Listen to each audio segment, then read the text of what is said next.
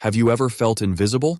The useless protagonist of this story feels that way every day, the target of jokes, the punching bag of the school, the boy that no one notices, until something changes. Amidst screams, humiliations, and a desperate desire to be someone, a mysterious window appears before him, the famous mission window. And suddenly, life stops being ordinary and turns into a living, cruel, and unpredictable webtoon. Now every choice is a mission, every punch is a chance to evolve. Our boy goes from a failure to a leader. Johnson will discover that, in the world of missions, fear is just the first obstacle, and the next level may cost much more than he imagines. Today's wonder is the mission supremacy. The protagonist is a failure who suffers bullying from his peers. They watch a work where the character is also bullied and mock it. They complain that the hero gains powers out of nowhere, not knowing that this will repeat. After attacking him, they leave Johnson on the ground, feeling useless. He imagines that his life were a webtoon with missions and powers. Suddenly, he discovers that he really lives in one. Intrigued, he shouts, "Mission window," repeatedly. Surprisingly, a window appears before him. The next day, in class, he observes the system. When trying to click yes, he misses and touches a girl's stomach. She accuses him of harassment and slaps him. Then, the girl blackmails him, saying she has 20,000 followers. Thanking our MC, he buys food for her. On the way, the protagonist is attacked again by the bullies. Even trying to react, he backs down in fear. At home, the boy argues with his mother and says he will be a YouTuber. His sister mocks him and Johnson isolates himself. Remembering the window, he accepts the mission. The system instructs him to apologize to his mother. He runs and does it, still shouting, completely surprising her. Johnson's sister thinks he has gone crazy, as he had never apologized to their mother. But he completes the mission and earns a gold card. When he says, "Reveal card," the message appears, "Consumable card, grow 3 centimeters." He grows from 1.68 to 1.71 and celebrates, even knowing it was just the tutorial mission. His mother, surprised, also apologizes and calls him to eat, marking a change in their relationship. The next day, Johnson goes to school beaming. The girls notice that he has grown and compliment him. Meanwhile, the system creates a new mission. The reward will be a gold card and a silver one. Distracted, he bumps into Beck Charon, the girl who had blackmailed him. The new mission was simply to kiss Beck Charon. Desperate, Johnson thinks about giving up, but the system threatens him with losing all rewards and the mission window. He needs to complete the task before the end of class. Terrified, he starts repeating "kiss, kiss" out loud, becoming a joke in the classroom. His friend Yakuza teases him, and they argue about how to get a kiss. In the end, Johnson realizes he can only succeed if he is alone with the girl. During gym class, Beck Charon decides to stay in the room. She notices Johnson watching her and jokes with him. Beck asks for a juice, but the boy had already brought one. He, nervous, tries to muster the courage to kiss her. Johnson asks if she has ever kissed anyone, acting awkwardly. The classmates film the scene, and the boy is attacked. Surprisingly, Beck intervenes and tells the attacker to stop. Even so, Johnson leaves embarrassed and devastated. At home, he laments his failure, with no card, no kiss, and no dignity. But the system considers the indirect kiss from the juice as a completed mission. Johnson receives a gold card and a silver one. When revealing the gold card, it restores his vision to 2.0, leaving him amazed. The happiness is immense, as he could barely see before. Soon he decides to check the content of the silver card. The protagonist is shocked again, finding it too powerful for his level. The mystery of the power of this new card is left for the end. Johnson begins to realize that the system can completely change his life. Then our protagonist runs to tell that he can see well again, but only finds his sister, who mocks him and tells him not to talk to her at school. Even with the improvement, the bullying continues. The chubby kid attacks him right in the classroom, and no one helps. Johnson tries to dodge, but the attacker forces him to kneel and even makes him smoke. At that moment, his sister appears and interrupts the scene. To protect her and avoid more trouble, Johnson lies, saying the attacker is his friend. The chubby kid then pretends camaraderie and later asks to be introduced to the boy's sister, making offensive comments. In the bathroom, Yakuza witnesses everything and ends up getting beaten too. Tired of the humiliation, Johnson calls him a failure. The attacker lunges at him, but the protagonist unexpectedly lands a clean punch to his face. The strength comes from the silver card, which is an F-level boxing attack card. The system activates a new mission, defeat Choi Chang-dong. The reward will be a gold card and a bronze one. Determined, Johnson faces the bully and promises to make him swallow his words about his sister. Now, the fight marks the beginning of his true transformation. Choi taunts the MC, saying he learned to fight on YouTube. Before he finishes the sentence, Johnson hits him again in the nose. Surprised and furious, Choi charges, but the protagonist, focused, dominates him with a flurry of punches. Johnson wins the fight and completes the mission, leaving everyone shocked. Yakuza pulls him away, and they flee to a small house, anticipating Choi's friend's revenge. While they talk, Johnson receives a notification from the system, informing him that his boxing skill has risen to 97 out of 100. He tries to reveal new cards, but nothing happens. Soon, Baek appears worried, asking him to leave before things get worse. However, they are surprised by the return of Choi and his goons, who mock the two. At that moment, Gu Hajun, the most feared student in the school, appears. Jun asks who Choi Changdong is, and Choi gives himself away. Upon learning that the chubby guy attacked Johnson, Hajun confronts him and asks the protagonist to prove his strength. Our boy tries to back down but is pressured. Fearful, he looks at his cards and realizes he can use a special ability that heals his fatigue. Now faced with Hajun, Johnson must decide between fighting or getting beaten up again. While Hajun keeps insisting that Johnson show him his boxing skill, the poor Yakuza has already lost hope. And since he has no other choice, the protagonist throws a punch at Hajun, and surprisingly, the guy easily dodges. Then Gu makes a face like he's playing in the playground. Our protagonist starts to go into shock, because let's be honest, Hajun was very fast. Next, Johnson makes several other attempts to hit Hajun, but he can't land a hit. Then, to Johnson's surprise, Hajun decides to show his agility by hitting him with a punch. What a shame. Mercy. And he's out. 2 hours later, Kim wakes up all disoriented after some time, because that one punch Hajun threw put him to sleep like a baby. And when Johnson looks ahead, Gu Ha is there staring at him. The protagonist immediately gets into a position to take a beating mixed with a Chavez panic attack. However, unusually, Hajun tells Johnson to follow them, that they are going to smoke a cigarette.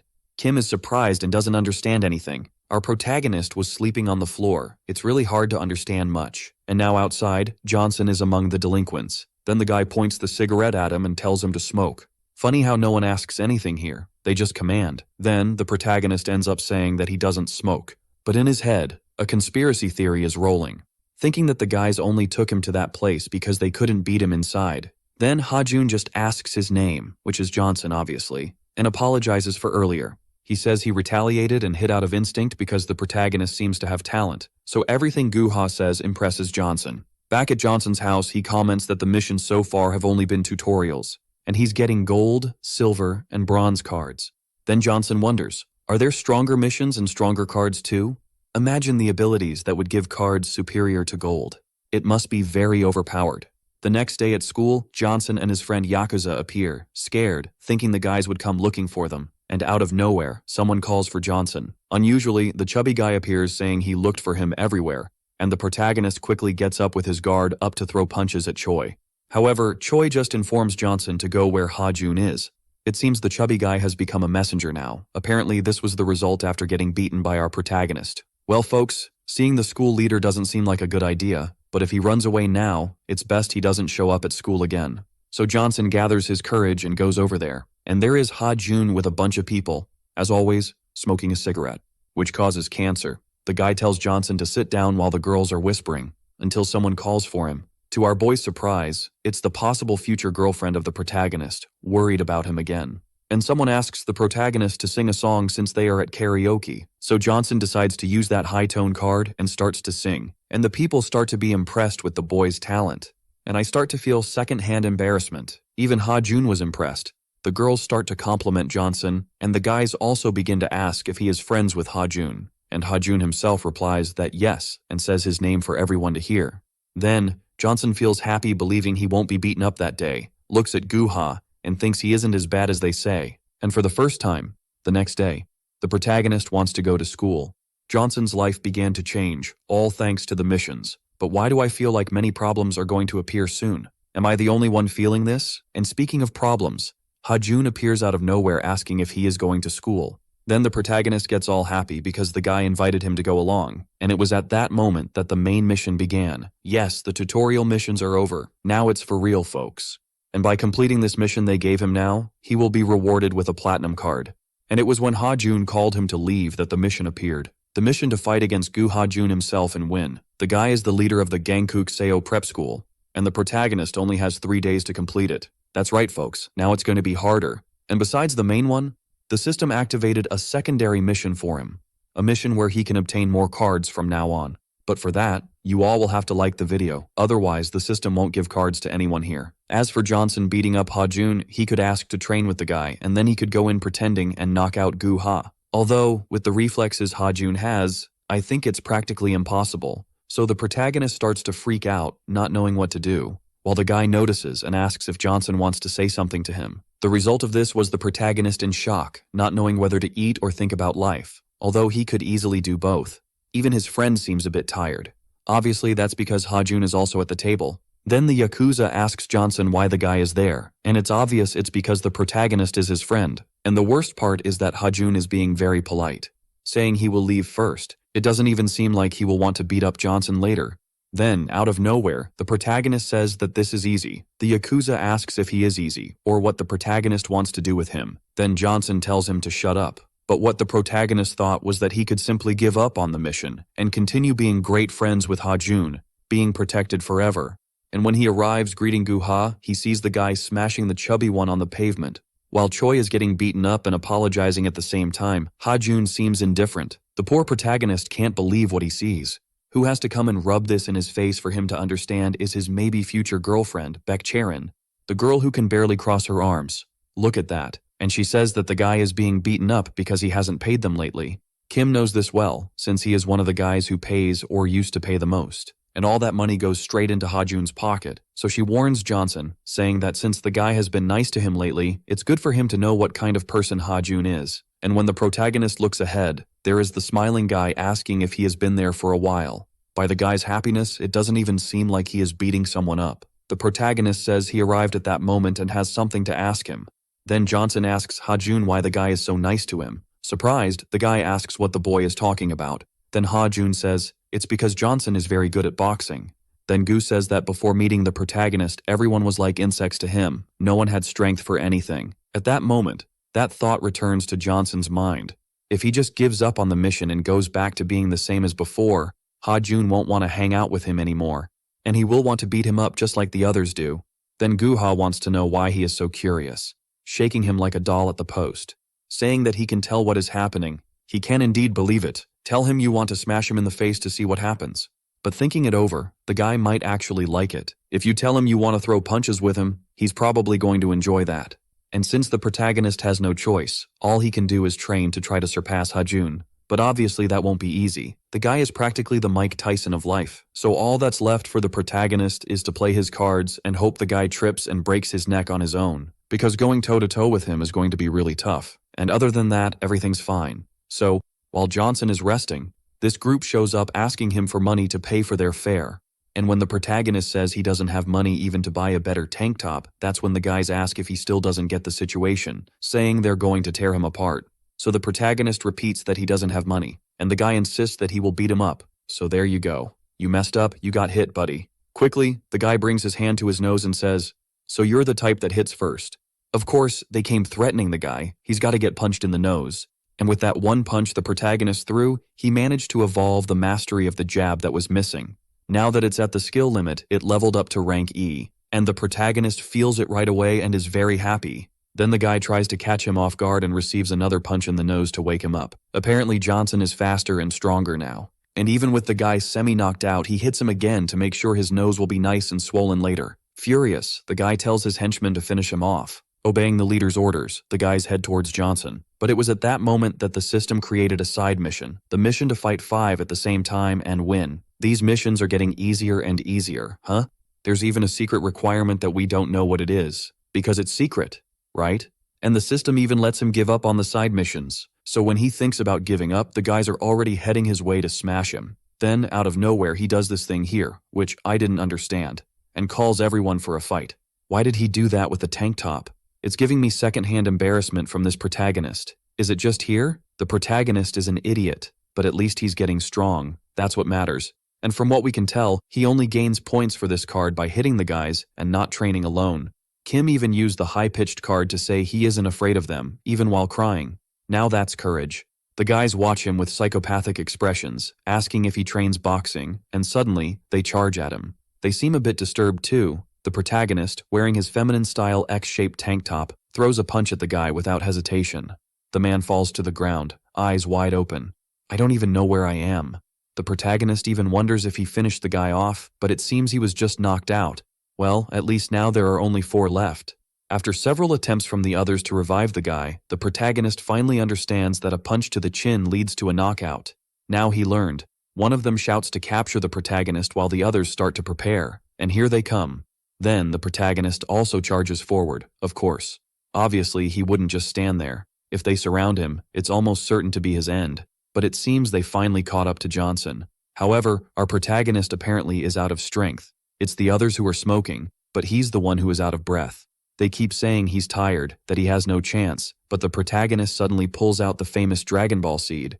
Those who are old school will understand. Then Johnson swallows it without even a glass of water. Nothing. This is the famous recovery seed. It was that silver card he kept next to the high-pitched one. Finally, it was useful. Next, the first of the unsuspecting ones charges at Johnson.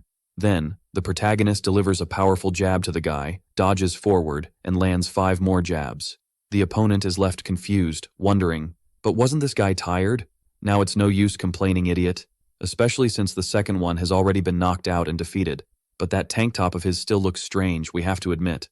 I'm still trying to understand why he did that to his own clothes. And honestly, I'm even afraid there might be a logical explanation coming. Like, I twisted the tank top to prevent it from falling. Oh sure, now that 2 of the 5 idiots have been defeated, they start to worry. Doesn't it seem a bit late for that, guys? Suddenly, the protagonist charges at them, shouting. He hits the chin of the first, then the second, and finishes with a blow to the chin of the third. It's always to the chin. Well, he defeated all 5 at once. Our protagonist is relentless, and, amidst all this, that secret objective was achieved. He defeated 5 guys without being hit. Even the system congratulates him for that, and it's not even his birthday. Look how impressive. And upon completing the secret objective, he will earn an additional gold card, 2 more cards in a side mission. At this rate, the protagonist will get strong quickly. There's no other way. Even he understands that he's lucky. That's right. Just the fact that the system appears to him already makes him a lucky guy, my friend. And off he goes, with his little X tank top, requesting the card reveal. As always, his expression leaves us extremely curious. It's hard to tell if the card is excellent or a complete fraud. The protagonist always makes these expressions that confuse us. The next day, at school, there's little time left to finish his mission of defeating Hajun. So, Johnson becomes pensive. In fact, he's completely nervous. Currently, he has 4 cards. High-pitched, recovery seed, and 2 more that we still don't know what they are. They keep building suspense about it, but is that enough to face the monster? Now, he has no choice. If he fails, he'll go back to being the loser who got beaten by everyone. Suddenly, the Yakuza asks if he wants to kiss him. This Yakuza is crazy. He said that because the protagonist was staring at him. Kim even laughs at that moment, because the Yakuza is his true friend. He's the one who's been by his side until now. So, Johnson thanks the Yakuza for helping him up to that point, and the Yakuza looks completely confused, utterly surprised. This gives me the impression that the Yakuza is hiding something and is the true leader of the school. But then, the head of the school arrives. Hajun appears inviting the protagonist to the cafeteria with that expression on his face. Is it an invitation or a threat? The protagonist immediately stands up, as he's no fool. Suddenly, 2 students appear, and one of them is holding an ice cream. Look, imagine the scene. The guy throws the ice cream at Hajun. He starts to apologize right away, but it seems it's already too late. The protagonist and Baek Charon realize that the situation is about to get complicated, and the Yakuza is ready to close the coffin. This will be the most expensive ice cream the guy will ever pay for in his life. While Hajun holds the guy to hit him, he invites the protagonist again to go to the cafeteria. However, the protagonist asks him to stop. Let the guy go or we're going to fight. And look at that, the protagonist finally found some courage. Or he went crazy. That's an option too. Hajun calls him by name and asks if he knows what he's doing. Then the protagonist responds with a, "Of course I do, you idiot. Enough talk. Let's settle this in a fight, brother." Now I understand whose coffin the Yakuza is going to close. Just kidding, folks. Maybe with this gold card, the protagonist can headbutt Hajun's hand. He could have simply invited the guy for a friendly spar. He could, but since he decided this way, let's see how it goes. Looking on the bright side of the story, at least the protagonist isn't wearing the X-tank top now. It's true. Kim challenged the school leader out of nowhere. When he realizes Hajun's hand is already coming towards him, I thought he was done for. But it was just to say that he's a loyal guy, asking if Johnson is mad because he's messing with his crew. The protagonist starts to get confused while Hajun asks him to stop being angry, and he says friends shouldn't fight each other. So, tell that to Tokyo Revengers. There, it's punch the friend, punch the friend's friend, punch the friend's mom. No, wait, the friend's mom, no. And man, look at the size of Hajun's hand. He grabs Johnson's whole head, and out of nowhere, the guy grabs the protagonist and takes him to eat something. Already at break time, the famous whispers are circulating, known as gossip. One of the girls comments to another that a weird guy picked a fight with Hajun, but if only he had succeeded. However, no one expected Hajun to apologize. They expected Hajun to scalp the protagonist. That's why the protagonist is sad. Yes, he's sad for not being able to start a fight. The Yakuza tries to console him, but the mission is about to expire. It's hard for the protagonist not to feel sad. It's like Samson is about to lose his hair, you know? And the Yakuza asks why he's like this. The protagonist says it's because of Hajun. And out of nowhere, someone calls him. Of course, it's the brunette who can't stay away from our protagonist. She arrives asking if he's trying to pick a fight with Hajun, and he says he doesn't know. Now it's his turn to ask her. He quickly asks why she's hanging out with Hajun, since she helped him with Choi Chang-dong, told him about Hajun, and helped him other times. And thinking about it, she doesn't intimidate the weaker ones. In short, she must be a good person, and we agree that she really is. Her answer is that it's comfortable to hang out with the guys, and the protagonist says it is for him too. Then, she interrupts him, saying that he shouldn't get carried away, as she's giving him a chance. And when he realizes, the protagonist is already drinking her juice, and out of nowhere, someone calls the protagonist, all desperate. Something big is happening. This big something is a gang from Hajun, asking why the Yakuza wants to talk to Hajun. They claim that Hajun wouldn't want to talk to someone like him. The guy was about to charge at the Yakuza until Hajun arrives and tells everyone to get out of the way. He asks why the Yakuza called him, and very irritated, he says not to bother Johnson anymore because his friend is acting weird today because of him. The Yakuza reinforces, telling Hajun that what he's doing is intimidation. Then, Hajun punches the Yakuza in the face, making even the goons scared of him. Then Hajun says that Johnson and he are friends, and he also hates people like the Yakuza, stating that he doesn't even look like a real person. Wow, he went hard. He says there are rankings in this world and the Yakuza is preventing Johnson from climbing that ranking. He makes Johnson's ranking decrease. Meanwhile, the Yakuza says that if he thinks that way about Johnson, then Johnson doesn't consider him a friend. And, out of nowhere, Johnson appears and punches Hajun in the jaw, leaving even the goons in shock. And even Hajun didn't understand that. The protagonist arrives asking the Yakuza if he knows that, if it weren't for him, he wouldn't have endured this unbearable school life. Of course, the rumors are long gone. They passed by shouting in every classroom that the fight was happening outside. And quickly, a crowd forms to watch. But they comment that this won't be a fight, but rather a massacre. Everyone is there to see the fight. The Yakuza, the protagonist's brunette, me, you all, and Hajun asks if Johnson really wants to fight. After all, until then, he thought Johnson was his friend. The protagonist says he will make everything clear from that moment on. The only friend he has is the Yakuza, and he even threw in a son of a bitch at the end, just to make it clear that he was angry, and he is confident that he will defeat Hajun because his gold card gives him extra strength for just 5 seconds. So, he claims he will beat the guy in 5 seconds. Then you were foolish. You should have used that card on the first punch you threw, hitting him until you win. That's how you would win. Now you've lost your chance. Gave the lion an opportunity, now you'll have to endure the blows. And the worst part is that Hajun really thought he was a friend, but this attitude of superiority doesn't match friendships.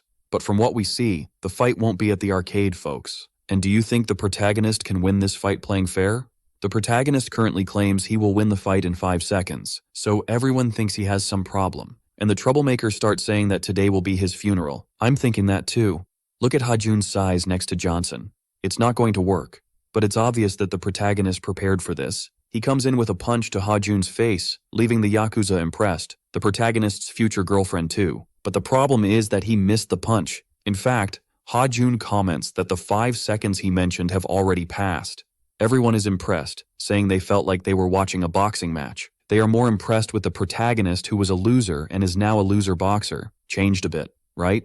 It's true, the people in the audience say that Hajun can't retaliate because the protagonist is just moving forward and hitting non-stop.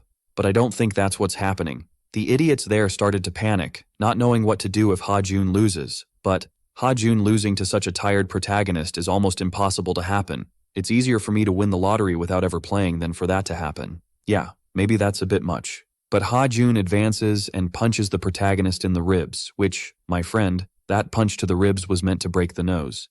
And the protagonist quickly falls to the ground because after that well-placed punch, there's no way not to fall. And the guy comes in full of himself, asking if the protagonist only knows how to do that. What surprises the crowd is that, again, the protagonist starts talking about the 5 seconds. Then, Hajun gets furious and comes at him with his punch again. Then Hajun asks if he intends to win the fight just using jabs. That wasn't all the protagonist prepared for the fight. He has that famous 5-second card. That's why he insists on it, claiming it will give him extra strength. Now, we need to find out what that card really is. Next, the protagonist acts recklessly and charges at Hajun in a rather impulsive manner. But, obviously, Hajun lands another punch on Johnson's mouth. The others start laughing because he is trying to take down Hajun, considering the weight difference. And again, Johnson insisted on the 5 seconds talk, charging fearlessly once more. Again, Hajun hits him. Hajun can't even comprehend what Johnson is trying to do, and he charged again, receiving blows repeatedly. Finally, he manages to get close to Hajun. When that happens, he takes the Dragon Ball pill to restore his physical strength. However, during this process, Hajun starts to get extremely irritated since the protagonist is clinging to him. The others tried to intervene to separate the fight because the situation got serious. Hajun states that he really wants to finish him off at that moment. When Hajun tries to push the protagonist away, he can't anymore because he is glued to him, as Johnson finally used the extra strength card. The card itself is nothing more than a card that grants 100 kilograms of strength to the protagonist, making him now have 156 kilograms. However, we have to agree that this scene of him clinging to Hajun is quite strange. I think they are. The guys start to get all surprised because they see the protagonist lifting Hajun off the ground. With his current 156 kilograms, he lifts the opponent and slams him back onto the floor. Hajun immediately feels the impact. The following week, he will probably have to go to school in a wheelchair, at the very least. And it doesn't stop there. The protagonist takes off his sweatshirt and ridiculously makes the X symbol with his tank top, which I don't know why he's still doing to this day. Then, he starts throwing punches at Hajun's face on the ground. It's a punch of 156 kilograms. There's no one who can withstand that. And with Hajun, it was no different. The protagonist begins a series of very strong punches to Hajun's face until the effect of the extra strength card wears off. After all this, Hajun finally loses. Our protagonist, wearing his X tank top, has achieved victory. The mission is complete, folks, and no one believes it. Neither Morena, nor Yakuza, nor me, nor you. Absolutely no one. When it dawns on him that he got the platinum card, he lets out a scream, requesting the card's reveal right away. He really defeated the school leader in the fight. This protagonist is impressive. He just didn't need to make that ridiculous X symbol on the tank top. But aside from that, all good. Now, we just have to find out what the power of this platinum card will be, since the gold ones were already exclusive. After that fall, Hajun must still be in the hospital. They say that after the humiliation he faced in front of the whole school, they wouldn't go either. After all, he lost to none other than the school loser. It's true, and someone shouts for them to be quiet because the new leader is passing by. Then you realize who the leader is, and it's the loser protagonist, walking all stiff through the hallway. So everyone seems to be afraid of him. Kim walks straight past and heads directly to the bathroom to analyze the platinum card he earned with great effort by defeating Hajun. He immediately asks to reveal the card because there's no time for nonsense here. It's a lie, and even the atmosphere starts to change. The letter he received is a spying letter. He can literally spy on someone. Are you all thinking what I'm thinking, folks? Then the protagonist wonders what that is. He feels a bit disappointed that it's not an attack letter, but what would spying be? Suddenly, someone asks what he's mumbling about in the bathroom. And it was none other than the Yakuza, asking if he's ready for everyone to be talking and whispering about him at school. The protagonist is incredulous about everything happening at that moment.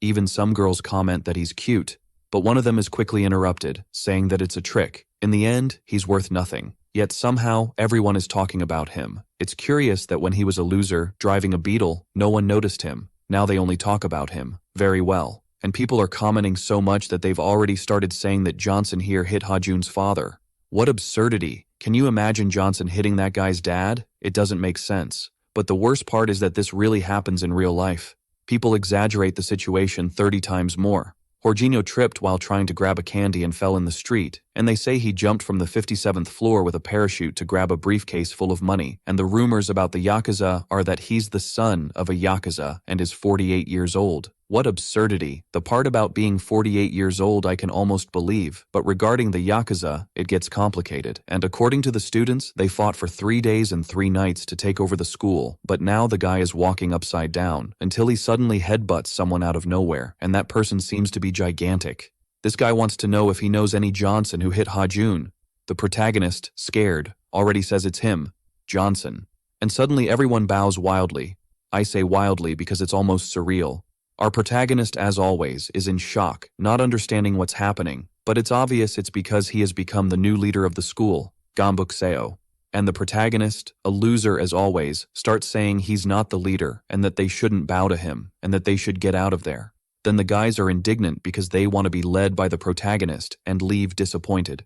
The protagonist asks the Yakuza what's going on. The Yakuza explains that he was Hajun's subordinate and now seems to want to be his subordinate. But why would people want to follow him? And again, the Yakuza replies that it's probably because they want the schools to unite. If you look at the map, they are separated now. And Hajun, the former leader, didn't want to unify them. So, in a way, they want to use the loser protagonist to unify all of this. However, it's clear that the protagonist doesn't want to get involved until a new mission appears for him. The mission to govern the Gangbuk schools. And in this mission, there seem to be 3 stages. The first one is to recruit a first-year student from his school. Wow, the system is keeping an eye on him. The reward we'll find out later, right? And as always, to complicate the protagonist's life, he can't give up. If he does, he's in trouble. So it starts weighing on his conscience, because if he loses the talents he gained, he'll go back to being a loser. More than he already is. Because, even with talent, he's still a loser. Imagine without it, you know? And he soon starts calling the others idiots, saying he was just testing. They weren't supposed to leave.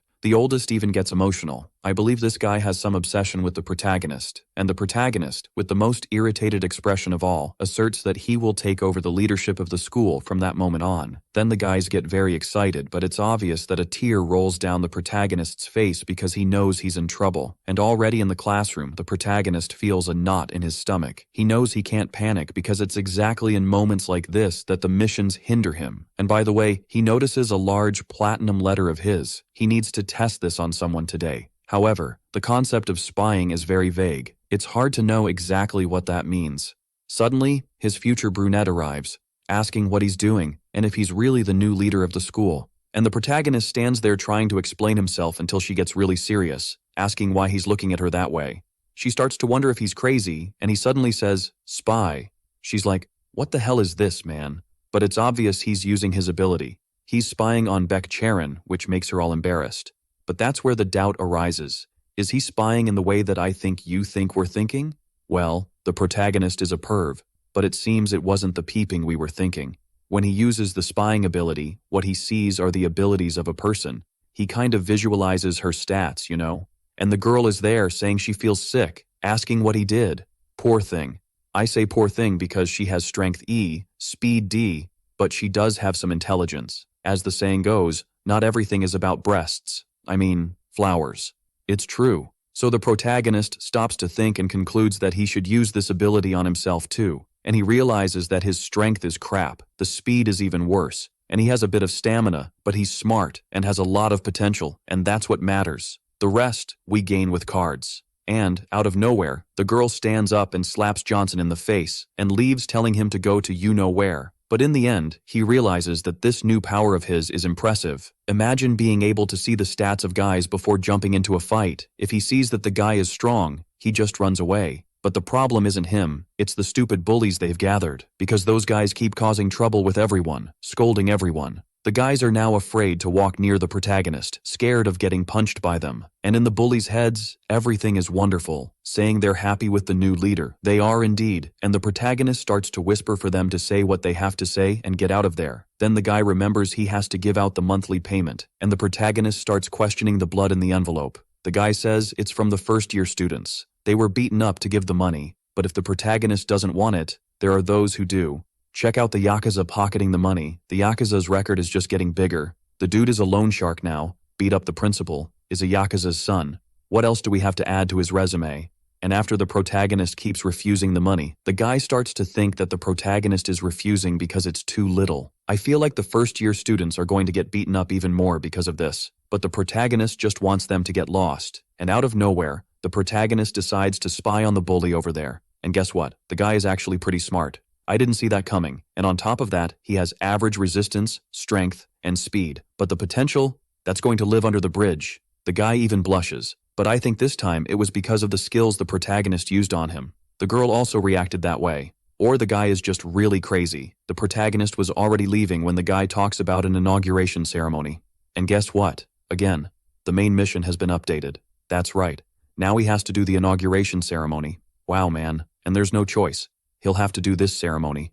On one side, the boys, and on the other side, the boys too, obviously. And there's our protagonist, and everyone bows to him. It's obvious that the partner of the big commander of the school, the director's bully, is there with him too, the Yakuza. The protagonist simply stands up and says he's not going to participate in that nonsense anymore, and the Yakuza sitting there, all full of himself, the bully trying to explain how they're going to dominate all the schools. And I'll summarize, because even the protagonist didn't want to pay attention. Imagine us. Basically, there are a lot of psychopaths in schools. In every school, the leaders are insanely strong, and the bully's idea is to unite Gangbuk so they won't be swallowed by them.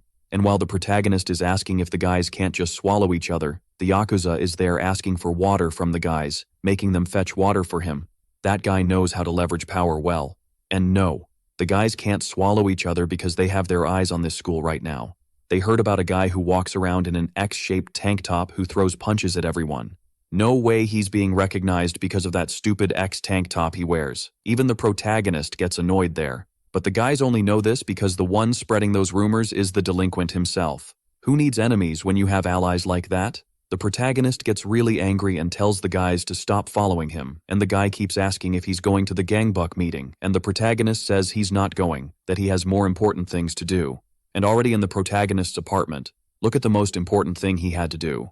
Yes, he is selling K-pop, and while he is happy about it, he is thinking about the meeting. And out of nowhere, his sister comes home cursing him at all costs. Because she said that at school, everyone knows her only as the sister of the school leader. Wow. Now the news is spreading far. The protagonist tells her to calm down, that he is not going to that Gangbuk meeting. The girl doesn't even know what he is talking about, but she said that if he goes, she will tell their mother. Look at that. What a snitch. But the protagonist is very happy because his life has finally returned to normal. But I don't think for long, protagonist, because little by little we are seeing his future competitors. This one who is beating up a guy is the #1 at Gangbuk Dong School. His name is Han no Jatar. Yeah, that's about what I understood of his name. And this one who isn't beating anyone, just bowling calmly, from Gangbuk Nam School, is named Douglas. I gave him that name because he looks like a Douglas, okay? Doesn't he? And at the beach, where the bully is thinking about the protagonist, reflecting if what the protagonist said was another test for him, he receives a call. Yes, dude, it's the protagonist saying he will participate in the Gangbuk meeting. The system forced him again. The protagonist has become a hostage of the system. Wouldn't it have been better for him to continue being a failure? But look on the bright side. This time the reward is hefty. A gold card and 10 bronze cards. He will probably even learn ballet with those cards. And to me, the protagonist has been acting like a Yakuza lately. The guy is slick. There's no way he is using the protagonist's henchmen to get water for him and other things. The protagonist has to use his spying ability on him to see if he doesn't have an A in intelligence because this guy is a genius. And the one who will set up the meeting for him is the crazy delinquent, the guy who will probably get the protagonist into a mess. And the one who is in the most trouble in this story is Johnson himself, but he has no choice. He will have to go, or he will go back to being the biggest failure. And then the delinquent gives that smile, confirming that he will prepare everything. The protagonist immediately realizes that he is going to do something reckless. There's no denying that. But it's not like he had any options, and already in the classroom, the protagonist is there spying on others. Yes, that's right, he's spying on everyone in his class. And according to him, it's fun to spy on people. But it's not fun for those being spied on, as they feel embarrassed, as if they are truly being watched. Stop looking at me like that. No, stop looking at me like that, or I'll have to do something you won't like. No. And only now does the protagonist, a failure, discover this. However, he also finds out that he can improve this spying card. It will take a lot of time to evolve, but eventually, he'll get there. We just have to figure out what changes when improving this card. The protagonist, out of nowhere, glances at the brunette and uses the spying again. But this time, he aimed at beauty and hit the Yakuza. The protagonist just wanted to understand why he has this reaction and also wants to know why our friend Yakuza has an S potential. His other attributes are quite low, but that S makes us wonder, who is the Yakuza? I don't know. Then we find out that his real name is Yanggukja, so we'll have to stay alert because we might have a clue due to his name. And today is the big day of the meeting, folks. The protagonist just needs to participate to grab the cards and leave quickly. Well, at least that's the initial plan. Then the Yakuza goes with him, and the protagonist just intends to come back in one piece, because the guys must be strong, and he wants everything to go well. Then the Yakuza says that having everything go well will be something difficult. Because if the protagonist looks ahead, all his henchmen are right there. If he takes all those guys, they will definitely have serious problems. The delinquent says he prepared the guys in case something unexpected happens there. But they even got a guy whose grandfather is in the hospital about to kick the bucket. It's starting to feel like they're going to war.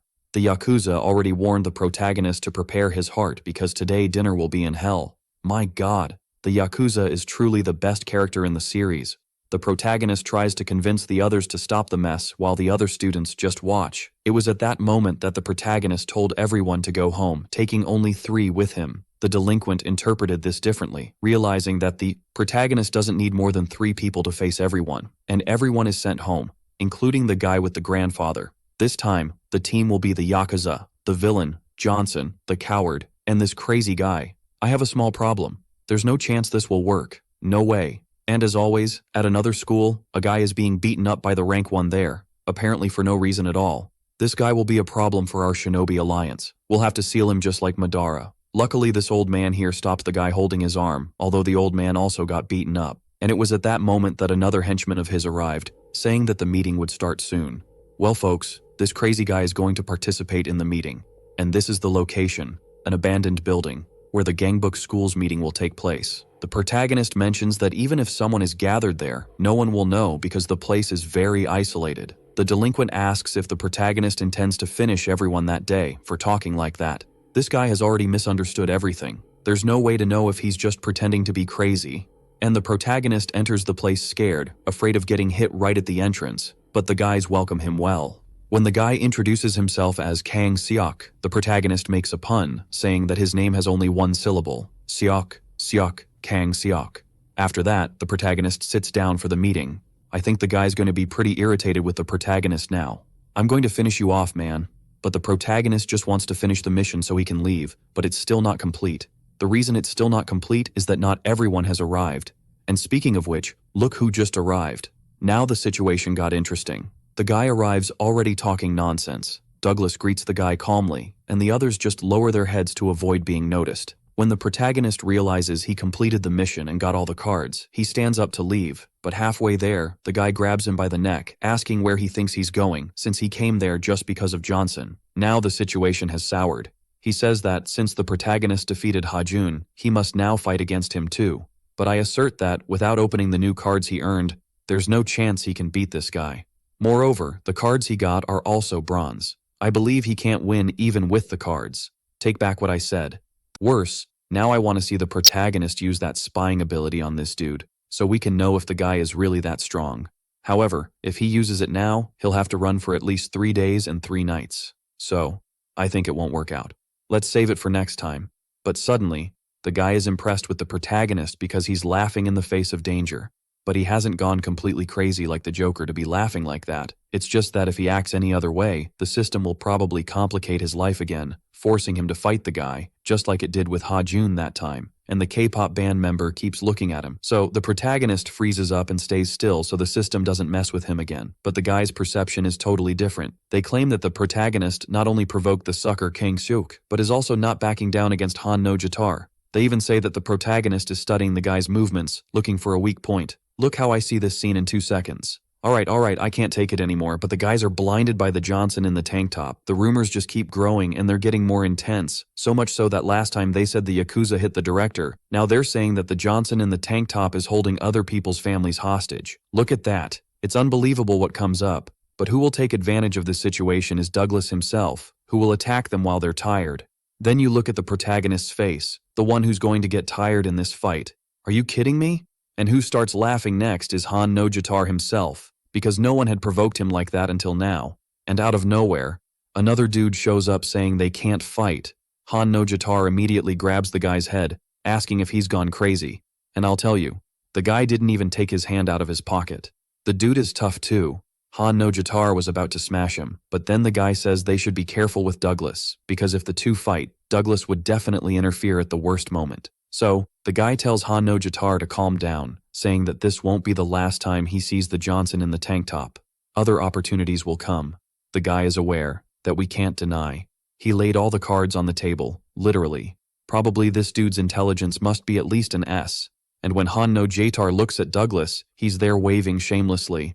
Then he looks at our brave protagonist and says he's not interested anymore. Your luck is that you backed down. If not, today we would have had FROG for dinner. And for today, the meeting is over. Then, Douglas says that if they see each other again, they should greet each other since now they know each other. But why do I feel like they will greet each other with a flying kick? I don't know. And there's also the fact that one of the schools didn't even show up. However, the protagonist is very happy because he managed to leave the meeting without any broken ribs. That's already progress, but he also doesn't want to leave empty-handed from this meeting, so he decides to use the spying ability on the guys. But what he sees there is nothing at all, because his spying rank is still very low, so probably the guys must be very strong for him not to be able to see. So, the next day, the protagonist looks like a zombie, and when he looks ahead, he immediately sees all the bullies crying, saying they already know everything, that the protagonist is very humble. Then, Johnson seems to get very confused by that, and you can probably guess what happened here for them to be saying that. What they know about the protagonist is that he used the dragon's tiger fist to knock out Han no Jitar. In fact, everyone at school already knew that news, but I ask you, who do you think spread this nonsensical information? Who could be the crazy bully who spread this? That's right, Johnson. The little hell is just beginning for you, my dear, and the rumors just keep increasing. This time, they said that the protagonist finished off his own master and stole this move. For me, the best of the rumors continues to be that the Yakuza is a director beater and that he is the son of a real Yakuza. That rumor is the best of all, and since the protagonist is very sick, he goes straight to the infirmary. Johnson has a fever and is full of pain due to stress, and this is the protagonist before remembering that he has the cards to open. And this is the protagonist after remembering that he has the cards to open. He is cured, the unfortunate one, now. And look at the large number of cards he has. So he goes straight for the gold card because he doesn't want to waste time. I think I'm the only fool who starts with the least tasty part of the food, saving the best part for last, and out of nowhere, someone from beyond asks for a piece. Right at the best part of the food, the unfortunate one asks me for a piece. And as the protagonist is impressed because the card this time is called Master of Cards, he can combine and separate cards from now on using it. So the protagonist is confused at first but soon understands what it's about.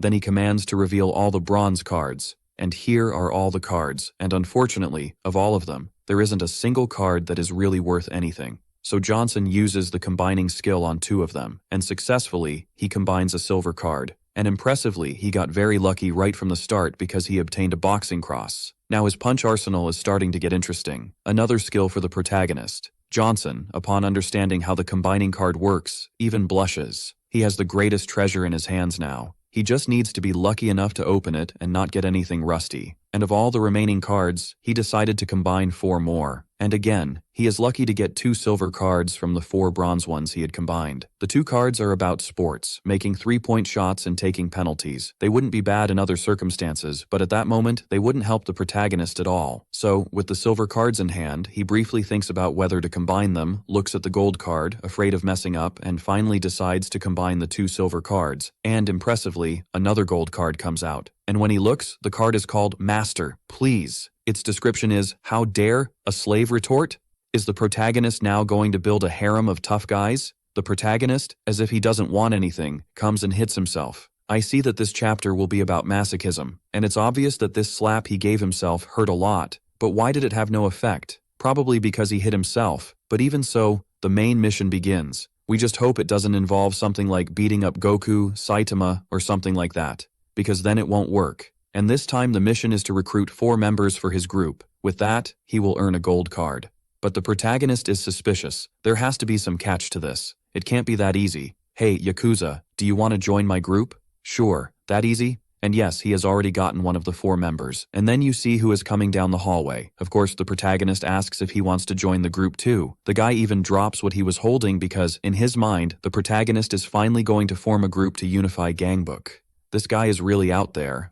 And, meanwhile, the Yakuza is just fiddling with his new phone, unconcerned with the hallway, about the protagonist's question if the guy wants to join his group.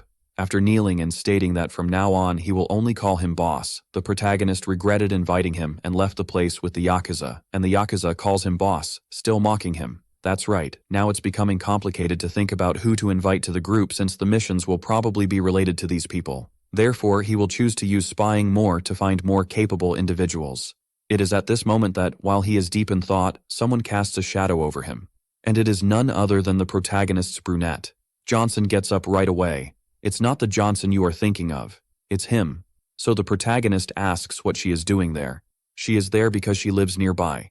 She informs him that she will be leaving. The protagonist mentions that he will see her at school the next day, but have you noticed that at any moment the girl gets angry with the protagonist? Suspicious, isn't it? It's then that the protagonist remembers something and calls her again, saying he has a favor to ask. A favor, I thought. Is he going to invite her to the group? He approaches and asks if she can slap him. Man, this got insane. He says it's something that needs to be verified physically, but it's obvious he wants to test his golden card. The girl blushes and asks if he likes it too. Is she a masochist? That son of a gun? That's what it seemed to imply, right? He says he feels something good will happen if he takes a few slaps. And then, unexpectedly, the girl asks if he wants the insult while hitting him. She really enjoys hitting others. Look what we found now in the work. I liked it. No. Wait. When she came to slap the protagonist, someone asks if he likes those things, saying he likes to get hit. The protagonist was caught red-handed. We lost. The protagonist asks who they are. It's obvious they are the guys he had put to sleep the previous day. The guys came back for revenge on Kang Seok, saying he is no longer among them. But the guy is right there, just talking crookedly. But he's there, isn't he? Is that what the guys meant by, he's no longer with us? Did the beating make the guy go crazy? I don't know. And, as always, the side mission begins. Defeat 5 minions and a boss. And the reward is just a silver card. Will it be easy since the reward is so weak? But I don't know, because this time the crazies brought someone. And that's probably the boss. The guy is Kang Seok's brother, who is there, out of his mind. And, obviously the protagonist is already spying on him. The guy is there saying that this is disgusting. Disgusting is that intelligence status you have, my dear. The guy is a fool, and given his potential, he must live under a bridge, right? Besides being a bit slow, at least he has reasonable strength. But I think even the crazy psycho from school is better than him. And the bully seems to have heard of Johnson from the regatta. So open your eyes, buddy. If you already know the guy's reputation, be afraid or respectful, right? And just when the protagonist was about to say something, someone interrupts him. It's the brunette trying to lecture the guys, but they don't give her space to speak. That's when the protagonist decides to jump in to help. But, on the way, he gets punched, doubling over with his hand on his stomach. The guy says that the regatta dude must be a bluff. The brunette is terrified. The noise was ugly. And the funny thing is, the way this guy holds her, it looks like he's having tea in a cup with his pinky raised. But obviously it's for another reason, right folks? The protagonist keeps complaining about his stomach. And when she asks if he's okay, if he feels better, the dude is all flushed. It seems his card activated. And he suddenly says that it's very nice to get punched in the stomach. The girl and the guys are left confused. In fact, everyone is confused. We are too. And the guys start saying he's crazy and all that. And the other one charges at him, saying you don't say that in front of a lady. But look at her face. I think she liked it. What level are we reaching with this manhwa? Things go from 0 to 100 very quickly. And the guy comes and starts beating the protagonist up. And the dude takes the hits calmly, until his card reached 5 stacks. In this case, he got hit 5 times. And the card says something good will happen now. And the guy asks what he thought of his punches. And that something good that was going to happen is that a random attribute of Johnson will be amplified. You can only see the protagonist's hand coming, because his strength increased from E to C. The protagonist pulled that punch from way back and hit the guy square in the face. This new card of the protagonist is Paradise because every time he gets hit, he gets stronger. The guy is almost invincible now. He just takes hits. I got the reference. The girl is in shock with the protagonist. And the guys are incredulous because I think the protagonist finished the guy off with just 1 punch. The dude fell all limp, and that's when the protagonist said he needs to confess something to the brunette. I thought, is he going to confess at this moment? Did he gather the courage? And the crazy guy says he feels happy when he gets hit. Man, what the hell is this? And the girl says he's crazy, but she's all flushed. We've found a new method to win over girls now. Approach the girl and say, so are you in the mood to beat me up today? And the worst part is that, in her mind, she starts wishing to hit Johnson. And I don't say anything more. Until the guy says that if that's what he wants, he'll give it to the protagonist. So he is?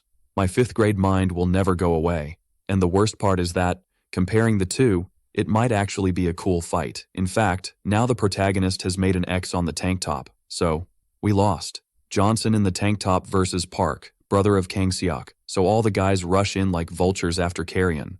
Because the protagonist knocked out Kang Seok. And Johnson instinctively jabs the first guy in line. And he starts thinking he needs to run to a narrow place again. But when does he realize? The guys are all in shock, saying this is ridiculous. It doesn't make sense. Because he really finished the guy off with just one jab. Hello, is this the police? There are a bunch of thugs here, and he claims he was still holding back. That arm is really powerful, isn't it? For what reason? I don't know. All thanks to the masochism card, of course. And the guys were still in shock when the protagonist calls the brunette, asking her to close her eyes. She's a bit confused but says women shouldn't see certain things. However, that tank top of his, my dear, from behind looks like it's facing forward. It's a real disaster. If secondhand embarrassment could kill, I'd already be buried. Really, huh? And yes, she just told him to shut up. She almost added, and who said I'm a woman? Got it. Out of nowhere, someone starts clapping. It's the big guy praising that things are getting interesting. Wow, the guy just saw his brother get knocked out in one punch and still thinks it's cool? That's right. The protagonist mentions that the guy's resistance is C, while the other says he wants to test who's the strongest there. At that moment, the protagonist already throws a cross at the guy. But then the situation changed, because the guy didn't even move. And why is that? Actually, it was because the protagonist's strength dropped from C to E, back again. This happened because he spent too long without taking some hits. That's right, folks. It's time to take a beating. The protagonist claims he can take it. The guy quickly punches the protagonist in the mouth, and right after, he throws another one to get his brain back in place. The hit was so strong it knocked the protagonist down. And the guy is still mocking our protagonist. Until Johnson asks for a timeout. He requests a moment to check a card that isn't activating, of course. But the other responds that time waits for no one. I believe he spoke a truth. You could even elevate this guy's intelligence status a bit. That's a lie. When the girl sees this, she runs to help, but the big guy tells her to wait her turn. Last in line, cool. Then, right after, he throws another punch at the protagonist, even with the guy asking for a timeout. That's unfair, bully. The guy even used the time symbol. Can't he respect the rules? Number. The brunette is already in despair, as always, until the guy gets scared. Because, look at the protagonist's little hand coming. Johnson starts throwing some rocks at the guy's face and thanks the brunette, because he's only managing to accumulate the 5 stacks when he tries to defend the girl. Meanwhile, he's there consuming the magic beans from Dragon Ball. Out of nowhere, he denies it, claiming that the story of protecting her was a joke. He was just embarrassed to get beaten in front of her. And this refers to the card. He needs to get hit and humiliated. That's why they gave such an unusual name to this card. The thing is really a masochism card. And out of nowhere, the guy grabs him by the leg, saying he's known for being good at wrestling. For those who don't know, this is a fight that involves takedowns, where you grab here and throw there. And when he goes to lift the protagonist, the guy doesn't even budge.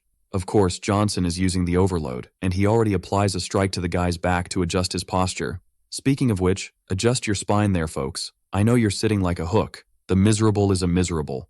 And with this weight increase plus the masochism card, I spoke wrong. The protagonist punched the guy in the face. If the brunette doesn't fall in love now, I think she'll never fall in love. The two combined cards give him the status of A in strength and endurance. If he always had that status, it would be a real steal. Just like he did with Hajun, he starts doing with Park, until the guy can't take it anymore. I just didn't understand why the protagonist got so close to the guy. Wow. Actually, I think I understand. He's showing the guy who's in charge, teasing him from behind. Now it all makes sense. With the victory, he completes the mission and will earn the silver card.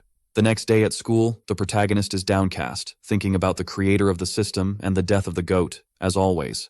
Suddenly he gets grazed by a blow, activating a stack. Right away, he turns to the person and asks, "Can you hit the right side too? What?" But the one hitting him is Beck Charon, saying he's useless for doing that and asking why there are rumors that they're dating now. The guy is left speechless because he did nothing. And the others say that maybe the rumor about them having 3 kids could be a lie. I admit that this rumor was also good, but I still prefer the idea of the Yakuza beating up the principal. But think with me, who do you think spread these rumors? Who could it be? I won't say anything else that can only be the bully again. The guy inventing a bunch of nonsense again. And this makes the girl angry, more flushed. Maybe she's really starting to like the protagonist now. I don't know anything. But outside the school, there he is. You must remember him. If you don't remember, you'll see him shortly, because everyone is looking at the big guy who lost to Johnson from the tank top, the guy making excuses, saying Johnson is a master of fatal blows and I don't know what, and that now he has tarnished the name of Gangbuk from the West. He apologizes for that, but then he arrives, Han no Jatar, the guy I asked if you remembered him a little while ago. That's right, I feel like trouble is coming soon. He arrives saying that no one expected anything from the big guy, and that if he gets beaten now, he would feel like part of the group. So, he doesn't even deserve to be beaten. Then he asks if it was Johnson who spread these rumors. The guy confirms it was him. So, since Johnson spread these lies, he will personally fetch the protagonist at that moment. And here we see his stats. Actually, we only see one of the stats, but it's an S in speed. This guy must be really agile. Back at school, the protagonist is checking the new silver card he earned. This card is called To the Moon. Will the punch that Han no Jatar gives him take him to the moon? Han no Jatar said he would look for the protagonist at school, but someone called him first, and it was Gordolfo, asking what a sledgehammer is for crushing a simple nut. I can already see where this is going, folks. I always say it's better to have too much than not enough in these situations, Gordolfo. If you try to crack a nut with your teeth, you might end up toothless. Look at that. Consider yourself warned. And yes, he has to take care of the protagonist alone. Han no Jatar himself asks if he knows that the guy managed to hit Hajun, and Gordolfo asks if he still doesn't trust that. And the that he refers to are his rolls. Does the guy have some secret technique for absorbing blows with his rolls? For sure. But Hajun actually liked the idea. He tells the others to go ahead. I would say that when Gordolfo comes back, it will be in a coffin, and it will have to be a pretty big coffin. Playing well. And again at school, the protagonist is there, playing with the card, thinking about how he will get to the moon, and the protagonist is still stuck on the mission to recruit 4 members. However, this won't be so easy for him. Man, this mission seems more complicated than the one to hit Hajun. Suddenly, the protagonist mentions that he needs to buy another flip-flop because the nail he had put in his flip-flop came loose. How can you buy another flip-flop? Just fix it with another nail, dude.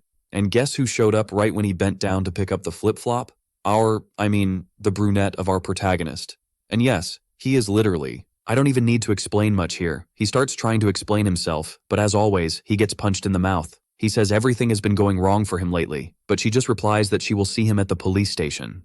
Damn, man, I'm unlucky. But this protagonist managed to surpass me. The guy can't even grab his flip-flop without something going wrong. But it wasn't that bad, thinking about it now. Suddenly the protagonist feels a chill down his spine, and the reason for that is right behind him, obviously. That's right, Hajun is back at school, folks. Worse, now I'm curious. Does he still want to be the leader of the school? I don't know. The protagonist, trying to make conversation, asks if Hajun had breakfast this morning, and the guy interrupts him, saying they aren't that close to ask that. And it was here that the system created another side mission, Recruit Gu Hajun. The reward is just a silver letter. But as they say, nothing ventured, nothing gained. Hey, Gu Hajun, do you want to join my Straw Hat crew? And here I say the chance of the protagonist getting beaten up now is huge. But the guy simply ignored him. And that's what he tells the Yakuza now, saying that spying doesn't work on Gu Hajun. So the Yakuza wants to know what spying is, but he ends up changing the subject, and the Yakuza throws out that he can't use that on him. Am I already predicting trouble? Suddenly a guy shows up saying that the East Gangbuk caught their bully. The protagonist just tells him to call the police and starts to say goodbye to get on the bus. The poor guy just stands there. And I think Gu Hajun saw everything, but the protagonist doesn't care. If only he had a mission to deliver a letter to him, he could think about it. But since he doesn't, it's just enjoy the ride. In fact, the bully is also enjoying the ride, getting beaten up by 4 or 5 crazy guys. It must be great. And the guys are still mocking him, saying he's following Johnson from the tank top. And the guy dropped a line that I'll tell you. In a river with piranhas, the alligator swims on its back. In this case, Johnson is the alligator. And Gordolfo, hearing this, starts laughing and pulls out a metal bat. Then the bully starts mocking him, claiming he had to call all these people to still use a weapon against him. But Gordolfo says no, that the weapon is for the guy to hit him. Are we going to have another masochist? Is everyone turning masochistic in this place now? The bully, not being a fool, punches the guy in the stomach, but doesn't do anything to Gordolfo. But then you're dumb too. You're supposed to hit him in the head. I want to see if the guy can take it like that. At the very least, a belly like that will form on the guy's head, and the guys don't waste time and start kicking the bully. The poor guy is thrown to the ground, and the crazies come at him with a piece of pipe. Take that in the nose. The protagonist really came to save the bully, saying the guy made him worry. The bully even starts to cry a little. The guys just watch. Johnson takes the opportunity to use spying on the guys, and the guys are pretty weak except for Gordolfo. Gordolfo is really strong. Check out the guy's status. The protagonist even asks how strong he is, given that his resistance is A+. So Johnson, he's strong enough to take a hit from a metal bar to the stomach. But the protagonist says that even so, he still has chances against the guy. And if you compare the statuses of the two, it might be that, thanks to the cards he has, he can beat this big guy. Then Gordolfo starts taking off his jacket. However, I got curious. For him to have managed to take that off by himself, it wasn't a jacket. It was a curtain wrapped around the guy. Then he says he's going to take on Johnson alone. And Johnson starts to suspect because nowadays, villains who come to a fight alone to trade blows are hard to find. It's true, and the protagonist little by little stops being a loudmouth. It was just that Gordolfo opened his mouth to say something stupid that the protagonist quickly throws several punches at his stomach. I like it this way, less talk and more punches in the mouth, or in the stomach, either way. However, it was more than obvious that if a metal bar didn't do anything, Johnson's E-rank punch wouldn't either. And I'm going to tell you, if you rub that hand on a frying pan right now, you could fry an egg just fine, because the amount of oil that must be inside that Gordolfo is no joke. The protagonist realizes that 2 punches didn't do much and quickly throws about 30 punches in a row, looking like Luffy. Then the guy just stands there taking punches. And when the protagonist realizes that if it's not to the head, it won't end well for him, Gordolfo lands a punch that shook the house. That's the truth. And the protagonist wasn't finished off by that. This protagonist is made of wind, it's not possible. In fact, he just activated the weight limit card. Look at his face hugging Gordolfo. Gordolfo doesn't seem to like it much. And to top it off, the card fails. Help me out here. Gordolfo grabs the protagonist and slams him to the ground. At the very least after this, he's going to need at least 3 pins in his spine. All of this because the guy forgot he used the card against the bully, and it hadn't even been 24 hours, since it can only be used once a day. Yeah, if he's an animal for lack of memory, what am I then? A seal? The thugs start mocking the protagonist because he's sprawled on the ground like trash with the big guy sitting on top of him. That's a heavyweight move. Now it's explained why this guy looks like he's about to give birth. And thinking about it now, is Gordolfo sitting on Johnson? I mean, the other Johnson? So he is, and the guy says he'll leave the rest for the others. After a sit like that, there's not much left for the boys. And to complete the awkward moment of the night, the bully is on top of the protagonist to protect him. Look at the protagonist's expression. He seems to be enjoying the situation. There's a slight aroma of discomfort in the air. Then, an individual appears with a bat to do what a bat does, right? But just then, our savior shows up. The guys can hardly believe it. Hajun himself came to the party. Now the situation is going to get intense, my friend. He arrives asking Johnson if what he said at school was a prank, and of course it wasn't. With that answer, Hajun starts taking off his jacket because now he's part of Johnson's gang. Hold on to that. I never doubted it. And the silver card can go in the pocket. The mission is complete. Send it to us soon, my daughter, but let's not use it yet. Calm down, because soon it will be time, folks, because now the chaos has just begun. Gordolfo is calling Hajun to fight, but is surprised when Hajun says he's not fighting him. He claims that the great Johnson of the tank top hasn't adapted for this confrontation yet, and Johnson only uses the seed of life to recover. And look at the protagonist's gaze. It seems like this time, it's going to work. Did they put something in his toddy this morning? We won't know. Gordolfo comes in with a punch to the protagonist's face. I thought, wow, that ruined the fun.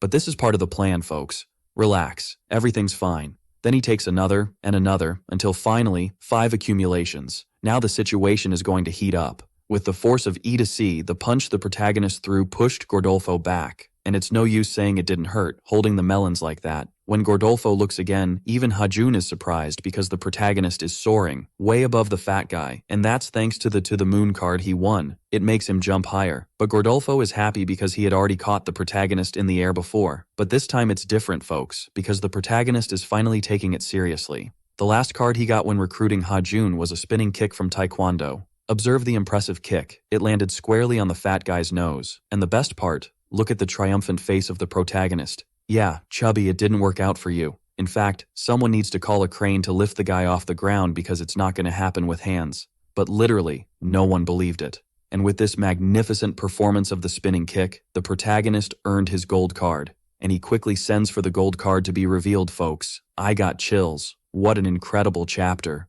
From the protagonist's expression, it seems he finally woke up to life.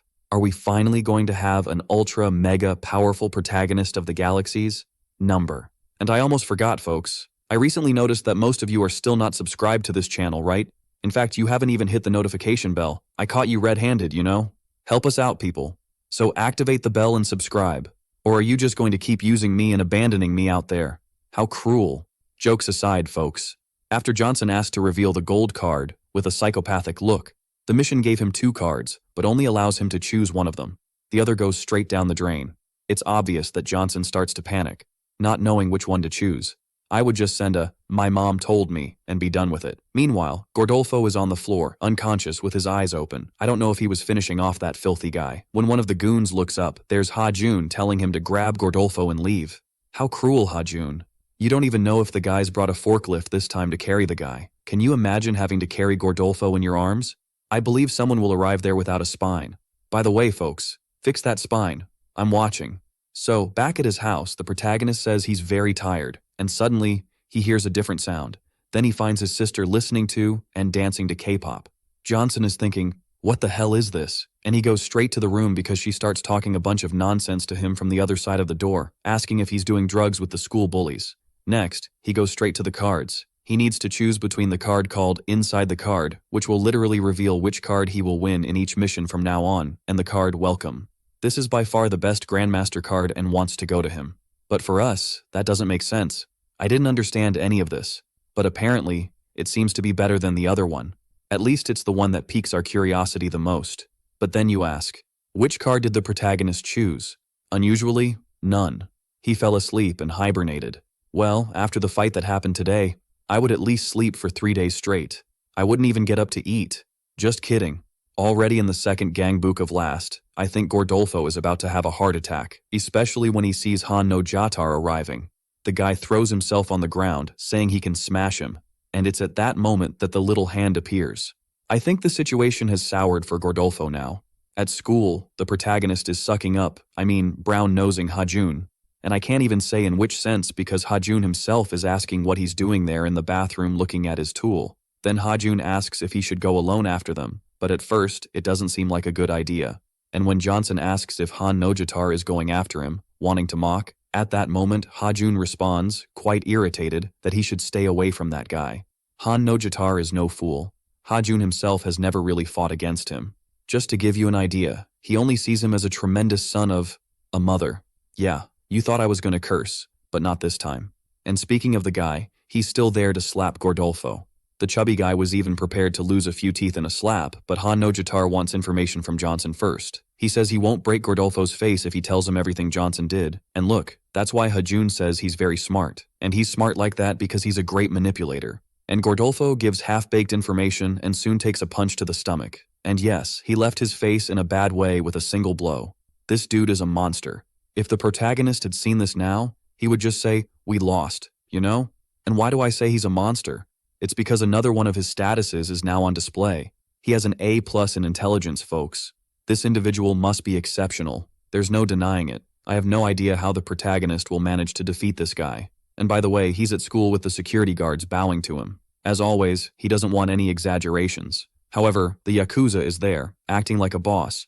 The Yakuza has been a bit absent lately. I hope he starts showing up more. By the way, the protagonist's nickname was updated after he defeated Gordolfo. Currently, it is Johnson the Tank Top, the Figurant Eater. While he explains things on the board, he starts deciding which card to accept. However, while making these movements with the card, the others think he is miming, as the crazies can't see the cards he is seeing. So all this paranoia makes sense.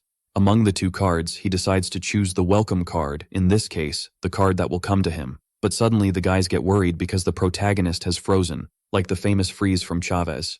And for the protagonist, everyone disappears. He starts running in search of them but finds no one until he reaches outside the school, and what he sees is literally hallucinatory.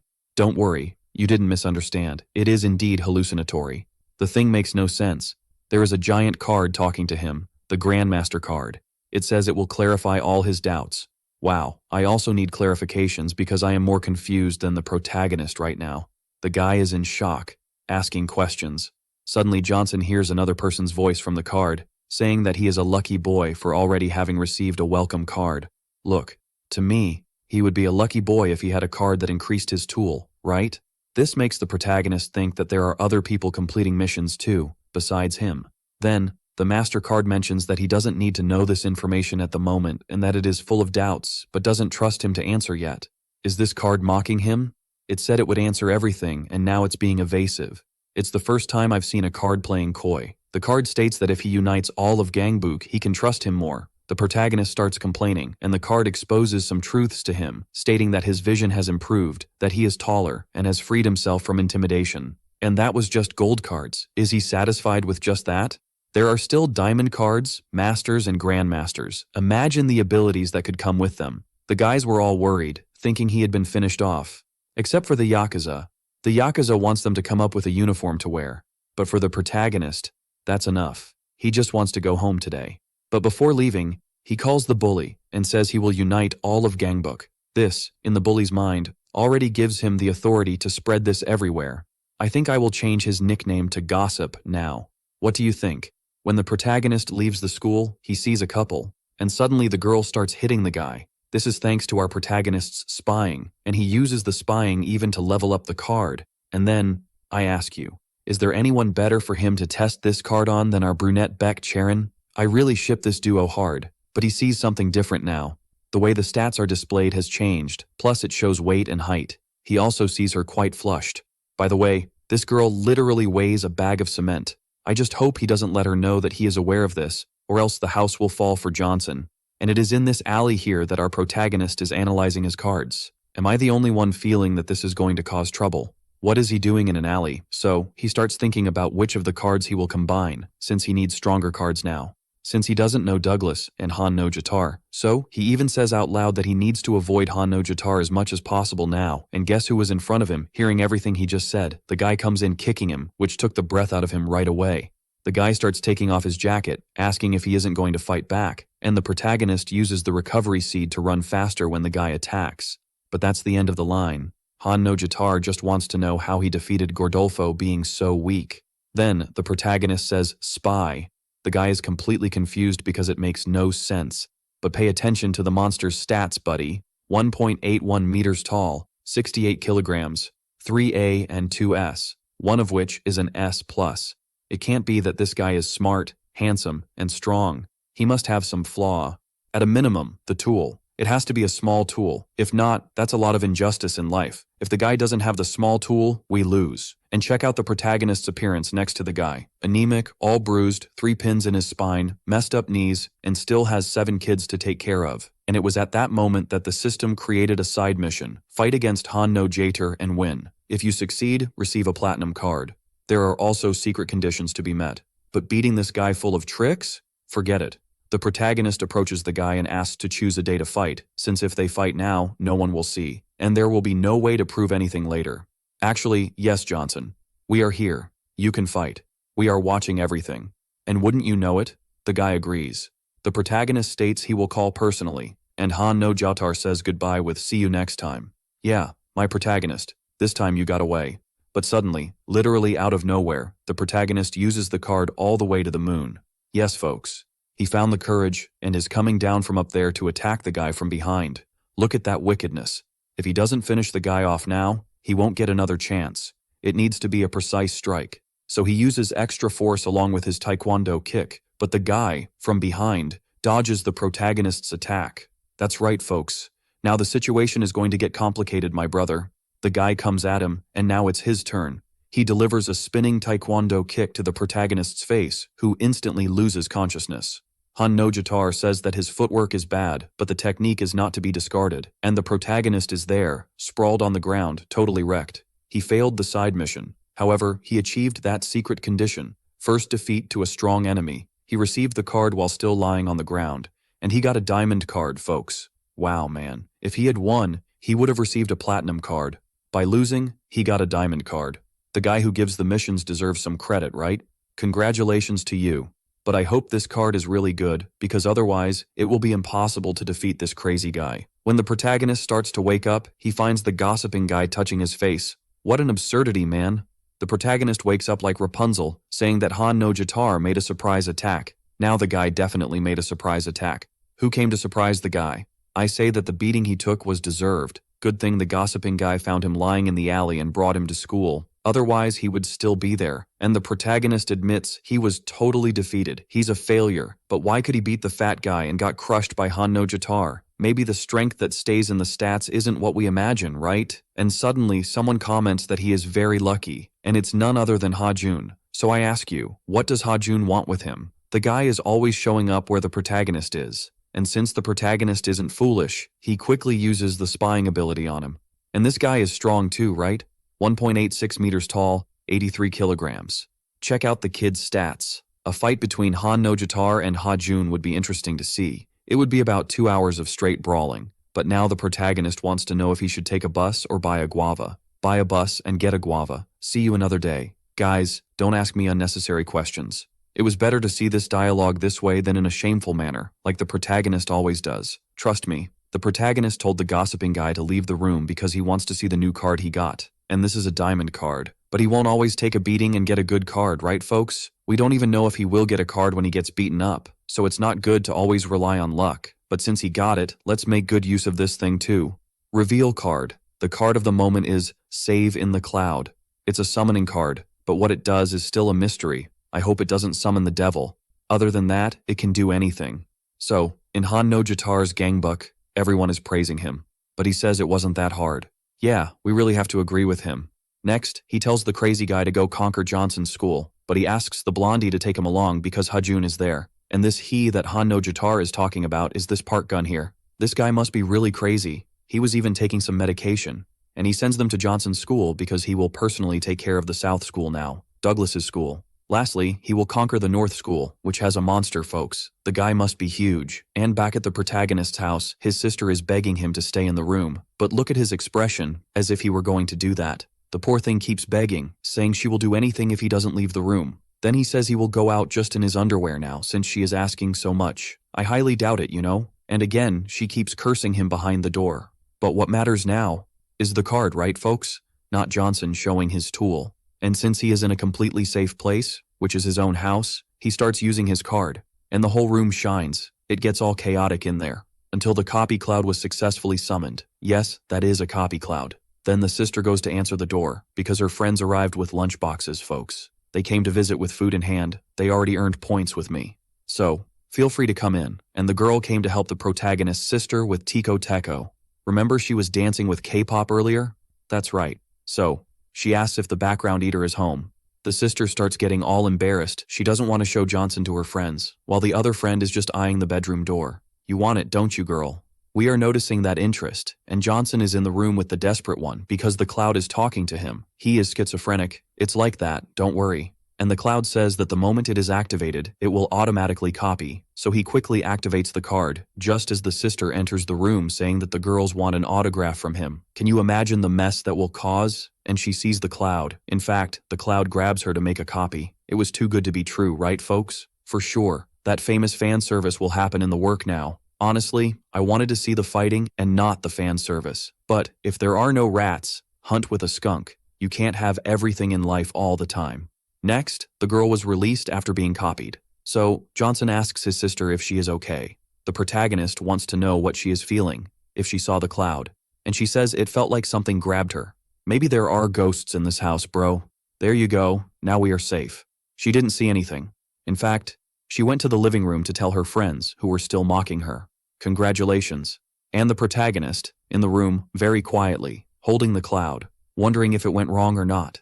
And suddenly the system alerts him that he can copy his sister. And he quickly tests it because here we test everything, my friend. And check out this witchcraft here. The protagonist, unusually, starts to go into shock because the cloud literally copied his sister. To make sure he wasn't going crazy, Johnson goes to see if his sister was really in the living room, and she was, just like she was behind him now. The only differences between his sister's copy and the real one are this mark on her neck and the fact that she is not cursing the protagonist yet. Everything else is practically the same. And Johnson, out of nowhere, literally out of nowhere, sticks his finger in her nose and just looks at his finger. That was kinda gross, right? And suddenly the copy slapped him in the face because she felt offended. The copies also have feelings. And that slap, in turn, immediately activated the masochism. Hit from the other side too, please. So, he is. And the copy, on her own, decides to return to the card, and that is the power of the diamond card. Now, how is the protagonist going to use this? The truth is, we still don't know, and at school, Johnson is downcast because he expected more from this diamond card. The fact that he has two sisters now will only make him twice as irritated. I see no advantage in that, and in the end, this card was just a scam. Boss, the guy shows up out of nowhere and almost finishes our protagonist off with a scare. Our eyebrowless gossip came to warn him that the gangbuk from the east has started to move. They immediately sent the two best from the school, Park Gun from the medicine crew, and Kang with the big hair, and if they come now, their school won't stand a chance. The protagonist starts to get worried and knows that with only 3 attack cards, if those guys show up, he will be crushed. So what will he do to become stronger?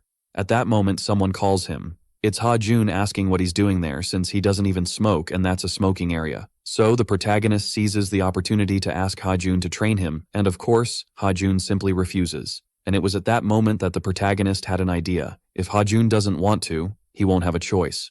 And, at a random house, Kang with the pompadour came to pick up Park Gun from the medicine crew. In no time, he manages to convince the maniac to go with him, and they decide to head to school right then. Well, folks, I think the house is going to fall. Or the school. I got the reference. And on the ground floor of the school, I think things are a bit different here, as the ground floor is usually the first floor. No, the ground floor is where it is.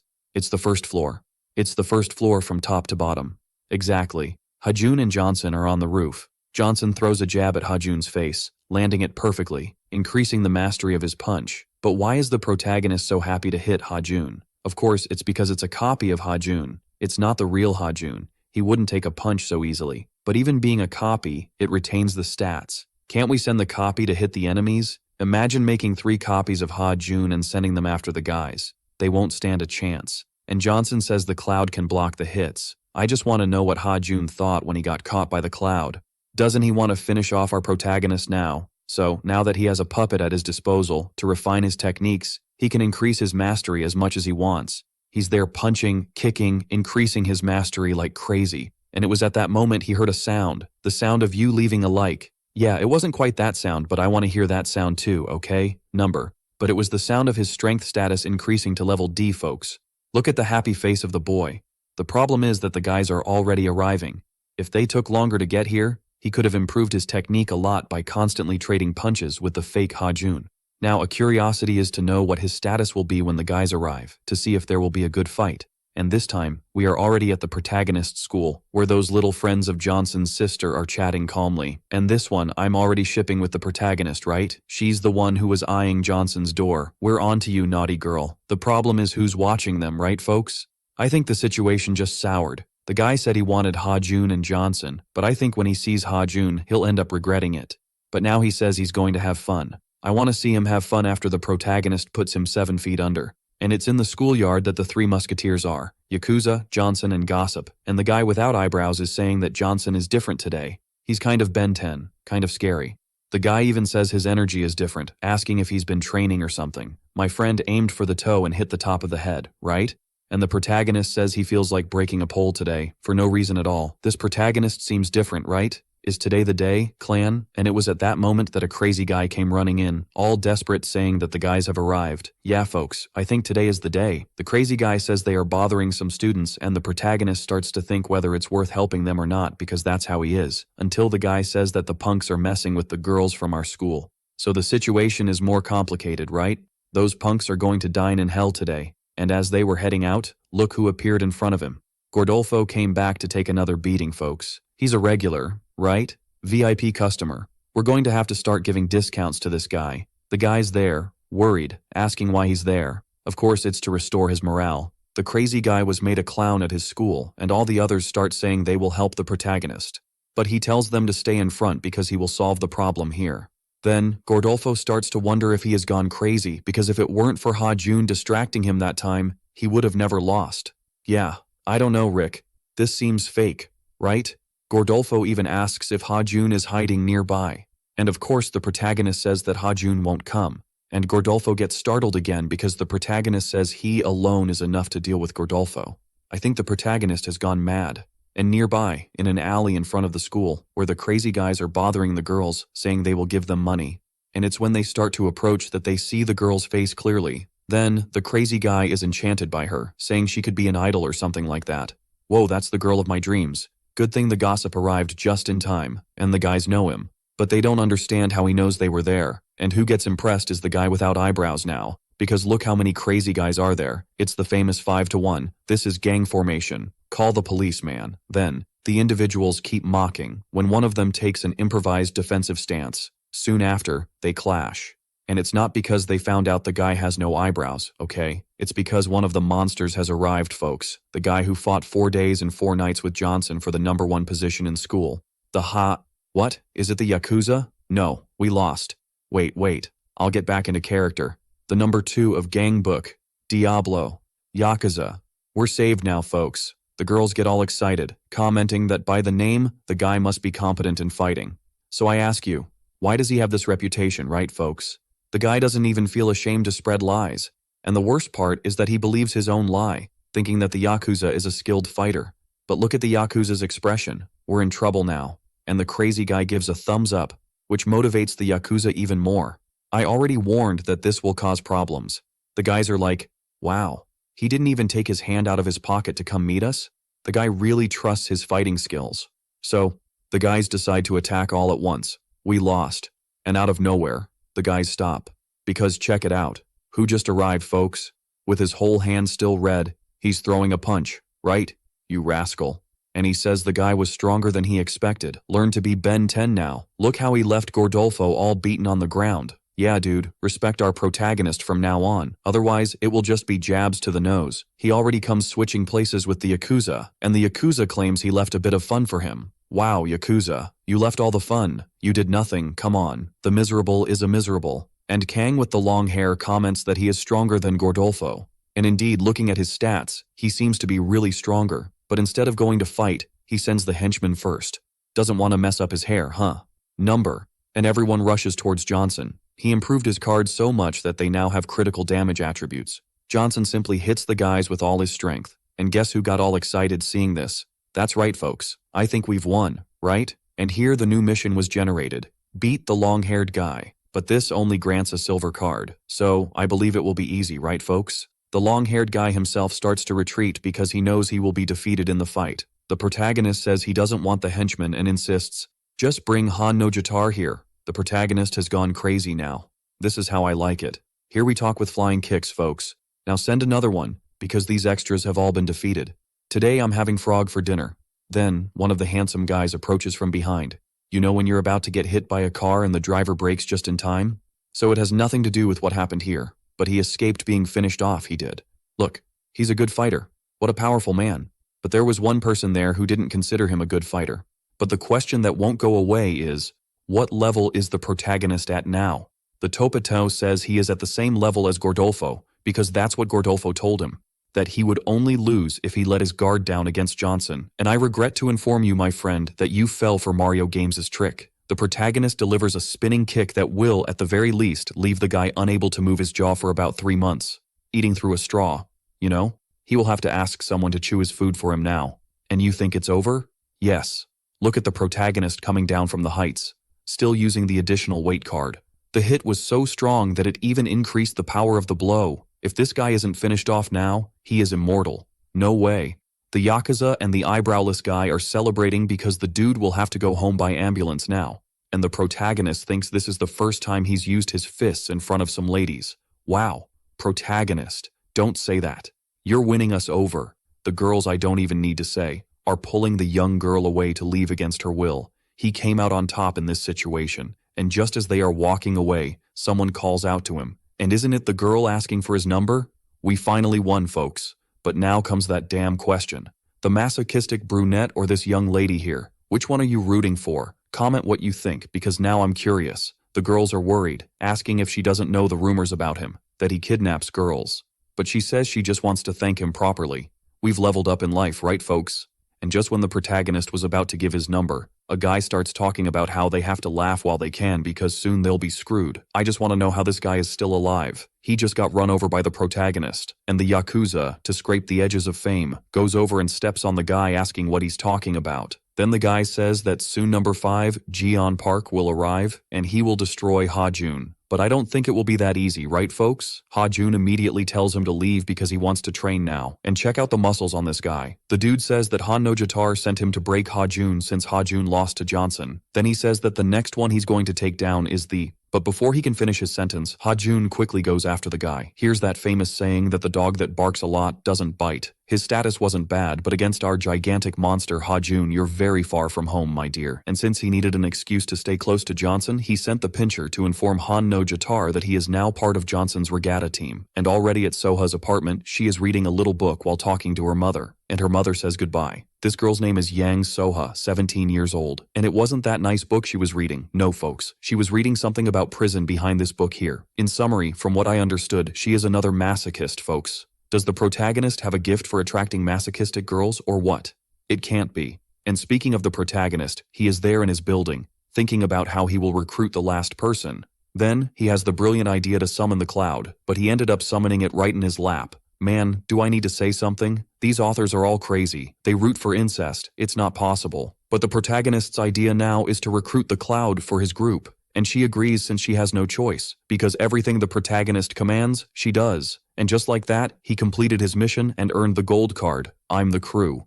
Which, from what I understand, is a card that allows him to upgrade the friends in the group. Goodness. The situation is starting to get quite intense, isn't it? His group is already in a good phase. Imagine if they get an upgrade, right? Because we have the imposing Hajun in the group, the incredible Yakuza, the legend, and the eccentric eyebrowless guy. Plus, now we have the Cloud, of course, and he can upgrade the group members right now. I just want to know what the protagonist's new status is, please. Show us, author, otherwise I'm going to have an anxiety attack, right? Are you trying to finish me off with anxiety? Our protagonist managed to form his team. But, to nurture his companions, he needs nutrition cards, folks. Upgrade cards in this case. And he only earns these cards by completing upgrade missions. But he still has a little silver card to reveal. Is the tool upgrade card his number?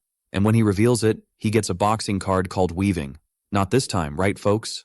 The tool upgrade card hasn't appeared yet, and this card is nothing more, nothing less than a boxing dodge. He shakes his head up and down, side to side. This apparently is going to be quite overpowered, right? And of course, he gets a side mission. He had to dodge and needed to throw a hook. With that, he will earn a gold card. It's the boxing combo, isn't it, folks? But he still doesn't have that hook card. So, he will have to use that fusion card of his, the Card Master. He had some cards he wasn't using for anything and quickly combines them. But, of the two that came out, neither was the tool upgrade card, folks. And even less were they good cards. With this fusion card, he can also break cards, but that's a gamble he shouldn't take. But tell that to our protagonist, who's a bit crazy. It's like talking to a wall. And as always, the guys are bowing to them because both showed their true strength yesterday. Yeah, sort of. The Yakuza is there telling the guys to make sure he doesn't need to go next time. This guy is a comedy. But why the celebration here? It's because the areas controlled by the guy he defeated are under their control now.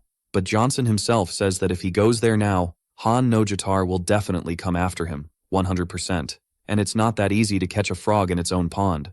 But the no eyebrows guy says he will have free time now since he contacted Douglas from Gangbuk Nan. As always, he gossiped a bit to Douglas. And Han no Jitar, in his school, just found out that the guys lost. One of the henchmen says that the schools were handed over to them. And what should they do now? Of course, Han no Jitar wanted to go there immediately, but out of nowhere, a crazy guy shows up shouting that Gangbuk Nan has started its movements. Probably the guys know they are at war and will take advantage of this moment. Of course, all of this was part of the no eyebrows plan. I mean, without eyebrows. He informed Douglas's school that everyone is at war and that he should take advantage of it now.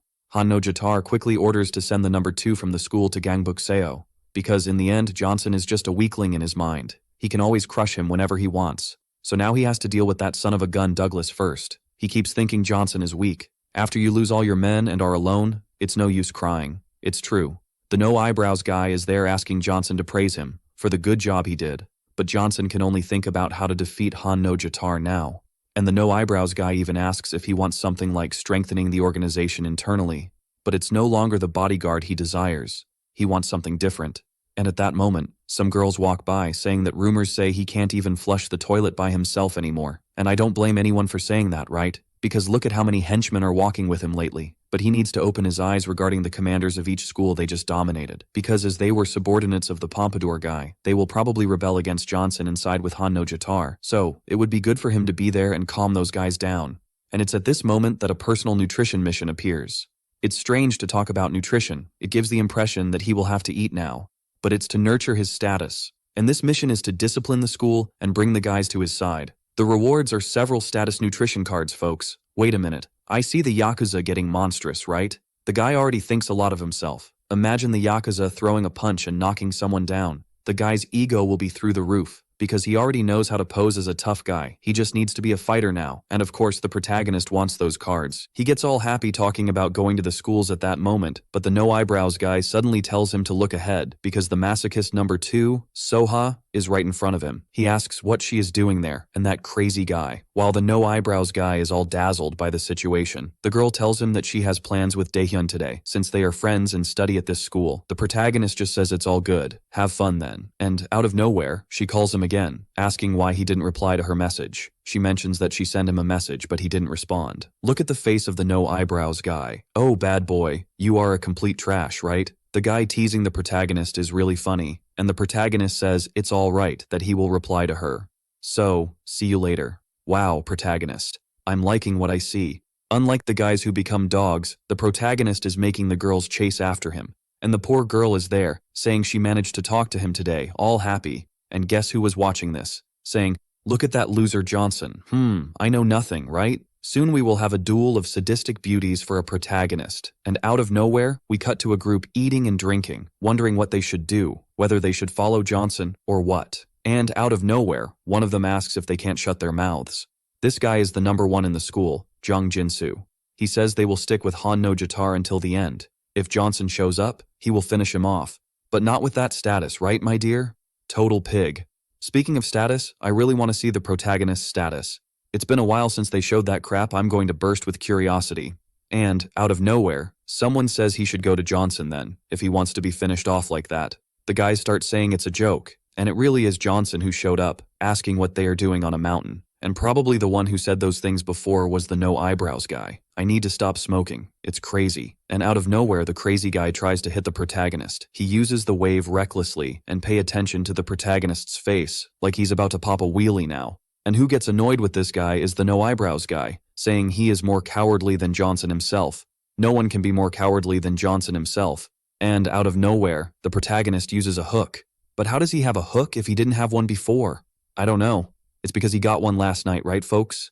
After making several combinations, after breaking almost all his cards. Even that high-grade card he had went to space. But now he will earn a gold card as a reward, and it's punch to the left, punch to the right. This is thanks to his new gold card from boxing, Dempsey Roll. This allows him to strike while dodging, making it harder to get hit and causing much more damage with the body rotation. Mike Tyson used this a lot, right folks? And this is something that leaves them all speechless. The protagonist tells his friends to wait for him, as he is going to get Daddy's card. I didn't quite understand this here. I believe it's some reference to those nutrition things. Or are they those kids who take their dad's card to buy gems in games? Our protagonist throwing punches at the guy, right folks? And posing like an alpha male, of course. Since no one is crazy, they have all surrendered. And thus he managed to discipline the first school, literally through beating. Who said hitting doesn't educate? Your mom. Just kidding, folks. Don't go around hitting others. Misery. Then the blame is on me. And quickly the people from School 2 surrender too, because they were tired of Han no Jatar's tyranny. School 3 also surrendered, but they surrendered begging not to raise the fees they had to pay. But of course our protagonist doesn't want money, folks. This makes him the savior of these schools now. And now yes, folks. Now the mission is complete. You can throw all these nutrition cards at Daddy's chest here, and our Yakuza will become monstrous. The protagonist, upon arriving at the school, even considered leveling up Hajun to become a complete monster. But how could he control a guy like that in the future? It's impossible. The guy is already very strong. Imagine if he got even stronger. Of course, the best choice is really the Yakuza's little pee-pee, and he soon puts all the nutrition cards on the Yakuza. This is what being a friend is, right folks? But the Yakuza ended up having a strange reaction. Could it be that Johnson used the tool enhancement card on the Yakuza? No, impossible. We are friends, but we are talking about the most important card. No one would just give that card away.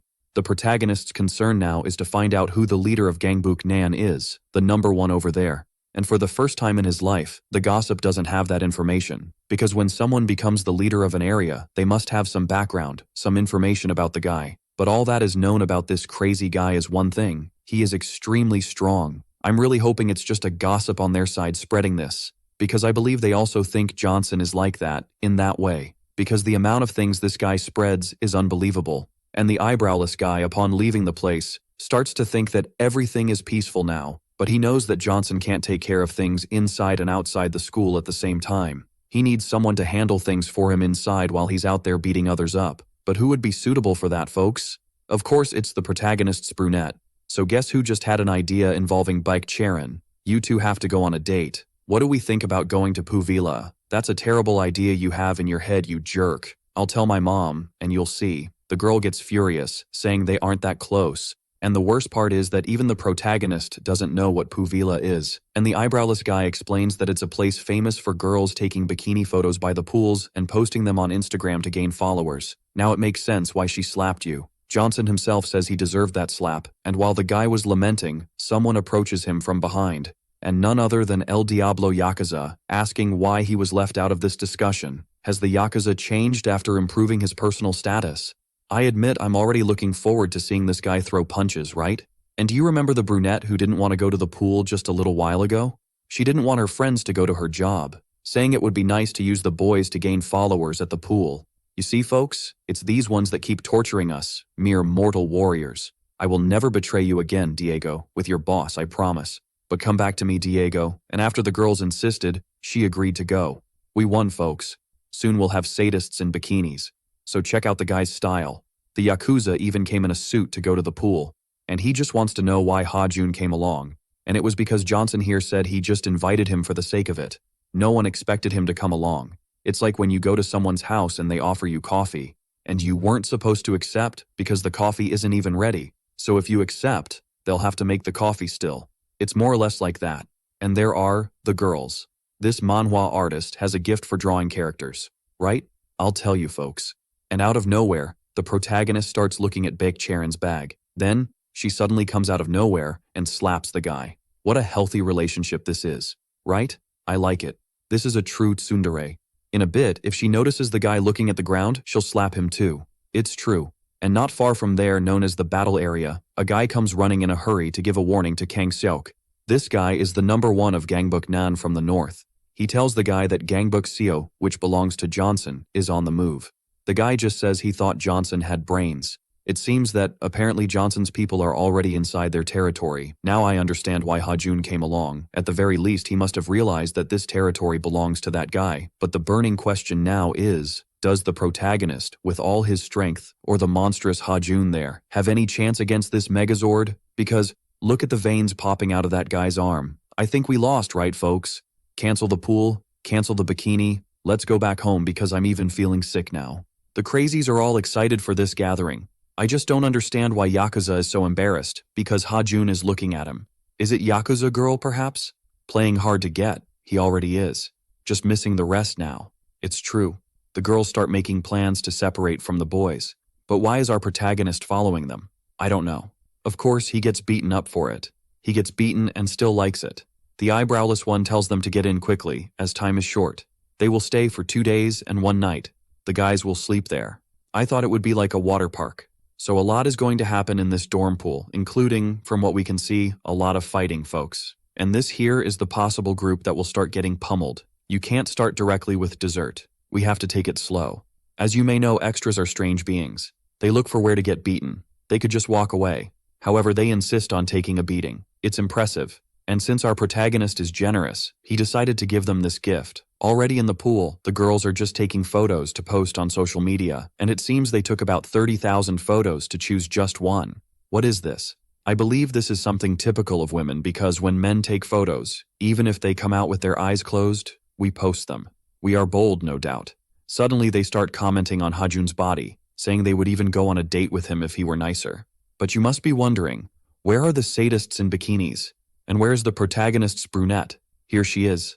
And I really don't know what to say. Johnson is a lucky guy, and we must admit that. Her own friends were left speechless, especially since it was expected that everyone would come in bikinis. They had sent a message to Baek warning that it was no longer to come in bikinis, and it was at that moment that our bikini sadist ran out, not knowing where to hide her face. Instead of enjoying the moment and making a video for social media, right folks? Not this time. The boys are here, ready, asking her to show the bikini. Yes, you heard that right.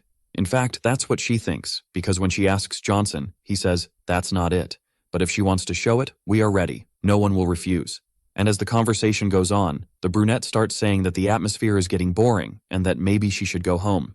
You decide to say this right next to the most eccentric guy in school.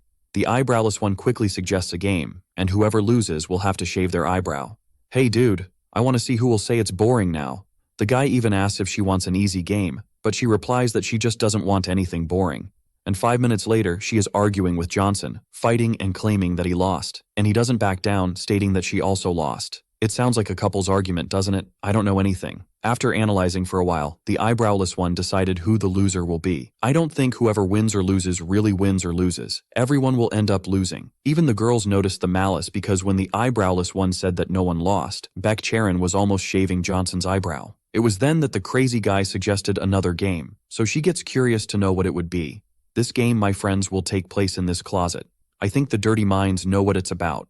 They will have to get into the closet, and whoever comes out first will lose. The loser will have to imitate the handsome eyebrowless one by shaving their eyebrow too. But just staying in there will be easy. It's just a test of patience. Number. They will have to hold hands in there. Whoever lets go of their hand or comes out first loses. Both open their mouths to complain, and the eyebrowless one warns that if they want, they can shave their eyebrow right then and there, and the game will end, if that's what they want. Wow, eyebrowless one, you outdid yourself. Her own friends comment that if she feels nothing for him, it should be easy to hold his hand. That's what I call friends. Those are my kind of girls, folks. The situation is heating up and I'm right there, throwing more wood on the fire. The girl gets annoyed, calls Johnson over, takes his hand, and tells him to get ready to shave his eyebrows. Hey dude, this is getting interesting. It would be a shame if the chapter ended now, wouldn't it? What a tease, me torturing you all. No, it's not ending now, calm down. My heart started racing. The two of them go into the closet, and the guy locks them inside. Good luck, Johnson, because things are about to heat up now. And, let's face it, Eyebrowless is smarter than we expected. Now we understand his intelligence status. The guy is a genius. He's risen in my estimation. However, the one who isn't very interested in this game is the Yakuza, who suddenly notices that Johnson has grown a lot and is getting strong. He chuckles and comments that he's feeling jealous. Does he really know about the system? That theory that he had the system has never been stronger than now. Too bad he just mentioned that while encountering that crowd of extras, and instantly they recognize him. Diablo Yakuza. Is the Yakuza finally going to take down some extras? Is that really what I'm seeing? Meanwhile, in the closet, they're in there, not even Wi-Fi gets through. Her question now is, why is Johnson sweating so much? He says he thinks he's seen this in a series once, the same case as theirs. Suddenly, the system creates a mission. He takes that famous deep breath, and she gets scared, asking what's wrong with him. They are very close, with our protagonist right in front of the goal. If the referee hadn't blown the whistle, I think he would have kicked for the goal. This time, the referee was the system, telling him to come out of the closet, allowing Beck Charon to win the game. Okay, losing the game is the least of it. But does the system want Johnson to come out of the closet? Are you going crazy, system? A mission is about to arrive. I was just testing him, but now we need to think. Although things are heating up inside that closet, we have to choose between the sadistic brunette or the silver card. Logically, I know everyone would go for the brunette, but if the silver card is the legendary tool-enhancing card, we can't risk discarding it like that, right? Have you thought about living with the regret of having discarded the tool-enhancing card? No way. The brunette just asks him to stop looking at her, and he replies that there's no way, as it's a bit cramped in there. There's not much to look at. Of course, there are other reasons too. You know I know you know. We're all aware. Don't come at us with that, Johnson. She asks him to at least try not to look. And suddenly the protagonist asks if she's sick, as her forehead is sweating a lot. She tells him to shut up, as always. But in the end, she ends up asking if they can let go of each other's hands. The protagonist, who isn't foolish and wants to keep holding hands, states that rules are rules. And she gets annoyed, asking if he can't just come out of the closet. But of course, he doesn't want to end up like the eyebrowless gossip. She says that if that's the problem, she'll redraw his eyebrows. It was then that the protagonist realized there was something very wrong with her. Man, this closet must be like an oven, baking bread. It must be 200 degrees in there. And the protagonist asks again why she's out of breath. Is she sick? Or does she just want to give Johnson some kisses? Of course, she curses him for that. But he insists on knowing the reason for her current condition. And finally, she reveals that she can't be in small places. Yes, folks, she's claustrophobic. And for those who really don't know what that is, it's about people who feel extremely suffocated in very tight spaces.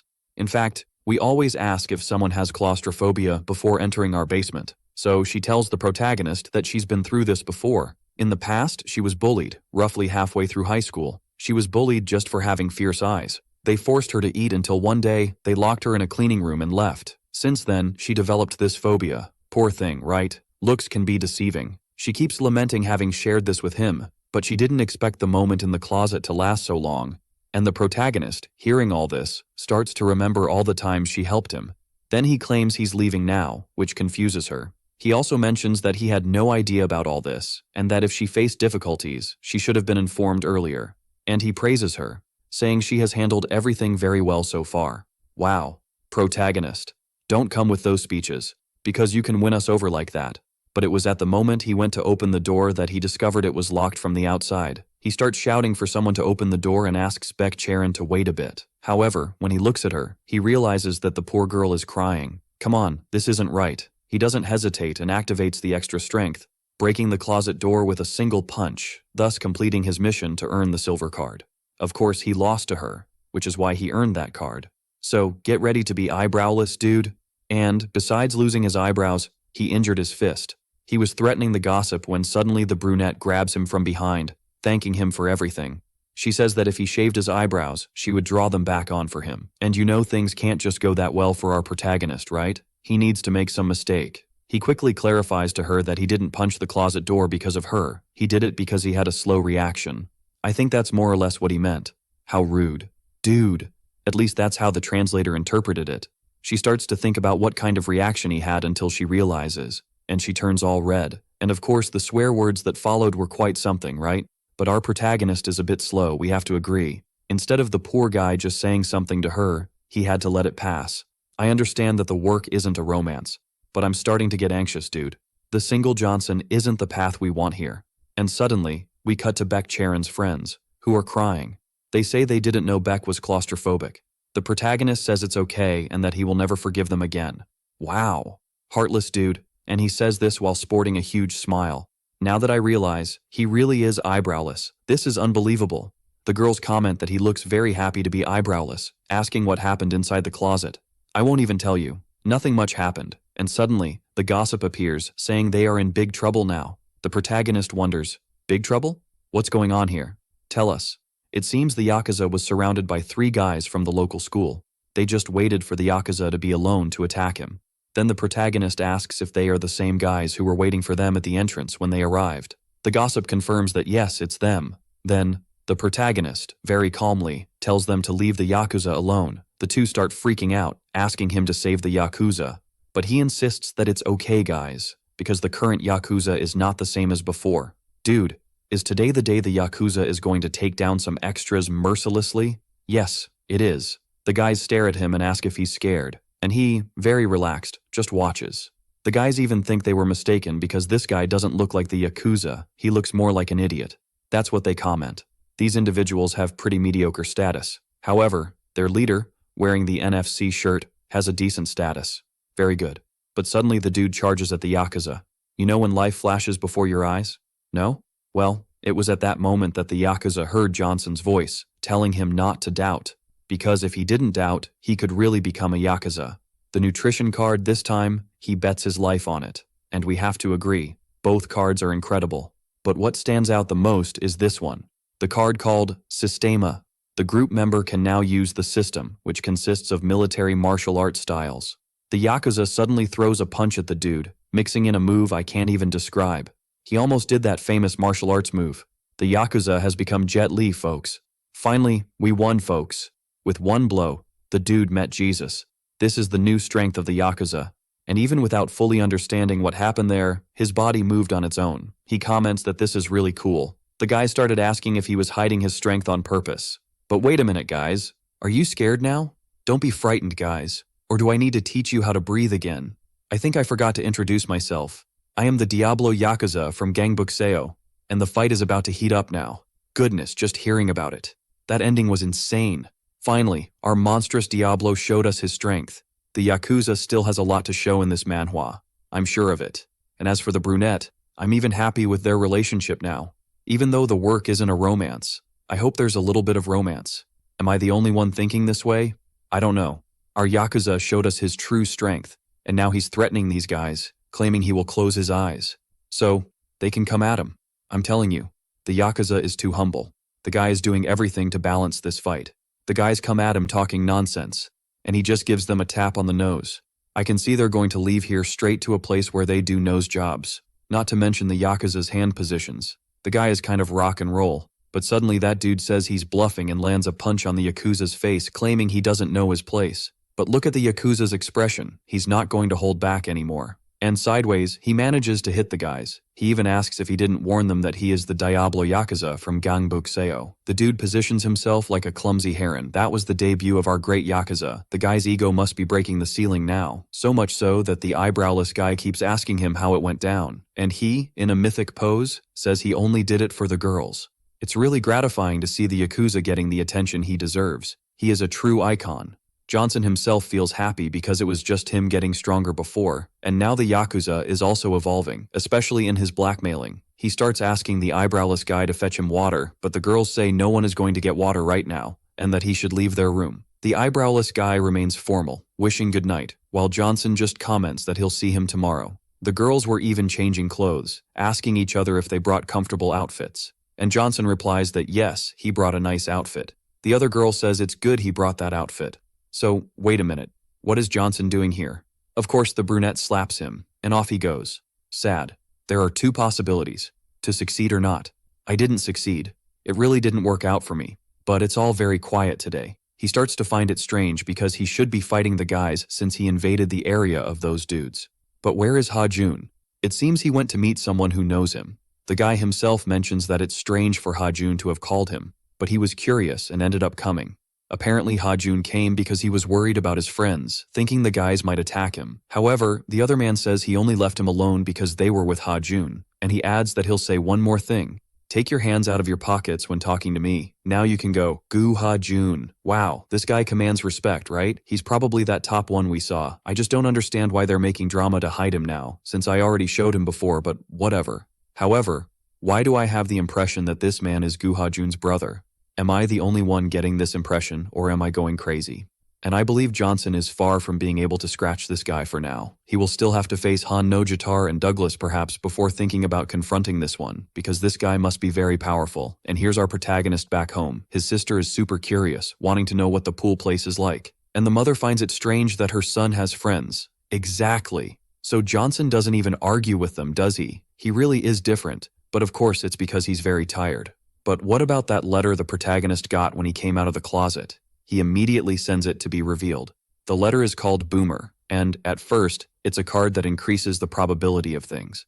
As always, it's not the card to increase the tool, right? And at the Yakuza's house, he announces that he has arrived. And look at his father's face. It's identical to his. How scary is that? No way. My head is about to explode now. There are two Yakuza. The good thing is that, at least, the older Yakuza will look the same as he does today. Nothing will change. And suddenly, the Yakuza mentions that he had a fight today. The father is shocked and starts to tell how his body moves as he wants now, feeling that he has awakened something. Then suddenly, he asks his father about the truth, questioning if he was really just an office worker. The father confirms that yes, he is just an ordinary worker, nothing different. And it was here that the man received a strong slap on the back out of nowhere. That was the Yakuza's mother calling them to eat. No, but wait a minute. I think I understand what's happening here, folks. It's not the Yakuza's father who is the Yakuza. It's his mother. Wow, dude. I didn't see that coming.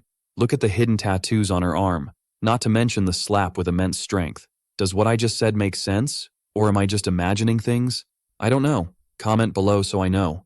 And back at the protagonist's school, everyone is whispering about him because now he is without eyebrows. Imagine the embarrassment of walking around without eyebrows, especially at school.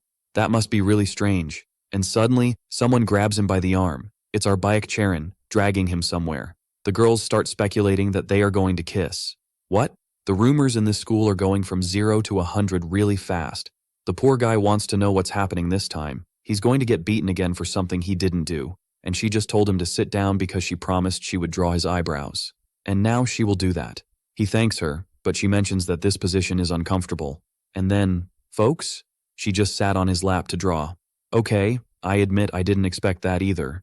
Is the brunette taking the initiative or is it just my impression? I'm rooting more and more for this couple. There's no way. And suddenly, the guys burst through the door saying they shaved the protagonist's eyebrow. Besides ruining the mood there, they also messed up. Everyone shaved their eyebrows for nothing. Now that the protagonist has drawn his back, the fools were already ugly. Now they look like a squished crab. And the reason for today's meeting is to start Johnson's power expansion. But where should they start? And suddenly the system created a main mission. Once he will have to choose between 3 options. And once chosen, there's no going back. The missions are silver card to attack Gangbuk Dong, which is Han no Jatar's school, gold card to attack Gangbuk Nan, which belongs to Douglas, and platinum card to attack the Gangbuk of the monster. I would already discard that platinum one from the list, as that's not going to work. But the protagonist reflects on what would be best for him. Then he concludes that the ideal would be to attack Han no Jatar's school. However, the problem is that it's just a simple silver card. I don't know if it's worth it. Douglas's isn't a bad option, but breaking the good relationship they are building apparently won't be very good. And the best for business would really be the last option, which is a very good platinum card. However, the mission is that he will probably be finished. It's true, so the protagonist states that he has finally decided. He decided that he would attack at that moment. So, let the games begin, folks. As always, the fight will be on. It's finally time for war, folks. But where to start attacking? I would go straight to, my mom told me, and that's it. But the protagonist says he will go straight to Gangbuk Book, the one in the north where the monster is. However, the gossip mentions that it's not wise to do that, as those fools that the Yakuza defeated in the fight at Pol Villa were nothing compared to the real members of Gangbuk Book. There's a place where they play pool, which only has monsters inside. And their leader, number 39 from the school, is said to be frighteningly strong. Wow, number 39. Imagine the fifth, the second place, or the top one itself. We lost then. There's no way. But the protagonist is aware that they will be destroyed if they attack Gangbuk Book without thinking. That's why they will get stronger first. But then, where should we start, folks? The best would be to finish off Han no Jatar once and for all. So, everyone get ready, because we are going to your mom. So, at Han no Jatar's school, Gangbuk Dong, the crazy guy, is back again, all scared. It's the errand boy, always the one who warns, warning that Gangbuk Seo, in this case Johnson's school, is on the move. Han no Jatar is very happy, so he tells everyone to stand up because they will probably be Johnson's target, and he warns everyone that the war is about to begin. It looks like the fight show is about to start. But before he leaves, someone calls him to say something. But it doesn't show what this guy says. Instead, it cuts to Douglas, back at his school, and he is also discovering that Johnson and his school are moving at that moment. The guys know that Johnson is going to Han no Jatar's school, and that they should help to take down Han no Jatar once and for all. Or should they attack Gangbuk Seo from behind? But Douglas says they will stay put, because all of this could be a trap from Johnson. So they will only do something after seeing what happens. Then, out of nowhere, a crazy person arrives saying he knows where Johnson is going to attack. And it's not Douglas's school, much less Han no Jatar's school. This explains Han no Jatar's expression, you see, that he made when the guy called him. Unusually, it's the school of the big monster they are going to attack. Johnson's idea here is to make the leader of this place his friend to strengthen his group. The eyebrowless one is skeptical. This will make the guys retaliate and completely destroy them. But the protagonist has a personal plan. Trust me. Of course, the biggest reason for him to attack this place is the wonderful platinum card. The eyebrowless one says he believes in him, but it's a bit complicated now. And he is talking about this here, folks. Notice how many guys are here. I don't think they can handle it. You have to stop getting into these messes. I got the reference, but Johnson knows the leader isn't there. And when he looks, someone is entering through the door. No. They will enter through the second floor window. For sure. Then, a person arrives asking if they are customers. And this person is Songharu, number 39 from the school, the one they talked so much about. So, the protagonist is startled because she is a girl. The clever protagonist asks if she wants to join his group, saying he loves her and all that. Dude, what's up with that, protagonist? You're quick on the trigger lately, huh? She is confused about the situation. Even the gossip guy scolded him for saying something like that out of nowhere. But he says it's love at first sight, and out of nowhere, she kicks the protagonist in the face, who must have been left toothless, at least. The guys start to go into shock, and she says she is number 39 from the school, and asks if they came to entertain her. Her or him, I can't say. Let's say it's him. The gossip guy comes at him, saying how can a woman, but is interrupted with a punch, with her saying that she is a man. And the guy there, how do you have a woman's body? As expected from Gangbuk Buck. I'm not a woman, damn it. Are you stupid? But she is aware that the gossip guy went easy on her because he thinks she is a woman. Or is she? I'm confused now. I don't know. Help. But the true knight here is the Yakuza, who said he will face her, our great Diablo. But someone tells him to stop. And it was Johnson himself saying he will do it. The guys ask if he is okay, and he says it's his first time. I thought, first time he got knocked out or something like that. But he happily says it's the first time he got run over by a girl. What? Is that a fetish? I think Johnson likes traps, folks. No way. And it's not the music trap I'm talking about. He gets furious, saying he's not a girl, and punches the protagonist. But he dodges and even says it's a pleasure to meet him in the middle of the fight, saying he's Johnson from the tank top while jabbing at her. Dude, if he lands that, I think we could say he's a misogynist. Unless she's a trap. Or maybe not. I don't know anymore. I'm all mixed up. The protagonist is more impressed because she manages to be charming dodging than with the fact that she dodges his punch. So in that case, he delivers a strong kick, and she dodges again. Everyone is impressed, including the guys at the pool table, and they really don't know who will win. They just cheer for them. The protagonist says she is really amazing, asking if she does any sports or something like that. But she says no, and he says that, then, she trains a lot with that girl's body there. It's not possible, you know? There must be a story behind this, and he tells her to pay attention now. He has spied on many people, but thinks she is better than them. And he's not saying this because she's pretty, no. He says this because he believes in her. So he proposes that if he wins, she will be part of his team. Let's give our best, Song Haru. And Haru, Haku, both are traps. Coincidence? Yes, it is. She just doesn't understand why the protagonist wants her so much. The protagonist likes a little trap. It's very nice. But he says he can see that in her. She asks what he sees while punching him, but the protagonist easily dodges. And here we are, shown her status. Actually, it's not bad at all, right? What the protagonist saw in her, folks, was the huge potential. And he says this while landing a strong punch to her stomach. Macho protagonist? And here the submission to recruit Song Haru was created. He says she keeps attacking him by surprise. So, he can assume that the bet has started. But what about it, folks?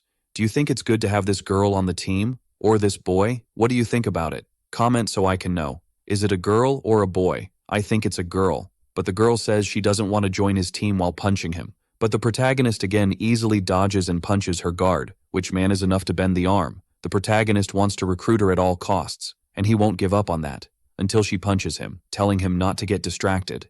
But she gets scared when the protagonist falls leaning against her. Perverted protagonist? Or did he really pass out and lose the fight? The guys are all confused about what's happening there. Not even his own friends understood. The girl doesn't even know what to do. But why do I feel like the protagonist is taking advantage of the situation? So much so that, unusually, he squeezes her, happily saying that her fabric softener smells nice. Look at that, man. All this while using the additional weight card. The girl asks why he's smiling when, out of nowhere, he lifts her up. And the rest you already know. And then the protagonist gets really close to her ear and says that she can't escape from him. What's that? Has the protagonist gone crazy? Now I think we really should call the police. Me too. And that's how the mission was completed, folks. He throws the platinum card on the father's chest. Today I'm confident it's the card to upgrade the tool, right folks? And suddenly, we go back to something in the past, in an abandoned building. There's the trap talking to someone, claiming she can keep fighting, that she wants another chance and that she won't accept being just number 39. However, this individual here is number 2 from Gangbuk School. Let's say he's not very interested in talking.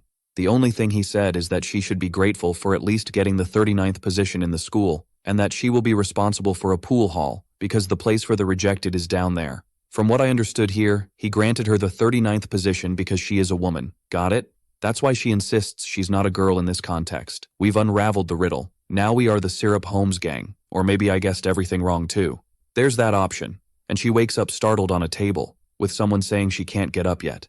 And this person is the crazy gossip, heating up some needles, saying he knows Oriental medicine. I personally wouldn't trust the gossip much, but she just wants to know where she is at that moment. And the protagonist, posing like Ben 10, says they are in his school and that she doesn't need to worry because he would never touch a girl that way. He would touch in other ways then?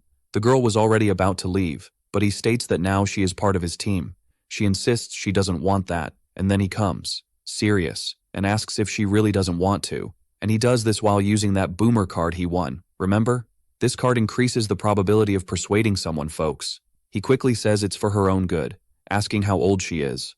She replies that she is 17 years old, and the protagonist quickly adds that if you're 17, you must have a big dream, or are you just satisfied with the pool hall? When he was about to say that, if you join my team, she quickly states that she accepts. What's that? He touched the girl's wound right away. Or is this card stolen too? I can't say at the moment. However, she says she will want him to grant her wish later. Well, folks, the trap is now part of the team. The protagonist suddenly hugs her, and the eyebrowless guy is even crying with emotion because Johnson made a friend. But she starts to assert that now they have a big problem. They are in serious trouble. Since the protagonist invaded their space and even recruited her, the guys will come at them like tractors. What will he do to contain this? She herself says she doesn't have the courage to fight against rank 1. If he doesn't solve this problem, she won't want to work with him, and he starts complimenting her, saying she is cute, because everything is planned. Don't worry about it. Should I trust guys? I don't know, it seems like a trap, right? Trusting the protagonist and not knowing if she is really a woman. It's back to the pool hall. The guys comment that they expected nothing less from her. She managed to come back after going alone to Johnson's school, but they feel she has been acting strange lately. And the reason for that is that it's not Haru who is here, folks. It's a cloud copy of Haru. They really got fooled this time. The good thing is that, if needed, the cloud can even beat up the guys. And even the gossip guy doesn't know how he managed to throw the guys off. I won't tell you. And the protagonist quickly puts a bow on her head, saying it's a disguise. But you guys are aware that this is just a Johnson fetish, right? The guys say they will spread the rumor now that she betrayed them. But, according to her, everyone will be finished because the guys will come after all of them. So, the protagonist decides to leave, heading straight to the bathroom. To do what do you think, folks? To reveal his new cards. It's bald. What? Bald? You're going bald. I didn't understand that ending. One of the cards he got because he invaded Gangbuk Book and another for recruiting Haru, right? And he quickly reveals the silver one first, which is just a tennis card.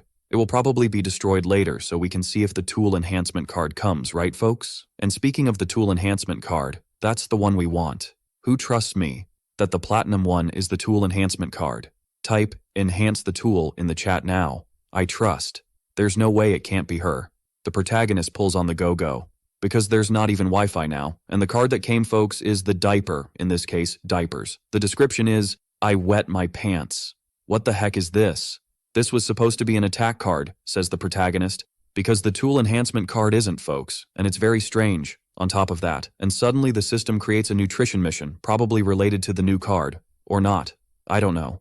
All I know is that I know nothing now, since the tool enhancement card didn't come. I'm even sad. And suddenly, it cuts to Gangbuk Nam, where a crazy guy is training. The number 1 in school, Douglas, thinking that everything is ready for Johnson now. No one messes with that monster and gets away unscathed. Yeah, maybe. But that doesn't apply to Johnson. Things only end when they end. Trust. And suddenly, his errand boy arrives, terrified, saying they are under attack. Who comes to mind, of course, is Han no Jatar, right? But the one attacking is Johnson himself. The guy is out of control. He wants to attack everyone now. He's gone mad. Douglas thought they were attacking Gangbuk Buck, and the guy confirmed that yes, they were even a bit behind, right? But it seems that those who were attacked didn't suffer any damage that time. And currently, Johnson is attacking the tunnel. If they don't send reinforcements, all their forces will go down the drain. And suddenly the Yakuza tells Haru that if she is tired, she can lean on him. But, as always, she retorts that she is not a girl. And now, folks, Haru is number 5 in Johnson's school, from 39 to 5. That's pretty good, right? The protagonist went there because the nutrition mission is now to uncover Gangbuk Nan's business, and again, gain a significant amount of cards. In total, there will be 6 cards. Then comes the question, folks, are we going to predict that the Yakuza will become stronger or bet on the new group member? But now enough chit-chat. Let's smash Gangbuk Nan, folks. The guys in the tunnel start to wonder if they are dreaming because it's not normal for a girl to come to the battlefield like this. You're literally going to bite your tongue, right? Even if it's through a punch. Of course, she claims she's not, that she's not a girl, delivering a strong punch to the guy's mouth. That trap is powerful. Then she dodges the punch from the other one, using it as leverage to go on the attack. Yes, she started to float there, but at 50 kilograms, even I can do that. And the guy, out of nowhere, grabs her by the hair to obviously hit her, right? But she, even in the air, manages to hit both of them at the same time. And this doesn't seem much like a man's build, does it? I can't do that myself. It might be that, in my case, it's also age. It could be. And suddenly the girl starts to get furious, because Johnson, instead of helping, is writing some things in a notebook. And folks, I think I finally found someone who draws worse than I do. Look at the sketch the protagonist made of Haru. It's the Kurapira. Of course, the protagonist is doing this to determine which status boost card is worth using on her, specifically the strength and endurance ones, since her speed is exceptional. Suddenly, someone appears with the famous hand position of the Capiroto and the classic hand of remove stone from kidney. And of course, that someone is the Yakuza, all stylish, defeating the opponents. But the protagonist's concern is to obtain the nutrition cards. For that, he will need to delve even deeper into the enemy territory. Not long after, the individuals got tired of literally beating up extras. Yes, you didn't hear wrong. They managed to get tired from so much knocking out. And it's always in these moments that someone shows up. The guy is all beaten up, then the crazy one arrives. The newcomer is number 18 from Gangbuk Nan, Juninho Bang, and he's got his eyes directly on Haru. Look at that, another one who likes the trap. And if we compare the stats of the two, actually, Juninho is a bit better. But he's not a match for our great Yakuza, El Diablo. And when the Yakuza prepares to take care of Juninho, he gets an unexpected punch to the nose. And what a hit, right? I'll tell you, the guy who attacked the Yakuza is number 17, Juninho Bangsegundo. Yes, they are twins. I'm not joking, it's real. It's like those market promotions. 2 for 1. We have to admit that even after taking a strong hit, the Yakuza maintains his style. And rummaging through the stuff of the guy who was napping, the protagonist finds a bag. It's probably in here that the necessary items to complete his mission are. The problem is that when he tries to open it to check, the protagonist is caught from behind by a big guy. What's going on? This guy is number 10 from the school, named Wang, and before the protagonist can react, the guy uses the famous move, tearing the spine. By the way, fix that spine there, brother. You're sitting worse than L in the chair. I see it, I see it. Our protagonist even tries to use that pill that recovers his energy, but the big guy appears out of nowhere and sits on him, and then you already know, there's no way out. The guy starts to punch the protagonist. Well, you can't win them all either. When the guys go to report to Douglas, their fear was losing the bag, but when he sees one of the photos of Johnson thrown on the ground, the story changes. They grabbed the bag and prepared to leave, but guess who was awake there? And there's no better moment to use that last card he got, the card that says he wet his pants, and there couldn't be a better name for it, for God's sake. But to use it, it works like this. All group members must be incapacitated to fight. Thus, all these members gain an incredible status bonus for 1 minute, in addition to recovering all physical exhaustion. The problem with this card is that it can only be used once a month, and I'd say that, depending on the status it offers, it's at least fair. This ability is at the same level as Seo Ji-yeon's ability, even with the same cooldown time. Coincidence? Because look at what this card does. Besides resurrecting the fallen and recovering them, check out the new stats of the guys. The Yakuza's is really impressive. The guy is as strong as Gu Hajun. And here the roles have reversed. Notice who's lying on the ground now. The game has turned, hasn't it? In fact, that's what they reported to Douglas. Johnson from the tank top won and is taking the bag away. And Douglas, desperate, sends word to Han no Jatar that the war will start now. The guy said this with his eyes wide open. This must be something very important for him to have opened his eyes like that. He always walked around with his eyes closed. Now, the noose has tightened around our protagonist. I invited Han no Jatar. Tell him that the real war will start now. Let's run over Johnson first. After our boy Johnson grabs Douglas's bag, they head to a park deciding whether they will actually open the briefcase. Finally, they decided to open it. Trap, seeing this, starts asking if it's a bomb. But what was in the bag, folks? Even they didn't know what it was. They started saying it looked like something like a pet, like adhesive tape, something that sticks to the body. The girl starts suggesting that it's probably because Douglas gets hurt a lot. However, Johnson claims that this must be used to open Douglas's eyes. Now I understand. And that he knows how Douglas makes money with it. Probably he takes elderly people to ride the bus and only lets them out if they buy these adhesive tapes. The funny thing is that Trap is following his idea. Johnson's mind is more disturbed than mine. Look at this theory. Good thing Yakuza called Johnson to clarify, saying that this is called fentanyl, a narcotic painkiller. In other words, it's a drug to make people hallucinate. When I'm really high, I can't control myself. The two just watch Yakuza talk, and he explains that, probably, Douglas bought this from some doctor and sells it to students to make money. Strangely, Yakuza knows too much. Of course, they ask how he knows all this. He replies that, strangely, his mother knows about these things. I really want to see Yakuza's mother in action, or maybe she has already retired from the Yakuza since age is catching up. So, as they unraveled Douglas's school business, they earned the nutrition cards. Now it's Yakuza's turn to surpass Hajun? I don't know. Next we cut to a cafe where Han no Jatar receives a call from Douglas. Douglas starts saying some things, that he will attack Johnson's school and wants his help. But Han no Jatar says that, to collaborate, he wants Gangbuk Nan land. It's that piece of land in the corner of the map.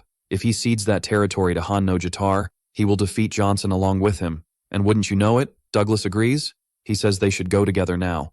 But Han no Jatar asks if he still doesn't know his style. He's going there now, and alone. I have a slight feeling that this is going to give our dear Johnson a big headache. But this time, he has the nutrition cards. I hope this saves the kid's skin. He even considers using all the cards on himself, but he has plenty of options to manage alone.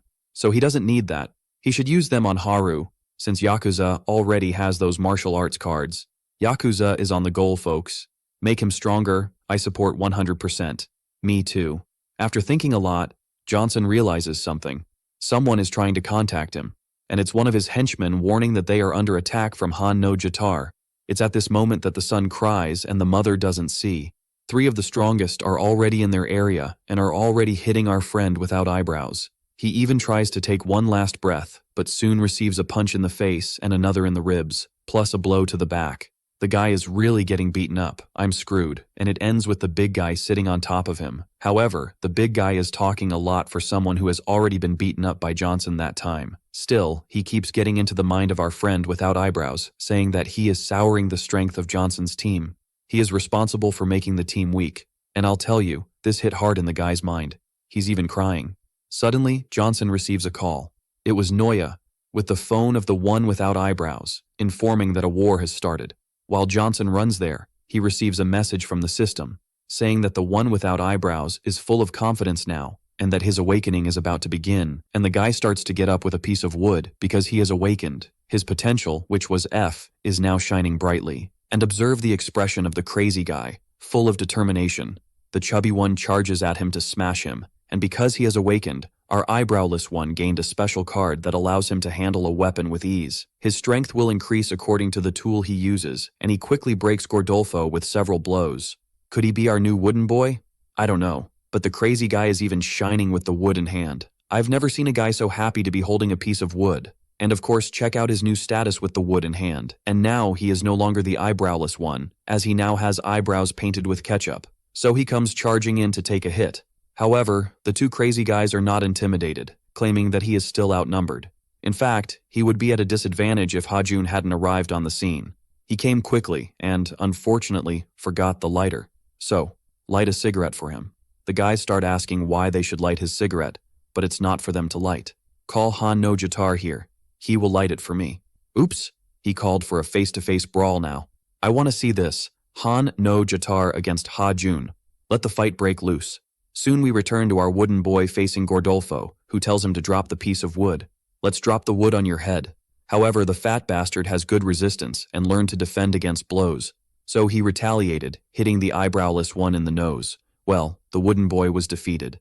In fact, the 200-kilogram Gordolfo is coming to crush him now. While Johnson was running, he saw the status of the eyebrowless one. Even awakened, he wouldn't defeat Gordolfo with that status unless his status changed again. And do you know why it changed now? We just evolved from wooden boy to the guy from Turbo. That one won't pass the blitz, right? And now, it's just exhaust from a used motorcycle on the fat guy. He dropped some catchphrases because if there's no catchphrase, it's not our eyebrowless one. And then he fell on Gordolfo. I won't say what these guys are anymore because it's becoming normal to jump on others in this manhwa. And he knows there are still two guys left to face. One of them is this weirdo here, Park, and the other is in the hands of the monster Hajun. Now there's only one left to smash, since the other needs to go to the hospital. Park doesn't waste time and charges in, claiming that last time he was caught off guard and that this time will be different. He grabs Hajun and says he will show his difference compared to the other guys. With an angry expression, he headbutts Hajun, which could be heard here from home. The noise was ugly. He shuts his mouth when Hajun stares at him and claims to see no difference between him and the other trash there. Hajun then grabs him by the mouth and delivers a blow to the ribs, which cracked. This is the power of Gu Hajun. He starts delivering several blows to the ribs to soften the meat, and when he was about to deliver the final blow, Han no Jatar appeared out of nowhere, attacking him with a flying kick. The guy flew and hit the car. Then Han no Jatar arrives saying that Park is from his gang. You're crazy to mess with us, Hajun. And as you may remember, Han no Jatar is number 1 from Gangbuk Dong, and he asks if Johnson isn't present, and Hajun confirms that he isn't. Then Han no Jatar states that, in that case, Hajun is finished, because this time he brought these 3 here, known as the Action Team, and these 3 guys, according to him, I'm not interested. Hajun just asks him to shut up and light his cigarette. This is our number 3 from Gangbuk Seo, Gu Hajun. The crazy guy, even apparently in the worst situation, has style. I think he's a true Peaky Blinders. Han no Jatar laughs, saying he will be finished soon and sends the 3 crazy guys at him. But our Hajun is cold and calculating today. He throws a right punch at the first one, who didn't have a bad status. He throws a left punch at the second one, whose status was even a bit better, and delivers a famous hook to what seemed to be the best of them. The guy beat up all 3 and asked to light his cigarette again. But we know that Han no Jatar just wants to tire the guy out to then take him down. That's the famous war tactic. Next, Johnson received a call saying that the 3 are against Hajun and that Han no Jatar is also there. This leads Johnson to think a lot about what to do, looking for a way to help Hajun, until he finally thinks of something. Meanwhile, Han no Jatar keeps praising Hajun, as he is beating up the 3 guys, but even so, he is slowly getting tired. Then, Han no Jatar proposes that Hajun join his school, promising to give him anything he wants if he does. But Hajun says he just wants them to light his damn cigarette. This infuriates Han no Jatar, and he tells the guys to keep attacking him. And it was actually working. However, Johnson, from where he was, says he found a way to help Hajun from a distance. Those leftover cards he had, he claims he will use all of them on Hajun. For sure. I'll tell you, the guy was already a monster, now he's shining like a firefly. The guy was paying attention to what was happening until he got elbowed in the nose. And then, he immediately takes a crazy sequence of hits. The guys are even in shock, including Han no Jatar, as he realizes this is the Kizi fighting method, created by the Spanish Special Forces unit, my friend. This method is one where your body becomes a weapon. So Hajun gets straight to the point, saying that Han no Jatar will send those guys after him, who can't handle him. Is this how he plans to conquer this school? With this ridiculous plan? And it was at that moment he said that Johnson is stronger than him. This will be impossible for you, Han no Jatar.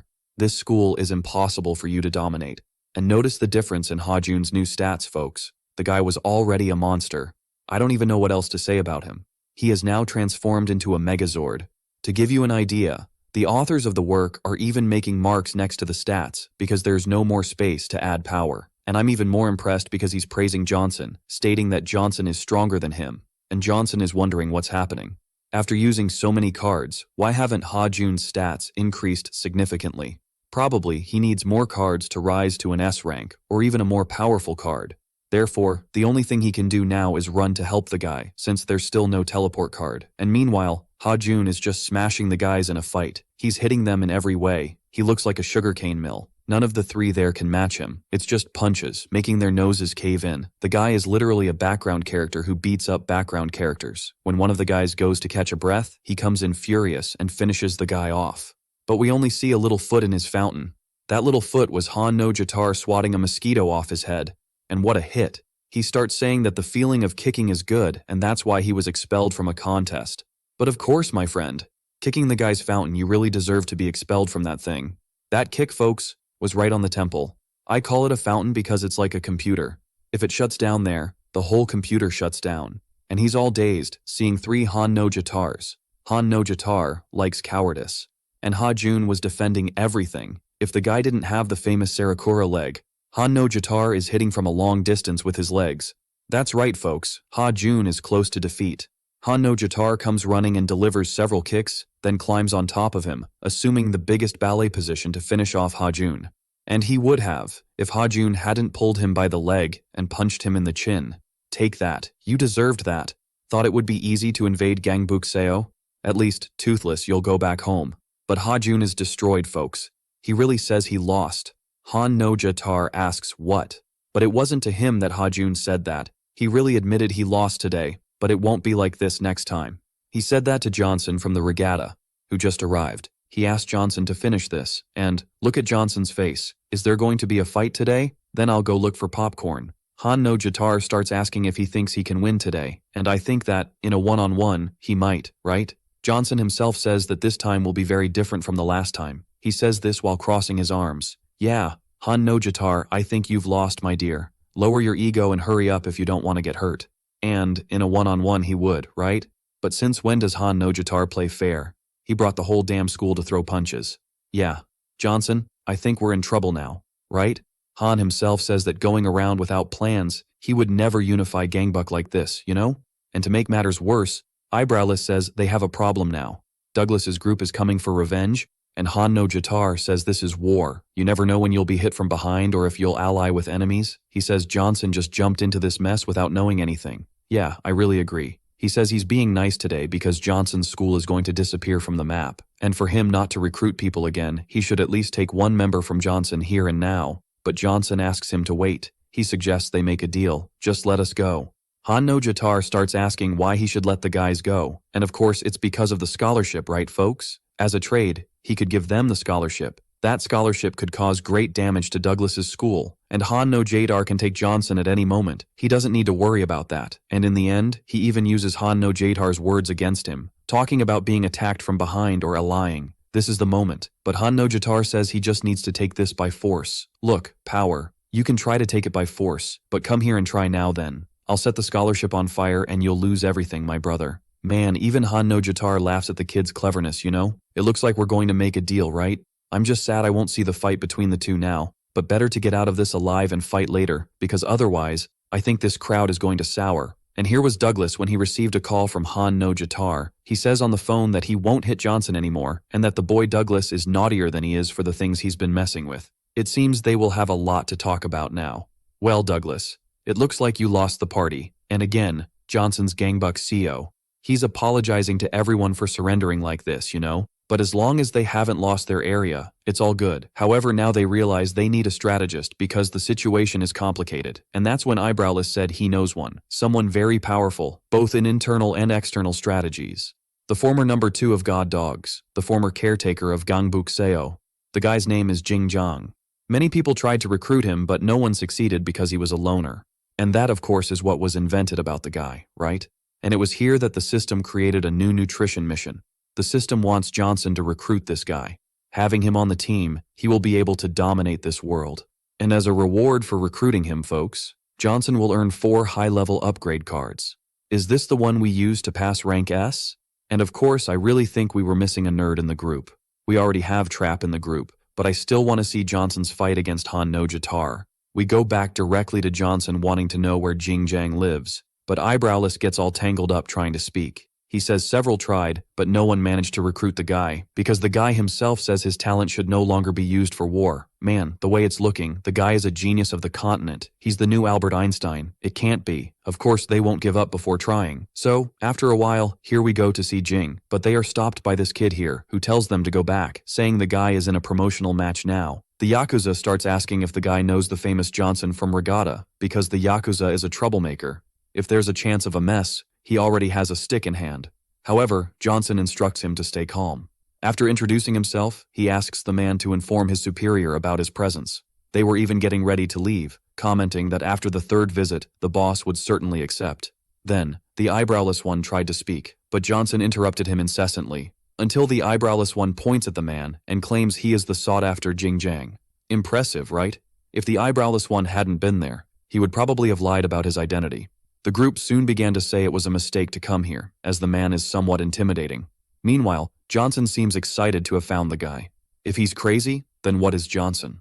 The man states he hasn't changed his mind and doesn't intend to get involved in another war. Looking at his status, Johnson realizes the man is completely out of place.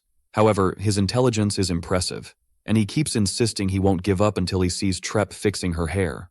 So I ask you, what's the best way to win over a nerd? I don't even need to comment. Hi, my sweet dream. It's so nice. He quickly invites Johnson to come in and bring the lady along. After hearing Johnson lament about his impulsive and unplanned actions, the man comments that things will resolve themselves, because he knows Douglas would attack Han no Jatar to reclaim his business. However, this involves territory or money. In short, the attack will be directed at them, after all, to conquer territory and continue expansion. But if both attack simultaneously, it will be game over for Johnson. It's done. However, there is a way to block the attack and even expand territory at the same time. For that, he will need to borrow power from outside. Of course, the Eyebrowless one says that all the guys from outside are enemies, but the man says he needs to connect with the partial group from Book High. The Gangbuk Book High is a powerful faction, and they must request help to defend against Han no Jatar. Obviously, they will only help if a promise is made, to share everything captured from the enemies. No one would refuse such an offer. Then he talks about the plan on how Gangbuk Seo can survive this. Yes, the guy even has a board, stating he didn't want to get involved in the war, as he already had everything planned. The idea is to position Hajun at the front line of the division with Han no Jatar, along with all his allies, while the rest of the group attacks Douglas, looking for an opportunity. And when they see that the school above is helping, that's when the real war between the 3 groups will begin. And the number 2 of God I mentioned earlier is not the Remelento here, but his brother. It seems he is from the other work of this author, called Lukizmi. By the way, observe the status of the young man. The guy isn't bad either. Now, on the battlefield, there's the monstrous Ha-Jun, until someone calls him. 2 individuals of very low rank approach, mocking the fact that Hajun lost to Han no Jatar and now needs their help to stop him. Look at that. They even mention that he must know who the boss is there, since they are asking for help. Hajun doesn't hesitate to punch one of them, stating he really needs to clarify who's in charge here. Take that. He was about to give a moral lesson that would hurt more than any punch if one of the guys of slightly higher rank hadn't come, advising him to save his energy for Han no Jatar. It's worth mentioning that all this happens behind the scenes. The school leader doesn't know this is happening here. This is a partial group that wants to rise in the ranks, even if it means allying with Johnson from Regatta. Thus, the famous deal was made. Book High and CO are now in an alliance, and that was the call Johnson received from the monster Hajun. Hajun was about to hang up when Johnson asked him to wait. He mentions that if it weren't for Hajun, they would have been in trouble at that time. He thanks Hajun for always protecting their school, explaining that he didn't have time to express this before. But Hajun replies that he shouldn't misinterpret things, as he's doing this just because he doesn't like Han no Jatar. Then, they say their goodbyes. But Johnson realizes, this is a lie. The man is genuinely interested in the advancement of the school, or in him. Now that the team is growing, he needs to become stronger and make them stronger too.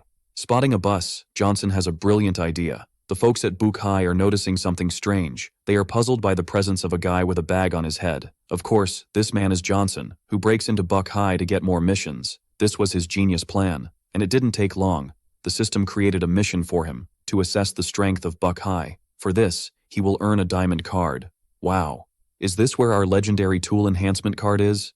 The guys try to attack Johnson, but he dodges and retaliates with a strong punch to the guy. There's the famous old man with the bag, and this is Johnson's bag. No, wait, that sounds a bit strange. Johnson of the bag, and the man he hit didn't fall. On the contrary, he came back at him. He dodged easily if it weren't for another guy who kicked him from behind.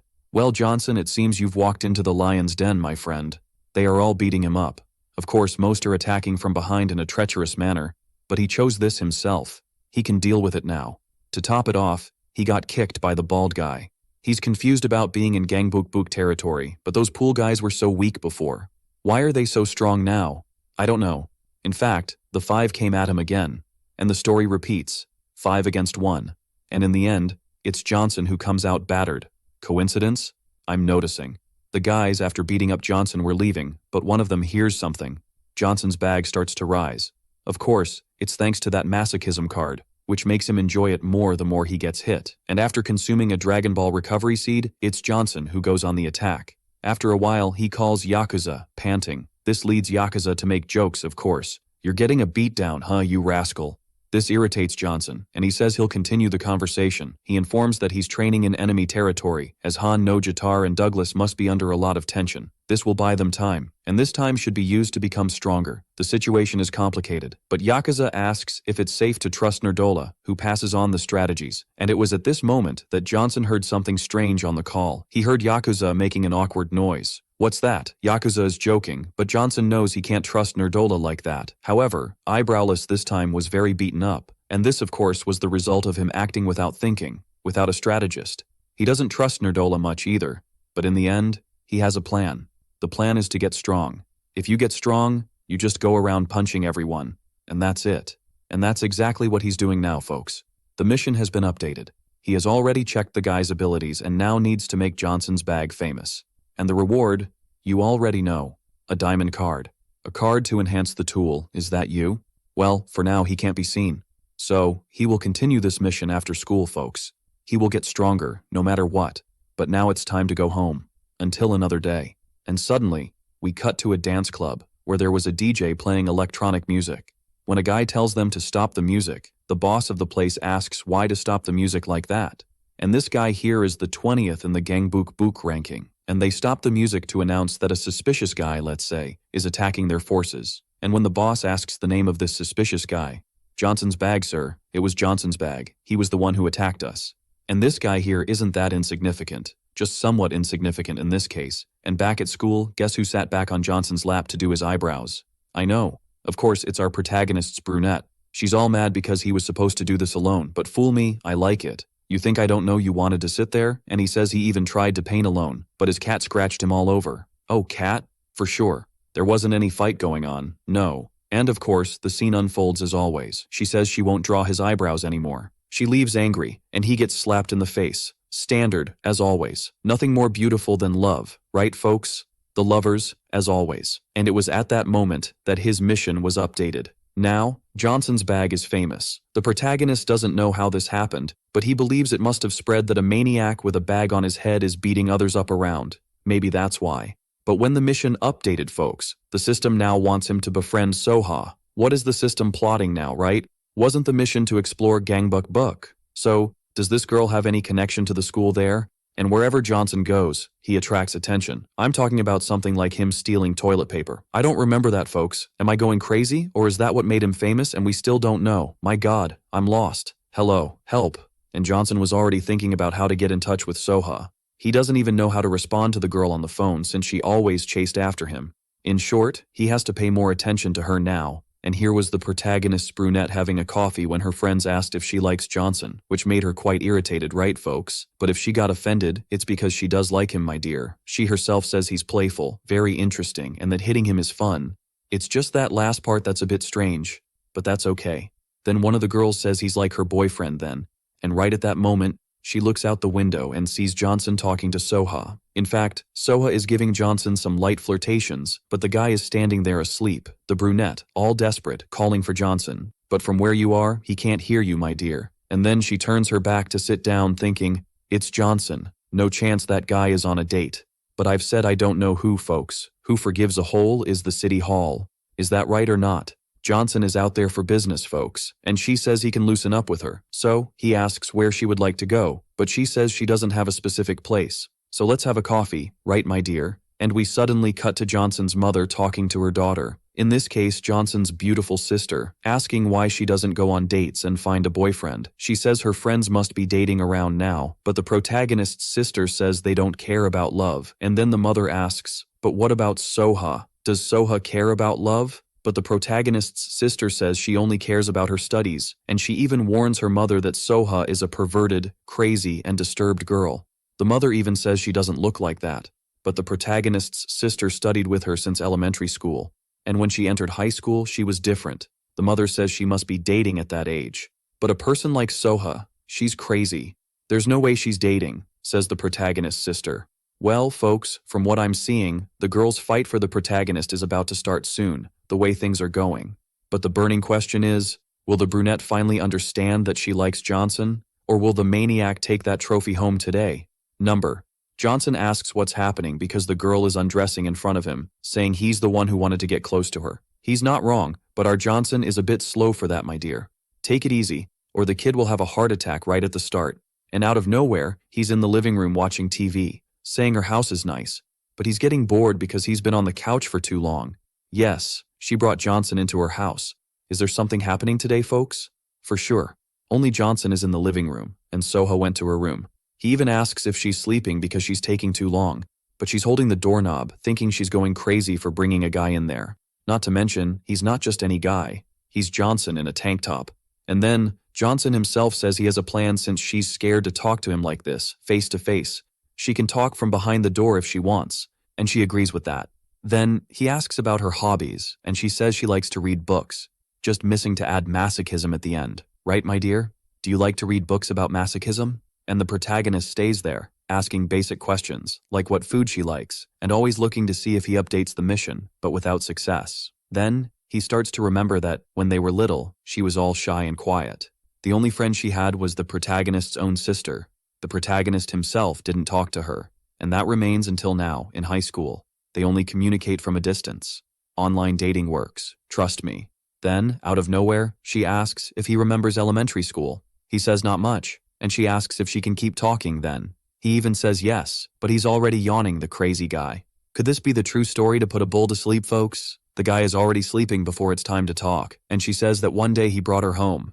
The story went like this. The protagonist's sister was hitting him with a tablet and banging it on his head because it seemed like he was mocking her. He even starts to mention hitting his brother in jail and that the confusion was about to start again. However, out of nowhere, they reach a consensus and make peace. The protagonist's sister asks if Soha really has to go home now. She would even like to play more, but she needs to go home. The protagonist's sister then proposes to take her home, but Johnson intervenes, stating that he won't take her because there's a scary man in that hallway. So, they say goodbye, and Soha goes home alone, saying that everything will be fine. Next, we see the two siblings going home calmly, talking about various things when suddenly they hear a scream. They even called the police for the incident. Among the gossip, citizens comment that it's a middle-aged man again doing something wrong and that the child's parents are not fit to raise a child like that. Fortunately, the neighbors heard and came out to help. Otherwise, something bad could have happened. And let's face it, it's not the first time this has happened. Soha's parents do nothing to change this situation. They always send her back home alone. And Johnson, for his part, was just listening to everything while Soha called her mother, asking when she would come to pick her up. But the mother replies that she has an important meeting and that she should go back alone. And again, the story repeats itself. And this was frustrating the girl, perhaps explaining her current behavior. Then suddenly someone calls her while she was crying, and it's our boy Johnson, with his impressive vehicle, asking her to get in, stating that he won't talk again. I must say that back then, the boy already knew how to strike impressive poses on his bike. He claims he will pedal a lot today, and even if she cried, he wouldn't stop. So, it's better that she's prepared. The choice is hers, whether she wants to go or not. And that's how, on that occasion, Johnson took little Soha home. And today, he is the reason she forgot that hallway. She doesn't remember if the trip was long or short, as her heart was racing. She says this while in the living room, where Johnson is lying down. She comments that he probably doesn't remember this, as it was only for a week. She wanted more memories with him, but she ended up moving away. He might not even remember her, as they were little, but above all, she didn't expect him to fall asleep while telling the story. She feels disappointed to see him sleeping. However, even so, she feels happy. Suddenly, she puts on the protagonist's jacket and quickly grabs it. Like a total maniac, she needs to smell the collar. She even says she doesn't mind if he doesn't remember. It's even more fun that way. And the boy there, passed out on the couch. We need to revisit some points here. I admit I've changed my perspective on her quite a bit. Before, she seemed just like a maniac, but now she's a childhood love for the protagonist. In this case, he is hers, right? Of course, she still remains a bit of a maniac for smelling things. However, this didn't come out of nowhere. It's something that has been there since childhood. I really don't know anymore who the protagonist should be with. And you? Do you prefer the brunette, the blonde, or are you undecided like me? We need to see more about the two to decide soon. I just don't know if she gave him a peck while he was sleeping, as the final scene was a bit strange. So, back home, this time the mission is complete. He just found it odd the smell of shampoo on his body, wondering if maybe she had sprayed something on him. And on top of everything, she isn't responding to messages. He thinks this might be because he fell asleep and she got mad. But now, what's done is done. It was at that moment that the mission was updated. The mission wants him to conquer the Gangbuk pub.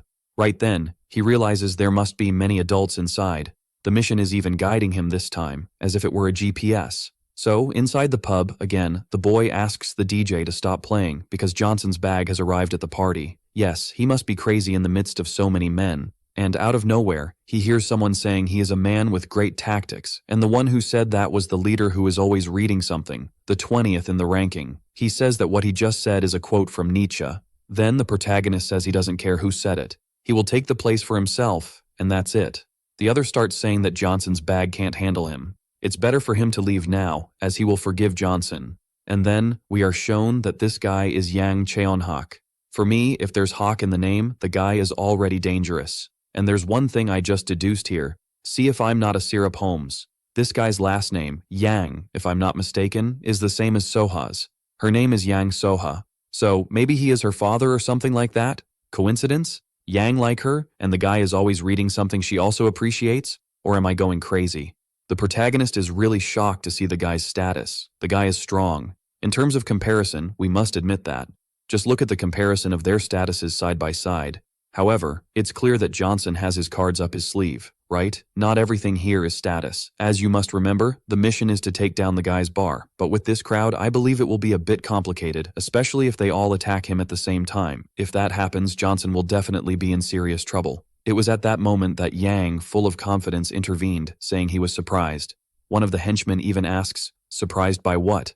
Our boss?" He replies that he is surprised by everything. The guy's presence there alone and the fact that he isn't being intimidated by all these people. And the most surprising of all is that he was defeated in less than 3 seconds. Yes, they skinned Johnson in the blink of an eye. My God, what have I done with my life? And the leader, addressing him, says he should show respect to the man who showed up even knowing of his defeat. However, you don't win a fight with excuses, but with results.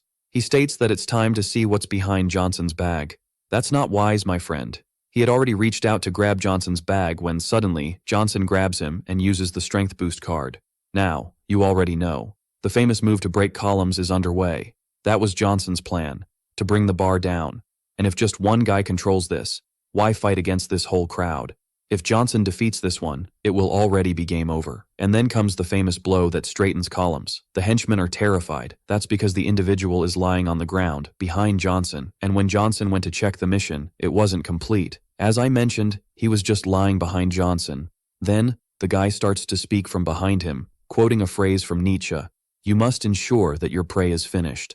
I think things have soured for Johnson, right? Because either the guy is an invertebrate without a spine, or he's a megazord, my friend. And look, the second option is the correct one. The crazies say he is a judo practitioner, meaning throwing him here and there on the ground, like it's nothing, doesn't affect him. He is used to being thrown to the ground. The guy's name already suggests he is full of advantages.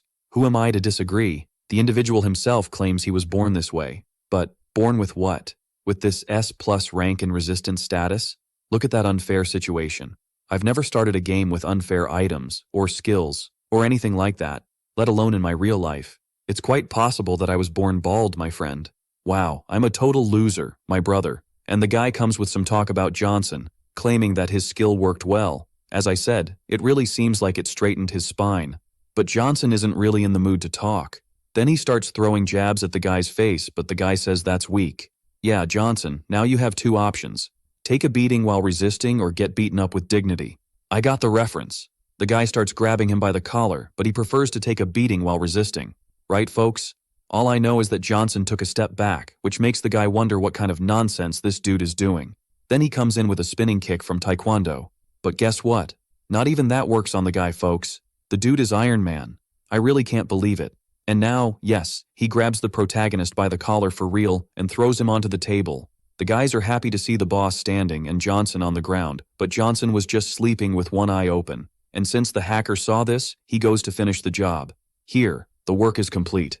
And I tell you, this would definitely hurt. But of course, as I mentioned before, our protagonist takes a beating with dignity. So he consumes a recovery seed. At the same time, he remembers that by recruiting the trap-loving guy, he gained 5 cards. And no, none of them is the one to increase the tool. Forget about that, folks. At least not yet. Let's be patient, man. But the protagonist decides to use the 5 cards on himself. That's what I want to see. And, in the end, delivering a kick to Cheonak's mouth. Yes, folks, no one can be more skilled than our protagonist, because he gained 4 levels in strength and 4 levels in speed. The guy is now big, my friend, but neither Cheonak nor I understand what the hell kind of position Johnson is in. I think it's the famous hold the bag, take the bag, hang the bag. He just won't take the bag off now in front of the guys, right? For now, he'll just hold it. And check out our protagonist's new status. The dude is starting to get huge. From status A to S, it's right there, folks. And this hold the bag he's doing is thanks to this card here. So I did some research and found out that Taekyon is an ancient martial art, considered a predecessor of Taekwondo, folks. This one, we have to admit, the author pulled out from the depths of the chest, and the protagonist starts crushing Cheonak in every way. And the dude starts getting irritated, claiming he's never seen this martial art before, and I hadn't seen it either, buddy.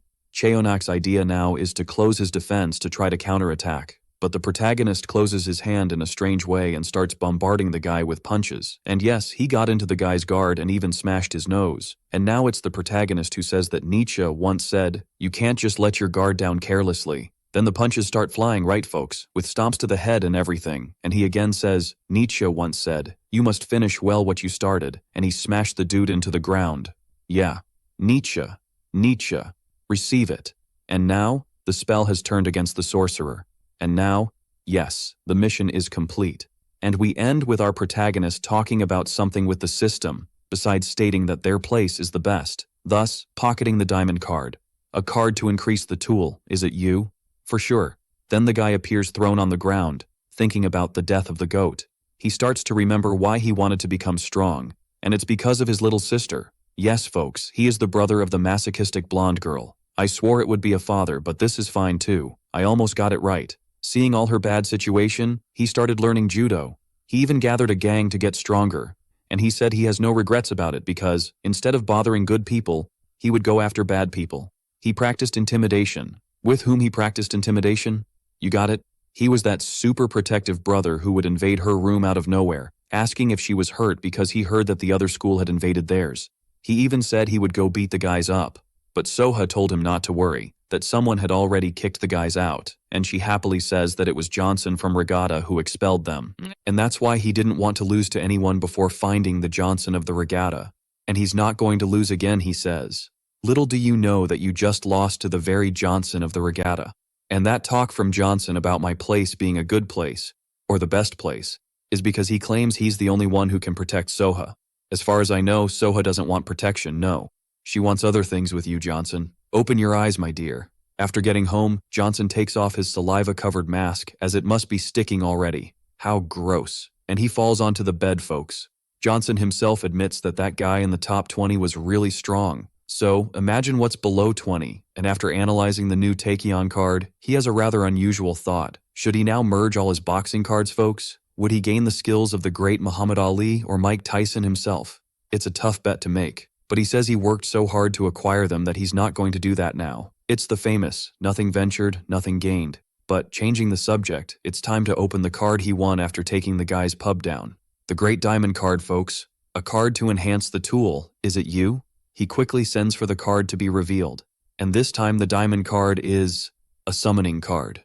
The name of the card is Festival Card. This card is a real show, guys, and more details will be in the description. In the description of the card, not the video, man. Stop looking down there. But that's something we'll see later in the chapters, right, folks? After all, there always needs to be some drama, and they finally fixed the names of the schools there. For example, in this building is Johnson's College. Here, it's labeled as West, which is the West. On the map, it's on the left, where Johnson's College is. The College of the South is Douglas's. The East, which is on the right, is Han no Jatar's, leaving the North for the big monster over there. See, this is also geography class. The crazy Zhang is claiming that a war is about to start. However, the folks aren't very interested in paying attention.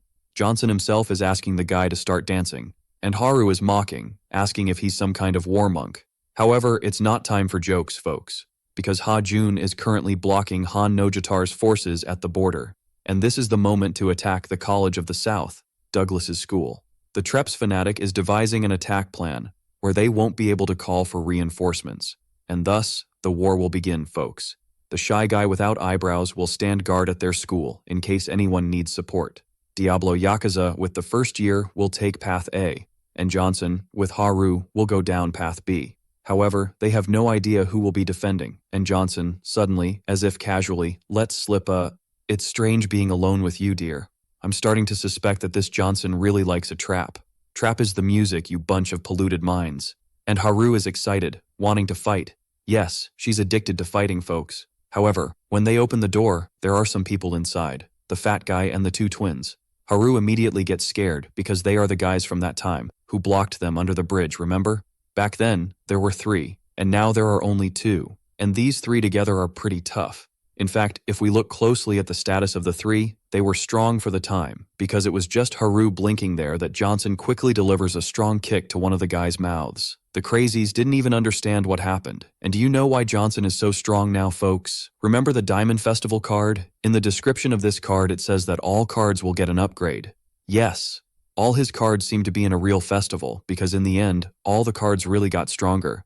Man, that diamond card wasn't for enhancing the tool, but it was quite impressive. So Johnson tells Haru that he will take care of the 3 alone. She even tries to argue, but he asks her to trust him, which, as always, makes her say she's not a girl. I know, that's a true statement, and that gets the 2 left excited. The fat guy even says that Johnson has a weak physique and that he can take him down, but he's going to be disappointed because today Johnson is in serious mode. And look at the boy's status. He's almost unlocking rank S. Suddenly the guy warns that they are being attacked from path A at the same time. But who would be attacking there? It's someone who, in the left hand, makes little horns and, in the right, delivers violent slaps. El Diablo Yakuza entering the scene for you. And he is in the best scenario he could wish for, with several first-year guys praising him for being strong, which makes him all cocky. However, it was at that moment that another enemy appeared, folks. A woman with a katana and tattoos even on her leg.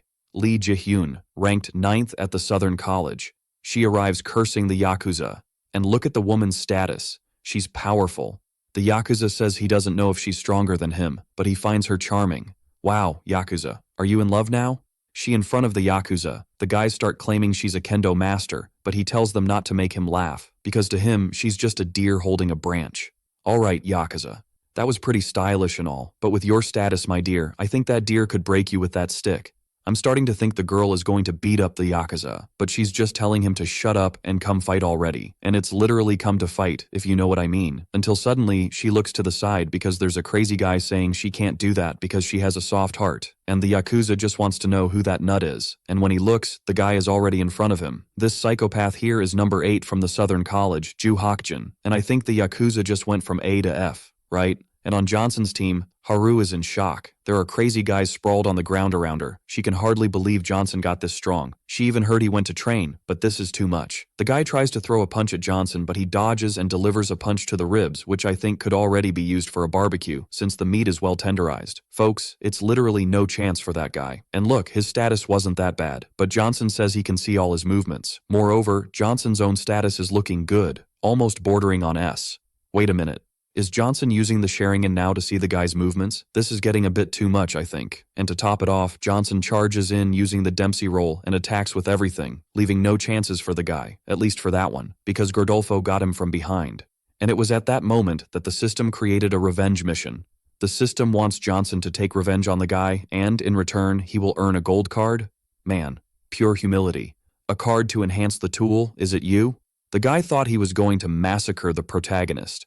Haru was already running to help him, but he tells her it's all good, and you can only see the shine in the protagonist. You all know what that means, right, folks? That means he's getting hard. No, wait. He's getting resilient. Erase that pest there? The guy, even with a pretty good status, is already sweating against the protagonist. Or maybe it's because he's a bit chubby, I don't know. He even starts to remember that it was very easy to defeat the protagonist before, and how is it possible that the protagonist has similar strength to his now? At that moment, Gordolfo must have felt that little chill in his stomach because the protagonist had already lifted him. Strength similar to yours? Here we have at least double. Look at the protagonist's status. With the card activated, it has already blown up to rank S, making things insane. Too brave, folks. And now it's showtime, right? The protagonist grabs the guy and slams him to the ground, which must have even created an earthquake in Korea. This is a true statement. I was Korea. And the guy, before passing out, starts to think that he has felt this strength before. It's the same as that monster from the north. This means Johnson is almost there, folks. Of course, he's using the card, but soon he won't need it anymore. So we are very close to the monster. And Haru, I think she is completely confused. Johnson just defeated the 3 who previously couldn't beat them even with the full group. That's how Johnson earned a gold card. Dad is insane. Hold Johnson there. And the funniest thing is that he asks Haru if something is wrong, dear, if she was worried about him and such. He says they need to go now, but Haru is frozen there because she understood that Johnson is extremely strong. Maybe what she witnessed will really come to pass. He will truly unite all the schools, or at least that's what we hope. Is little Haru starting to take an interest in the protagonist now, folks? I don't know anything. This trap is dangerous. But back to the topic. It seems we have a problem here, guys. Haru asks what it is, and it seems that the Yakuza isn't answering the call. We lost the Yakuza. I already warned that this would cause trouble. Sometime later, on Path A, we see No Eyebrows welcoming Johnson, and he wants to know what happened. But No Eyebrows says that unfortunately the Yakuza lost that fight, folks. And not just him. Everyone from the first year was defeated. It seems they were hit by a piece of metal or something like that. How cruel, right? Johnson even asked if it was a tattooed girl, but it wasn't her. No Eyebrows says it was probably the number 8 from the school, Ju Hokjin, because he is known for being cruel. According to what No Eyebrows saw, it seems that the Yakuza was hit more than necessary. That must have hurt him a lot. What do you mean, man? We need to beat this guy up, folks. Let's gather and smash this dude. It can't be, man. Poor Yakuza. At that moment, memories come to Johnson's mind from the time when Gordolfo used to beat him up at school for everything. And whenever he was about to get beaten, the Yakuza was there trying to help him. Of course, the Yakuza also got beaten, but at least he tried. And what matters is the intention. Not always. Sometimes getting beaten isn't very nice either. However, he did all this, and they weren't even friends yet. It seems that was when they met and became friends. The protagonist calls No Eyebrows and asks him to take care of the kids because he needs to resolve a mission. I'm predicting this will cause trouble. Back at the South School, Douglas's school, the girl says he didn't need to do all that, he just needed to scare them. But Ju Hokjin says that if they didn't do this, they would keep coming. So Douglas agrees, stating that it was necessary. It was necessary, yes, it was completely unnecessary, that's for sure. You'll see what will be necessary soon. Until suddenly someone comes in saying they're having problems again with Johnson's school. It seems that numbers 13 and 15 have already fallen along the way. Douglas immediately asks if it was Gu Hajun who did this or if he was at least with them. But it's not quite like that. It seems that the one who caused all this damage was just Johnson in the tank top alone. He took down 3 points from the South School and is now coming to where they are. No one can stop the guy. They don't know what happened, but someone really managed to provoke Johnson. Run for the hills. Johnson is furious. That's what we need. The dude is crazy. I'm just afraid he will enter the crazy nest and not be able to get out afterward. He should have at least brought Hajun with him. The damage would have been greater. But even so, I already want to see the chaos this will cause. He needs to at least go in there and smash the face of the psychopath who did that to the Yakuza. And the one who is desperate about this is Douglas himself. The brunette says she will take care of it, but someone in the back says he doesn't need to go, that he will solve the problem himself. And you already know that it's this idiot here who broke the Yakuza, right folks? The rank 8 from the school. He's the one we want, right? Johnson is after this dude, the famous descending trapeze. And right under the bridge where the Yakuza was defeated, the little wart is furious because Johnson went alone to the battlefield. And that wasn't part of the plans. He even asked why No Eyebrows didn't do anything to stop him, but he replies that there was no way, because it was the first time No Eyebrows saw this. Johnson, for the first time, was really very furious, so that's why he's smashing everyone who shows up.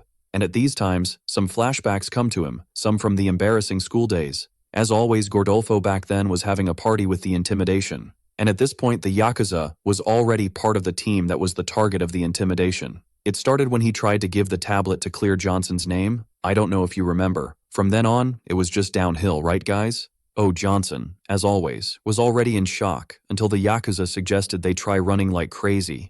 And even with Johnson getting messed up every day at the hands of the crazies, he didn't skip school because of the Yakuza, and not because of the teachers or his parents. In short, before the system appeared, he was very grateful to the Yakuza. He owes his survival to him. For Johnson, he is not just a friend, he is his savior. Because if it weren't for him, he would have given up on school a long time ago. And that's why Johnson is there, with blood in his eyes, taking everyone down. He is hitting everyone to find out where Ju Hakjin is. The guy who hit the Yakuza, he wants that dude. Until, out of nowhere, he hears someone saying they know where Ju Hakjin is. And, as you might remember the figure, it's him in person, right folks? He takes advantage of the fact that Johnson doesn't know who he is and uses a brass knuckle to punch Johnson in the face.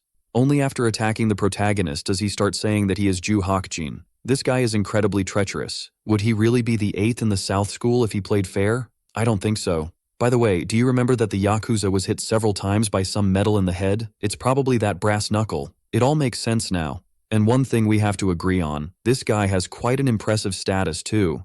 And out of nowhere, he starts mocking the protagonist, saying he shouldn't be looking for someone without even knowing their face. Moreover, the protagonist fell with just one punch. He even asks if there's something wrong with his resistance, for being knocked down by just one hit. Come on, the protagonist got there taking everyone down along the way. He's probably exhausted. But the dude approaches him and says he knows why Johnson came after him. It was because of the Yakuza kid, right? He starts saying that the Yakuza is a pig for making him look like an idiot while hitting Johnson, saying that's why he beat up the Yakuza so much. I didn't want to say anything, but if you're going to react, it's best to start reacting now, Johnson. You're getting your ass kicked. The dude steps on his head, saying that the Yakuza was begging for his life, while calling himself a pig and making pig sounds. This guy is crossing the line. Then he grabs Johnson by the hair and says it's his turn now. But Johnson tells him to stop lying, because the Yakuza would never do that. He's a man who never laments, screams, or cries over these things, so it's obvious that this is a lie. This is just something you'd like to see, right? And Johnson's words immediately irritate the guy, and he punches Johnson in the nose. But this is where the game turns, folks. The guy gets scared because the protagonist just caught the punch with his nose, saying the guy touched the wrong person. Do you remember the revenge mission he had against the fat guy?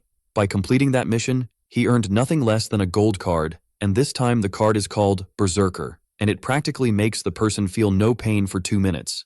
The guy is wondering, what the hell is this?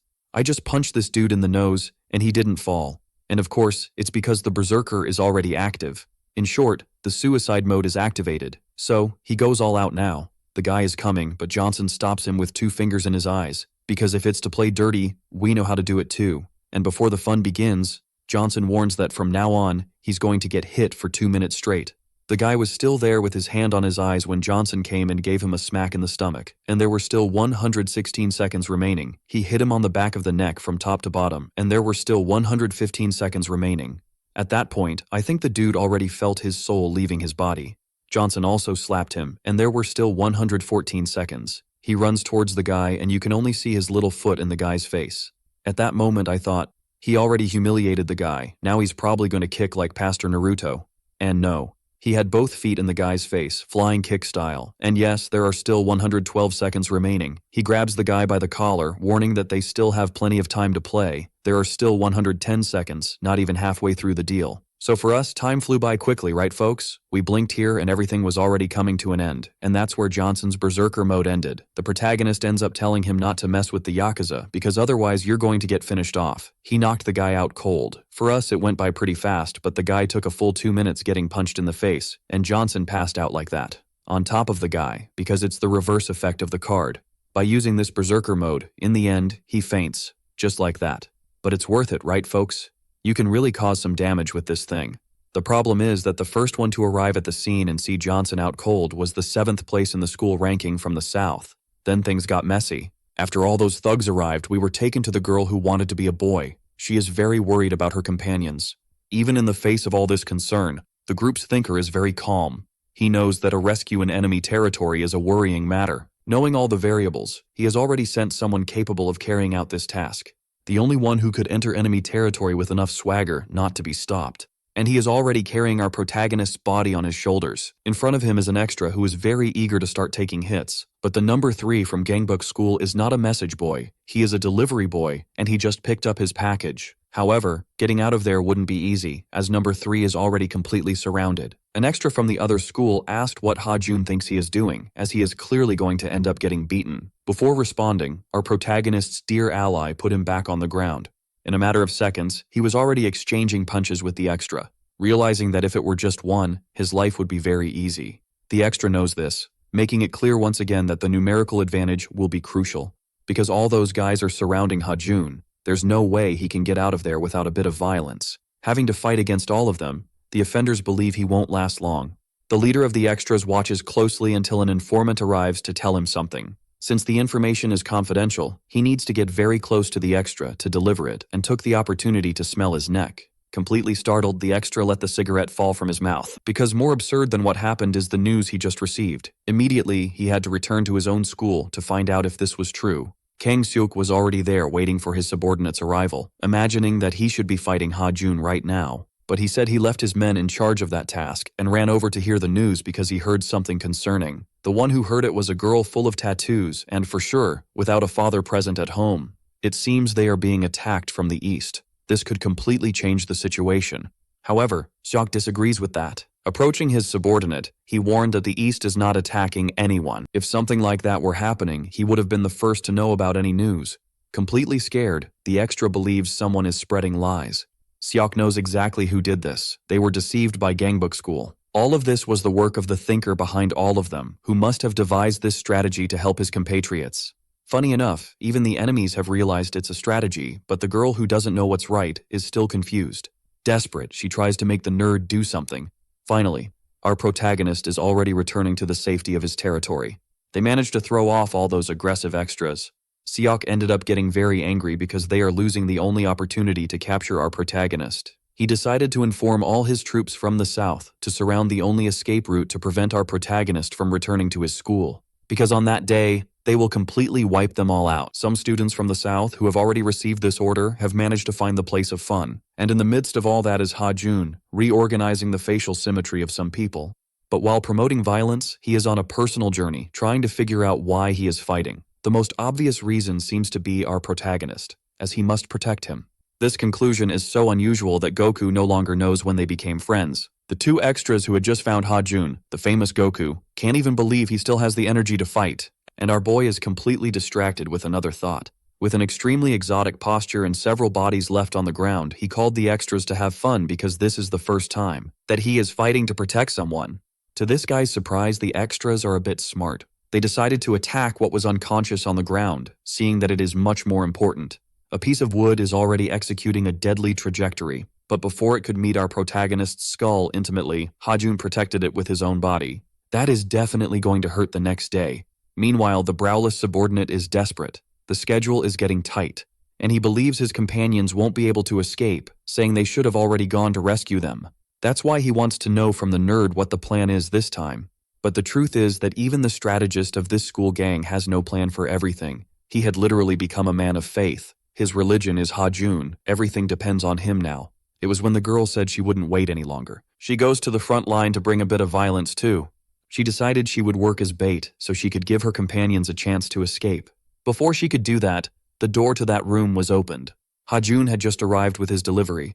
For a brief moment, his companions fell silent, watching the delivery boy take the package inside, dropping our protagonist's body on the floor. Then, feeling very tired, he decided to lie down next to him, his body too close to our boy's hand. This is really very suspicious. The confused girl and the citizen without eyebrows are getting more and more puzzled. It's impossible that Hajun did that alone. He definitely went through a great hell. Seok watches his subordinates completely defeated, regretting not having arrived earlier.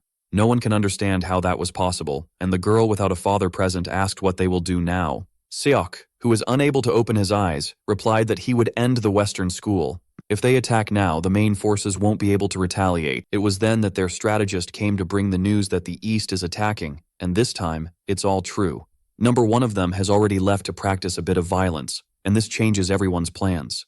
If they decide to seek revenge, they will leave their own territory unprotected. Seok was really very outraged by the unfolding of everything, becoming completely furious with what our protagonist had done. Later that same day, our protagonist woke up in his bed. Now he needs to calm down and think about everything that happened. He had definitely been saved by his friends. Not knowing if they are okay, he decided he would thank Hajun when they see each other again. Everything that happened was very intense and lasted less than a day. Our protagonist felt very badass, but all he needs now is to rest a little more. While our boy sleeps, the system activated the copy that stays in the cloud. Soon after that, an alert was also given. The summoning is happening on its own. Our boy received another letter to save in the cloud. The recommendation is to do this in a safe place. As if all that wasn't enough, the cloud also has its own ego. The system keeps giving warnings. While the cloud is already hovering over our boy's body in a very threatening manner, the poor soul is completely at the mercy of this new existence.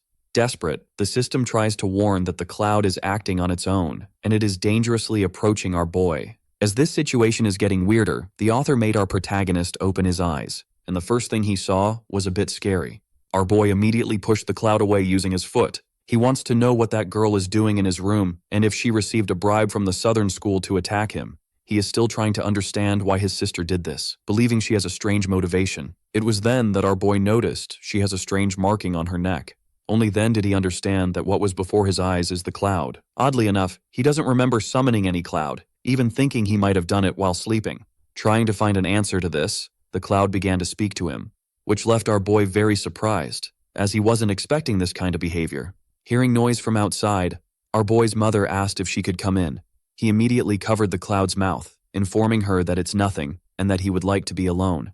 Completely desperate, our boy said he was watching videos aimed at adult entertainment, hoping his mother wouldn't come in at all. After looking at the letter to save in the cloud, our boy understood what happened. Thanks to the card festival, the cloud has a will of its own. Worried about what could happen, he tied the cloud up completely, not understanding why it chose the form of that girl.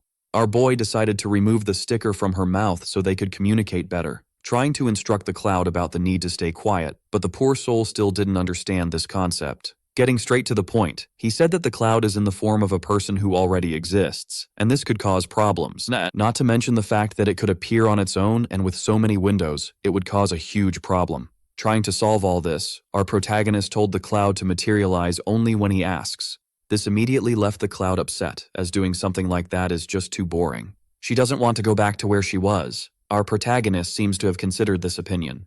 It's curious to see the cloud with a will of its own, and he doesn't remember the last time he needed to summon her. In light of this, he imagined that the place where she stays might be a dimension of deep darkness.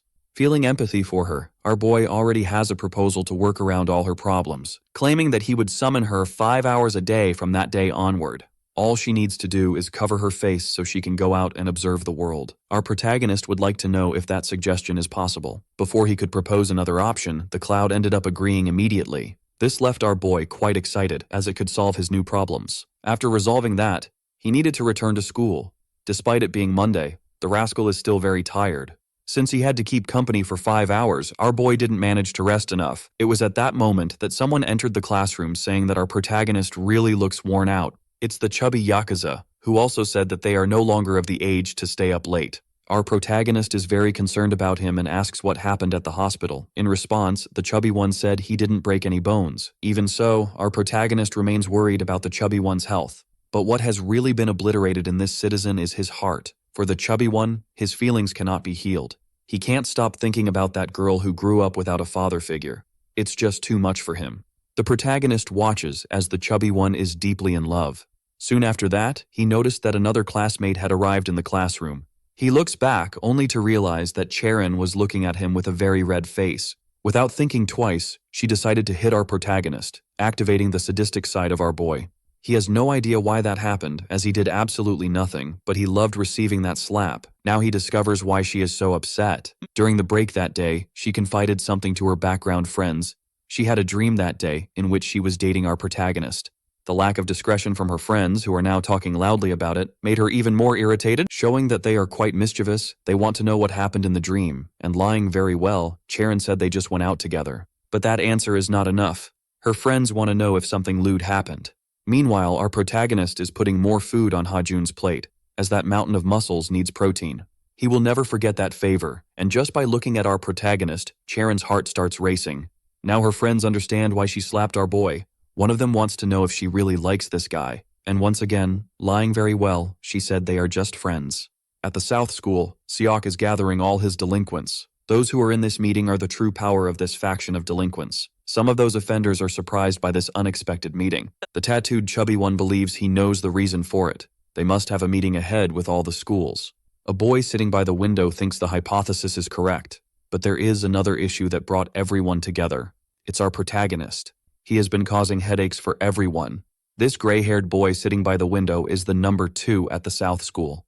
Just thinking about our protagonist makes Caton furious. Yes, my patience for Korean names has run out. Now he is Caton, who, equally impatient, broke the table with just one punch. Caton is asking all his henchmen for help to get our protagonist immediately. After class ended, our protagonist is walking with that confused girl, who is already hopelessly in love with him. Our boy is complaining about tiredness, as besides having slept little, he had to clean up that day. He soon noticed that the girl was visibly irritated, and when he asked if something had happened, she did what girls with low emotional intelligence do. She lied.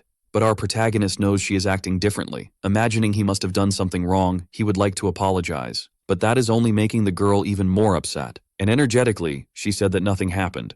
Right after that, a basketball flying at 300 kilometers per hour is about to hit the girl's face. Heroically and manfully, our protagonist managed to save her, asking her to repeat what she had said in the last seconds, as he hadn't heard it, being too distracted holding that ball. The girl, after witnessing that display of primitive strength, was completely shocked.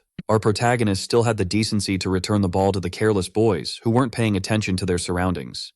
Finally, he could turn his attention back to the citizen, but she remained very strange, sweating and with a red face, as if she had a stomachache. She asked our protagonist not to do things like that again, and our boy, being completely clueless, had no idea what she was talking about.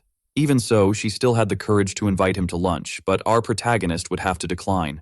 He has a commitment now, and at that very moment, another very beautiful girl appeared. Our protagonist is introducing the two now. This other citizen is his sister's best friend, and she said they are going to have lunch together today. Charon said she had never seen this person before. Returning to her normal despicable behavior, she wants to know what this poor soul wants with our protagonist and what the level of their relationship is. Showing that she is not afraid of the competition, the gray-haired girl hugged our boy's arm, leaving her rival completely speechless. And wanting to provoke even more, she said that the type of relationship they have is that she sleeps at his house. After hearing that, Charon was completely shocked. The blow was super effective. Our protagonist said that Soraya is exaggerating. That's not exactly what happens between them. What she really meant is that being friends with his sister, she has slept at his house, but they didn't sleep together. But Charon wants even better answers, immediately asking if the two usually kiss. More and more worried, our boy acknowledged that these two crazies are being very exaggerated. The two decided to look at each other closely, asking some questions to make sure they are not important to our protagonist. Soraya made it very clear that she has a commitment with our boy now, and it would be better if they were alone. Charon decided she would accompany them, believing that our protagonist's sister would also be at this meeting. Soraya said that since they are childhood friends, they often get together very frequently, and she was finding something strange about all this regarding this girl she doesn't know. She is behaving in a way as if she has some kind of interest in our protagonist. Even though they are just classmates, it seems she has some kind of feeling for our boy. Soraya is waiting for an answer. With her ego completely wounded, Charon said she doesn't like girls like that slut.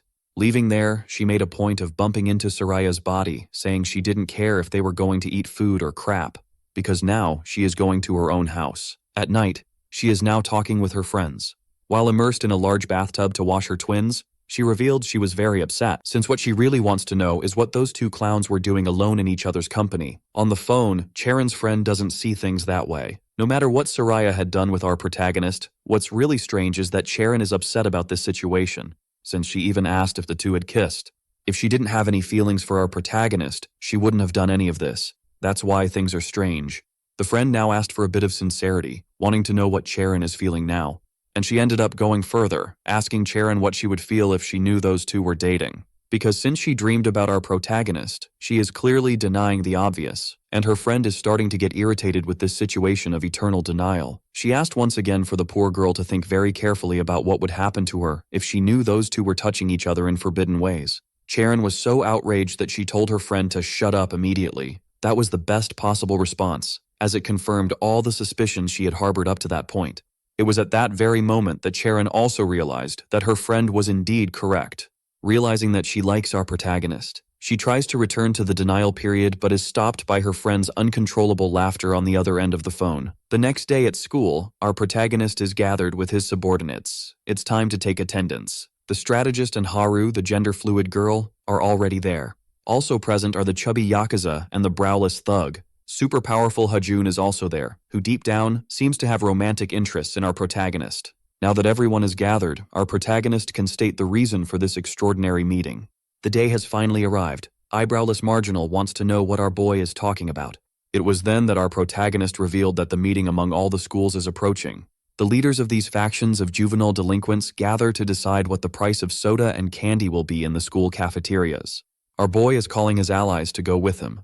After delivering the message, our boy gave the floor to the strategist to share his ideas as well.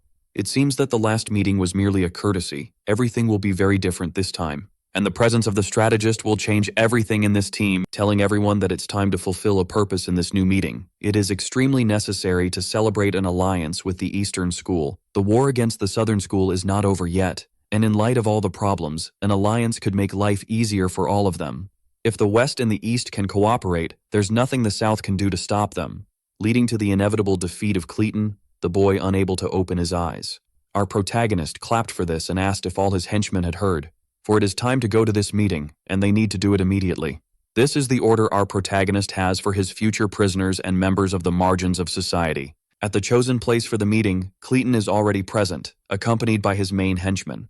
One person found it very curious that they were the first to arrive at this place. That was said by the leader of the Eastern School, as it has been a long time since the last meeting. Jaha revealed he missed Cleton, but the boy who doesn't open his eyes knows it's all just cheap provocation. After standing up, he demanded an apology, but the bronzed one refused to do so. I find it very curious that there is a blonde and bronzed Korean when all Koreans have black hair and fair skin, so his name will now be Bronzed. Cleton didn't like losing part of his territory. It hurt him a lot, and he lost the chance to capture our protagonist. Once he was stabbed in the back by the actions of the bronzed boy. Even in the face of these accusations, and seeing Cleton very angry, the bronzed boy doesn't care at all, for they all need to keep their cool for the meeting that day. Leaving Cleton behind, the bronzed boy asserted that he is the best among them. Only then did he notice the noise of people arriving, which made him look back, just to find our protagonist and his squad of secondary characters. The leader of the Western School is there too. The bronzed boy, upon seeing our protagonist, was left speechless, as if he had seen a ghost. One of his henchmen found that strange, but for a bronzed boy, it's hard not to be surprised. At first, there were only 3 people. Now at this meeting, that number has risen to 6, and those are not ordinary people. They are 6 future members of the prison system of Korea and the underworld of society. Our protagonist watches Cleton closely, who is trying to intimidate our boy with his unblinking eyes. Feeling all the tension in the air, the bronzed boy realized that this meeting will be brutal, and the only possible consequence will be the fun of all of them. Among those people, one of them is visibly uncomfortable with the presence of our protagonist. It's little Cleton, who still harbors great resentment towards our boy. Even in the presence of this citizen who isn't even 18 years old but already stands 3 stories tall, our boy remains unshaken. Cleton extended his hand to him, wishing to leave the problems behind. One of the rules of the meeting is that all resentments must be ignored for the sake of organization. Fights in that place are prohibited. Everyone came there to talk. After that, our protagonist decided to shake Cleton's hand, agreeing to resolve only what is most immediate. Shortly after that, Cleton looked at the bronzed boy, as he also needs to come to an agreement. Showing he is very suspicious, he still doesn't know if he should trust the other two. Almost opening his eyes out of nervousness, Cleton warned that he is being very serious. Before that meeting, he listened to his strategist, who came in the overweight version. The council is what gains everyone's trust, for that is the only way to get from the east to the west. The worst part of this situation is that Cleton's gang is currently the biggest target in this region. Historically, their relationship with the east was not so good, and things worsened with the west, so they need to be cautious. Forming an alliance is the top priority. But Cleton did not understand the purpose of this, and his pre-diabetic strategist said that he needs to try, suggesting that with this new alliance, they could attack the northern region, but Cleton thought that was madness. Since he is sure that this is an impossible mission, he would be annihilated by the people of the north. Only then did his strategist say that this is a trap to leave their new allies unprotected. When they start an attack to the north, they will surprise them, managing to take revenge on everyone. These are the plans of the overweight strategist, so that his gang can succeed. If the situation is war, there is no cowardice. Everything is strategy for them. Back at the meeting, our protagonist wants to know if he heard correctly, an alliance to attack the north. The tan boy found this very amusing, but he is not sure if they could defeat the northern school. Using all his powers of dissimulation, Cleton is trying to convince them, stating that fighting for a small territory is not worth it. That's why they should join together to achieve something bigger. It's a beneficial situation for everyone. While they waste time among themselves, the North continues to prosper. After they achieve victory, they can return to their daily fights. Cleton does not want to let the North take over the entire city, and that is his plan, which is why he is eager to hear what his potential allies have to say. Our protagonist's response is categorical. He would never agree to that. His answer was so dry that Cleton ended up being surprised. Our protagonist has perception beyond reach and asked if Cleton thinks they are stupid. When he met with his incel strategist, he was informed of a possible false alliance after the successive defeats. If they agree to this, they will end up being betrayed, so he must reject all of Cleton's offers. That is not the reason they are going to the meeting. In fact, without any social grace, our protagonist said that this guidance was given by his own strategist, who is now very embarrassed. But trying to remedy the situation, our boy said he needs to listen to the brain of that entire operation. He said these words looking directly at the overweight strategist, who was caught off guard by this attitude. Now our boy is going to reveal why he came to that meeting. Completely ignoring Cleton, who is there, he went to the tanned boy, who seems to be too comfortable. Now, he looks at the idiot of our protagonist wanting to know what will happen, because it seems he wants to start a fight right now. Completely surprising everyone, our protagonist extended his hand to him, suggesting the construction of an alliance with the eastern schools, so that together they could beat up Cleton's gang. After hearing that, the tanned boy began to believe that our protagonist is crazy. He will not accept this alliance so easily, as his true goal is to beat both territories, not to mention that he and Cleton have been friends since elementary school, when they were just little kids, taking steroids in their bottles. The tanned boy said he would never make an alliance with someone who has no connections. But it was all just provocation. He decided to shake our protagonist's hand. Since he and Cleton are friends, he asked for priority to beat him up, also making it clear that this alliance will have a price. While they are deciding what to do after this meeting, whether to eat or play games, Cleton is getting more and more irritated, and after taking a deep breath, he acknowledged that this was going to happen. At that same moment, the gender-fluid girl sensed danger approaching. Several thugs are heading to that place. The thug without eyebrows does not understand anything, while the incel strategist is already feeling faint. The tanned boy's henchmen started to wet their pants, and our protagonist finally saw what was happening. He, his friends, his new allies, are all surrounded by Cleton's thugs, whose plan B was to take care of everyone right after this meeting. As soon as he heard those words, the thug without eyebrows became very upset, as the rules have just been broken. While still complaining, a boy with gray hair decided to start the violence. He would certainly end up with a very smashed face. But it was at that moment that the great Hajun appeared to absorb that impact with his muscular body. It has been a long time since he last met that citizen, the gray-haired criminal who is also the number 2 of the Southern School. Desperate, the incel strategist was not prepared for a betrayal, and the chubby Yakuza wants to know what they will do now. But our protagonist is too irritated to think. The only one smiling in this situation is Cleton, who is so happy that his eyes almost popped open. The numerical advantage belongs to them. Some extras charged at the tanned boy, only to have their teeth knocked out. He manages to kick with great ease. Observing all that display of power, our protagonist was left deeply confused. His adversary, now ally, became even stronger. We finally realized that their attributes are impressive, even for a starving person like him, as it's impossible to have that height with that weight and be as strong as demonstrated in those engravings. The bronzed thug lit his cigarette, asking if our protagonist is going to just stand there. Unaware that our boy was already in his most depraved version, the system initiated a main mission. He and the bronzed boy need to escape from that. The reward is a golden card. The unlikely alliance between them began. It's time for violence. Our boy knows he has many enemies now. They need to escape before thinking of a counterattack. The bronzed boy said there's a way, and our protagonist asked him to quickly tell what the plan is. The nearest territory is to the east. If they head there, they would be protected by the bronzed boy's men. While they were discussing, the fight broke out. The bronzed boy was very confident, promising to carve a path using his strength. An extra immediately became worried, wanting to know what his boss needs. Being extremely friendly, the bronze boy acknowledged that he needs to make some sacrifices, kicking the extra towards Caton. Our protagonist realized he is crazy, not noticing he had been grabbed by the shirt. Now he and his new ally are fleeing from there. After running for a bit, it became necessary to stop. The bronzed boy realized that sacrifice was completely useless. There are still many of Caton's henchmen outside, among them, the girl who grew up without her father at home. Our protagonist feels the difficulty growing without pause.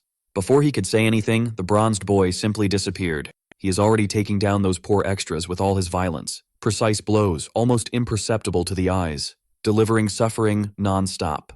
Once again, our protagonist could see the growth of the bronzed boy. Thankfully, they are allies now.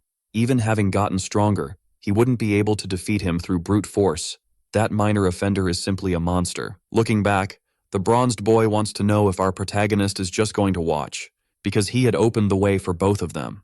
Right after saying that, it was his turn to be surprised. Our protagonist used his right cross, annihilating an extra with great cruelty. Shortly after that, he hit the face of another unsuspecting one, also delivering a great sequence of punches to one more of those clowns, making the bronzed boy realize that his ally had also grown stronger. Now, he is very impressed with this growth. While watching our boy extort an extra, he realized that at the end of this alliance he would have new, very complicated problems. Our boy now has a message to give to his lackeys. When they heard his voice, everyone paid attention. The situation is not good. Since they won't be able to escape together, it will be necessary for them to spread out immediately. What our protagonist wished was for them to do this without getting hurt, saying that everyone should meet in the Western Territory. Now that our boy is running, he became increasingly worried. They are still being followed by the extras. The gender-fluid girl managed to jump a wall, leaving her pursuers behind. The browless thug and the big Hajun decided to stay. It's more fun to beat others. While our beloved chubby one is doing what he hates most, aerobic activities. In the middle of the way, he got distracted by a small kitten. Completely ignoring the risk to his own life, he decided to stop to feed the creature, but we know that the chubby one stopped because he is tired. While distracted, trying to catch his breath, he played a bit with the kitten. He ended up being brutally beaten by the girl who grew up without a father. The chubby one is trying to figure out what happened, realizing that the reason his body hurts is that wonderful girl. He believes all of this is the work of fate and is very interested in knowing the name of this beauty. Wielding her stick, she told the chubby one to screw off, but our boy is very happy that this is his end. Before something worse could happen, the cat decided to intervene in the situation, immediately attacking the girl who grew up without a father figure at home. She almost fell headfirst to the ground but was saved by the chubby one's libido, who even complained to the cat, saying he shouldn't have bothered such a perfect woman. Filled with malice in his heart, the chubby one said that in his lap is a very wicked cat. Forget everything. The chubby one knows a lot, a true teacher of this work. Far from there, after running at the pace of 2 Kenyan marathon runners, there is no one behind our boy anymore. He immediately asked the bronzed boy to stop running too, as they are no longer being followed. Now that they are stopped, the tanned boy started to smile. Instead of Caton, he would have also left some of his men in that region, but our protagonist said he is being an idiot. Even so, the tanned boy said he shouldn't worry anymore, for they finally managed to reach the Eastern Territory. The system's mission was completed, and our protagonist is very happy to have escaped. Thanks to this, he will receive a gold change letter. Its description is, "This is really me." But observing that, our protagonist became confused. Before long, he ended up meeting the gender-fluid person, who managed to find him during their own escape. Our protagonist is very relieved to see that she wasn't hurt. He learned from her that the others are waiting to meet them in the West, but their joy ended in a few seconds, for they remembered that among them is someone quite useless physically. The incel strategist has just been surrounded and will be taken prisoner to Caton. who has already been informed about this capture. Another person who liked this was the pre-diabetic strategist, since that is his intellectual rival. Caton promised that he would end this poor guy's life with his own hands, informing his henchmen that he would soon meet with them. An extra armed with a stick decided to start the work, but before he could do anything, the incel strategist managed to defend himself like a professional fighter. Not even the incel strategist could understand that. Our protagonist is very worried, as he had asked that useless one to follow him. Now there is no other option. With her, it is possible to exchange the statistics of 2 members of your group for 2 minutes, only once a day. Our boy knows that the great Hajun is extremely powerful and cruel, so he will use his statistics to strengthen the strategist, who is already on his second extra. Not even he can understand where so much supernatural power came from.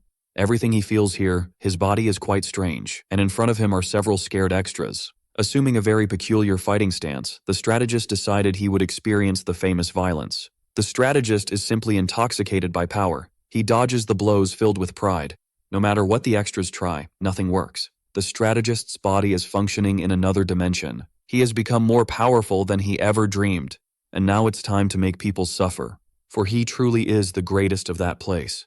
After delivering a violent beating, he felt his whole body boil. Those who try to provoke him will end up being defeated. Some who had not yet been beaten realized that the strategist is on the same level as Haju, with the small difference of being brutally ugly. Even hearing that, the strategist is feeling special, for he has become much stronger than those mere extras. More and more convinced, the incel informed that he would personally go after Caton, making the villain beg for his own life after being beaten by this strategist. Thank God our protagonist managed to get there. Besides that, the duration of that ability had ended. In a cheeky manner, the strategist wants to know who the bastard was that hit his back, just to see our protagonist. They don't have time to stay in this situation, and it's time to flee. Our protagonist took the strategist's glasses. To make that fool follow him, now they need to find Haju. On another street of this abandoned city, inhabited only by schoolgoers, the chubby boy is doing well. For now, in his lap is the girl who has no father at home. He keeps trying to use everything he has to seduce her, but the girl just got annoyed, pushing our chubby boy while calling him crazy. Back with the sword in hand, she said that this would never happen again, being touched by such oily hands. Before she could hit him, the cat appeared once again. This little creature will not let the chubby boy get beaten by this woman. Finally, he understood that the girl is afraid of this kind of creature. That also messed up his plans, as our chubby boy would love to be beaten by a woman like her. Apparently, God must hate him a lot. This fun little game will have to wait for the next opportunity. The chubby boy says goodbye full of confidence, believing that they would meet another day. Now that his pride was hurt, the girl tries to provoke the chubby boy, as she has a weak spot for male figures leaving her life. And it is at this moment that the turning point happens. The chubby boy revealed that he is not running away from her, for that would be completely impossible, since his heart is no longer in his chest, but in the heart of this woman, and he is willing to keep his promise. Gathered in safe territories, a henchman said that the tanned boy did an excellent job, but he did not accept that compliment. Even though he went to the meeting with few people, they almost had major problems because of Caton. Now he asked if his subordinate knows why they went in a small group. The truth is that he already suspected that a betrayal would happen during the meeting. Having known Caton since childhood, he knows that he is not very good at controlling his own anger. Now the subordinate wants to know why he didn't prepare for this. It was then that the tanned boy revealed that he needed to gain something. Everything has to be based on profit. Caton gathered all his troops to try to carry out that action. The South is now unprotected, and the main force of the tanned boys gang is attacking now. The time has come for them to profit a little from the developments of this meeting. But what really worries him in light of the compliments from the extras is the presence of that guy who was next to Caton. All his subordinates want to know who he is talking about. It is the number 2 of the South gang, and at this moment our browless villain is going to go through tough times, for he will likely be crushed, smashed, and executed by the gray-haired assassin. Meanwhile, the chubby guy is running desperately to find his friends. As soon as they all meet, they immediately became happy. It is truly a relief that the chubby guy, the least capable of running, managed to escape. A little hurt on the nose, he shared with his companions that the only wound he carries is in his heart. Now they can finally return to the West. Soon the others will also arrive. Our protagonist was cheering up his companions when he saw something that left him speechless. They all were immediately shocked by it. The browless villain had been brutally beaten and was brought to them by the gray-haired assassin. One subordinate asked the tanned boy who this person is. He said that the gray-haired assassin has been in jail, the juvenile detention. Apparently he is already free. No one involved in the juvenile crime underworld would want to cross paths with him. The tanned boy said that despite being number 2, the gray-haired assassin is not weaker than number 1, and his combat skills are very similar to his, and looking at his attribute card, it is possible to see that he is basically a professional UFC fighter. As for our protagonist's team, it consists only of children. Even so, they all decide to resort to aggression. The first to get hurt is the chubby guy, who had his diet supplemented with knees to the face. The poor strategist, who has become weak again, also received his dose of kicks, having his thigh crushed. Showing that this work is extremely inclusive, even the gender-fluid character received their share of beating, swallowing a completely devastating elbow to the face. But that was not enough to knock them out. Uniting all the woke powers, the gender-fluid character managed to attack the gray-haired assassin, only to realize the huge difference in power between them. Even having executed a direct blow, they were unable to cause any damage. This only gave the gray-haired assassin the opportunity to hold them by the head. Showing once again that he is a very inclusive person, he struck the girl's face with a knee. But that was not enough. Fists need to be used too. And with a punch, he rearranged the positioning of the gender-fluid character's teeth. After that, the gray-haired assassin watched closely what was happening. Our protagonist saw that all his companions had been defeated. In his lap now lies the one who fought for the inclusion of all. For our protagonist, this sacrifice will not be wasted. He walks calmly towards the assassin, telling him that hitting women is a crime that awakened a side mission in the system.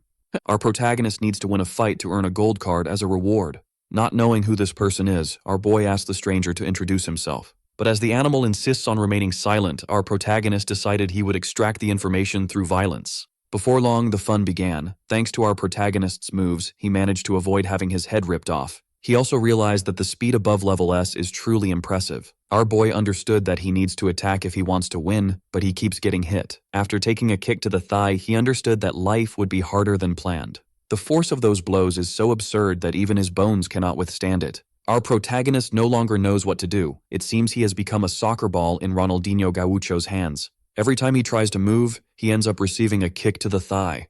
When it all seemed to be over, he was completely thrown into the air, falling to the ground completely awkwardly.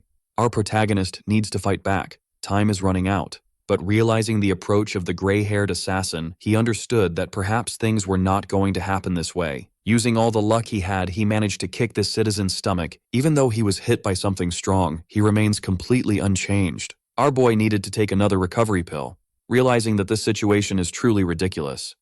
He couldn't even hit his opponent and already had to use a product to recover. To make matters worse, he is getting beaten by someone who hasn't said a word so far. And our protagonist wants to know if he at least has the ability to speak. Another one of those powerful kicks is heading towards our protagonist's thigh. However, the criminal managed to notice that things are a bit different now. Our protagonist managed to hit both of the aggressor's ears, trying to damage his eardrums. He is praying to God that it worked. His only hope is to be faster than this citizen, and thanks to that opportunity, our boy is now on the offensive.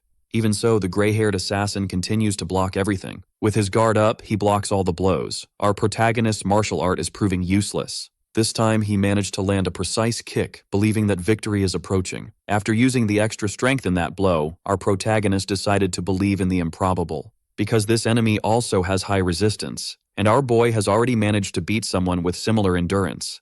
Finishing his sequence of blows, he managed to throw the gray-haired assassin's body towards the wall.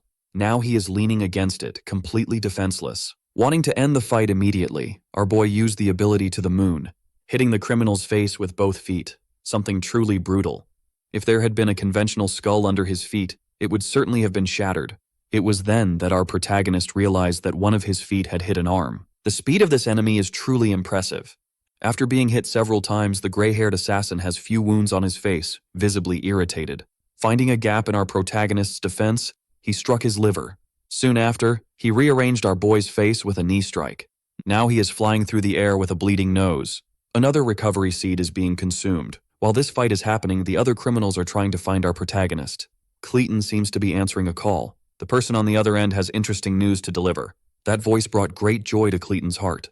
Our protagonist is taking quite a beating, and he said in the call made by the gray-haired assassin that he can still fight, because he hasn't used all the cards that the system had given him. One possibility is to use the Fury card. For 2 minutes he won't feel pain, but right after that, he will end up fainting. Caton ordered his henchmen to bring our protagonist to him. At that same moment, he was informed by something through one of the extras. The East Gang started a major attack on their territory, which is completely abandoned. Everything was carefully planned. The elite of the tanned boy is already dedicated to this. The strategist, whose triglycerides are extremely altered, knows they need to do one thing at a time, suggesting that the priority should be to take out our protagonist. Before the gray-haired assassin could deliver the final blow, he heard something. Caton was also very concerned about the silence on the line. Looking back, the gray-haired assassin found a large mountain of muscle. This is the great Hajun. A few hours earlier, he had lost all the strength in his body, which is why he couldn't finish the fight. It's time for them to try once more. Knowing of the reinforcements' arrival, Caton wished good luck to be the protagonist. At that same moment, the strategist said he had a message to deliver. They need the gray-haired assassin's strength. Their base is in serious trouble, and fighting against the East in this situation won't be easy. But Caton doesn't want to miss the opportunity to catch our protagonist, and trying to bring sanity to him, the strategist said that the situation has changed. He also said that, with a strategist, everything will be different from now on, and he promised they would capture our protagonist as if he were a Pokemon. After waking up, the gender fluid was very upset. When confronted with the true power of testosterone, the only thing she could do was lose. Briefly recalling that fight, she realized that becoming stronger was extremely necessary. Now the gender fluid is crying because she really wanted to have the strength promoted by endogenous testosterone. Our protagonist managed to return home, but his side mission was a complete failure. Fortunately for him, side missions have no penalties. If that had been a main mission, he would be in trouble. He never thought the gray-haired assassin would be this powerful. There is still a long way to go. But our boy doesn't know what to do, as he still doesn't have the strength to overcome number 2 at the moment. If the protagonist wants to unite all the gangs in this city, with his current strength, it will be practically impossible. So, he decided that training is an even greater necessity. The system decided to cooperate with this situation, creating a training mission. Our protagonist was immediately surprised by what he had received. It's not necessary to get stronger on his own. All he needs to do is explore the system. Through this training mission, he will awaken some of his companions, including the gender-fluid one. It's time to strengthen her, and it's our adorable chubby boy. What our boy has no idea about is how he will awaken his allies. Still, he is excited about this possibility. The first one to manage this was the browless thug, who tapped into his primitive Homo erectus genes, but that came after a beating. The chubby boy and the gender-fluid one have interesting attributes. They will become very strong, but our boy doesn't know how to help. He even tried to ask the Cloud, but she has no idea either and has been reading a lot of books lately. Our boy tried to insist, hoping the Cloud would respond with something, but she called him an idiot. Now that both are going to sleep, our boy asked the Cloud not to do that in the form of Hajun, as it's very weird. Preparing to meet Morpheus, our boy is still wondering if he will be able to awaken as well. The next day, he is already in the classroom, back to his normal routine. The teacher is complaining to the class, the groups had to be changed, and he hopes his students won't complain too much. Who ended up doing very well with this was our protagonist, who is sitting next to a classic tsundere. He is excited to be her partner from now on, but he is still bothered by the fact that she is upset, while the girl has no idea how to be sincere with her feelings. She realized this after having that conversation with her friend. Now that she is sure she likes our protagonist, she can't even look him in the eyes. Our protagonist noticed that there is a small wound on her arm, but all the girl thinks about is how to act normally. Looking at that mosquito bite, our boy thought it would be a good idea to press it with his finger. But this only made his friend extremely upset, as she didn't want to be touched that way. But our boy knows that this is a mosquito bite, and the best way to deal with them is to press it with a nail. Recognizing that this is plausible, she allowed him to do it that way. Now our boy is confused because she allowed him to touch her, but the truth is that this poor girl's mind is completely disturbed. Our boy believes that after that, this mosquito bite won't itch anymore, which made the girl thank him. Still, she can't hide that she is completely red. After that, all of our protagonist's henchmen gathered in the strategic meeting room. They are all excited to know what the strategist will share that day. Our protagonist asked what the topic is today. The strategist knows that Caton divided his power into 2 parts. Some of his subordinates will defend the western part of the territory, while others will defend the eastern part. Our boy believes that this way they can attack the south, but if they do that now, the west will be left unprotected. It was at that moment he realized that before trying anything against Caton, they need to remove everything in their way. At that instant, our boy seems to have had a brilliant idea. There is nothing they can do to avoid future conflicts, and it will be very difficult to defeat the gray-haired assassin. While they are in this meeting, a girl opened the door to the room. She was looking for our protagonist. She believes he took money from her wallet once again, but our boy thinks he didn't do that. Who was enchanted by the presence of this muse is the incel strategist, who learned from the chubby boy that she is a friend of our guy. She was finally put outside, as that meeting is very important. But before she was completely expelled from the room, she noticed the presence of an extremely beautiful girl. Even so, she demanded that our protagonist return her money. Otherwise, he could end up being killed. Sighing deeply, our boy realized that things are very complicated.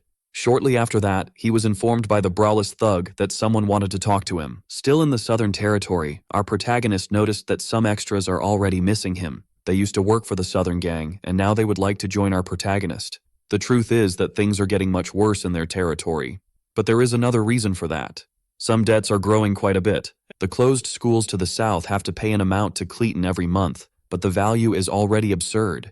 They want to know if the West charges anything. Our boy is against this idea, but he knew that one of his subordinates insists on collecting the money, and those people can no longer endure Caton's tyranny, which is why they want to switch sides. Our protagonist immediately agrees, as he would also receive territories in return. But shortly after that, he was almost surprised by one of those extras who managed to hide a huge metal bar. Before he could hit our protagonist, he was taken out of combat by the gender fluid. She knows they need to be careful with this type of person. Finally, it was revealed that all those extras had tried to set a trap in motion.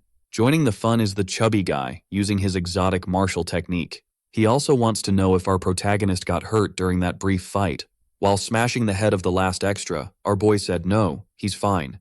If this attack just happened, it's a sign that they are being seen as targets. But our protagonist would never behave in such an idiotic manner. A few more thugs joined that event. They wouldn't launch an attack with just 3 people. There are various offenders armed with sticks there. The system of a side mission for our boy, who is very grateful for all these circumstances. Because if he defeats all these fools, he will receive a golden letter. So, the presence of all those extras is actually a great gift.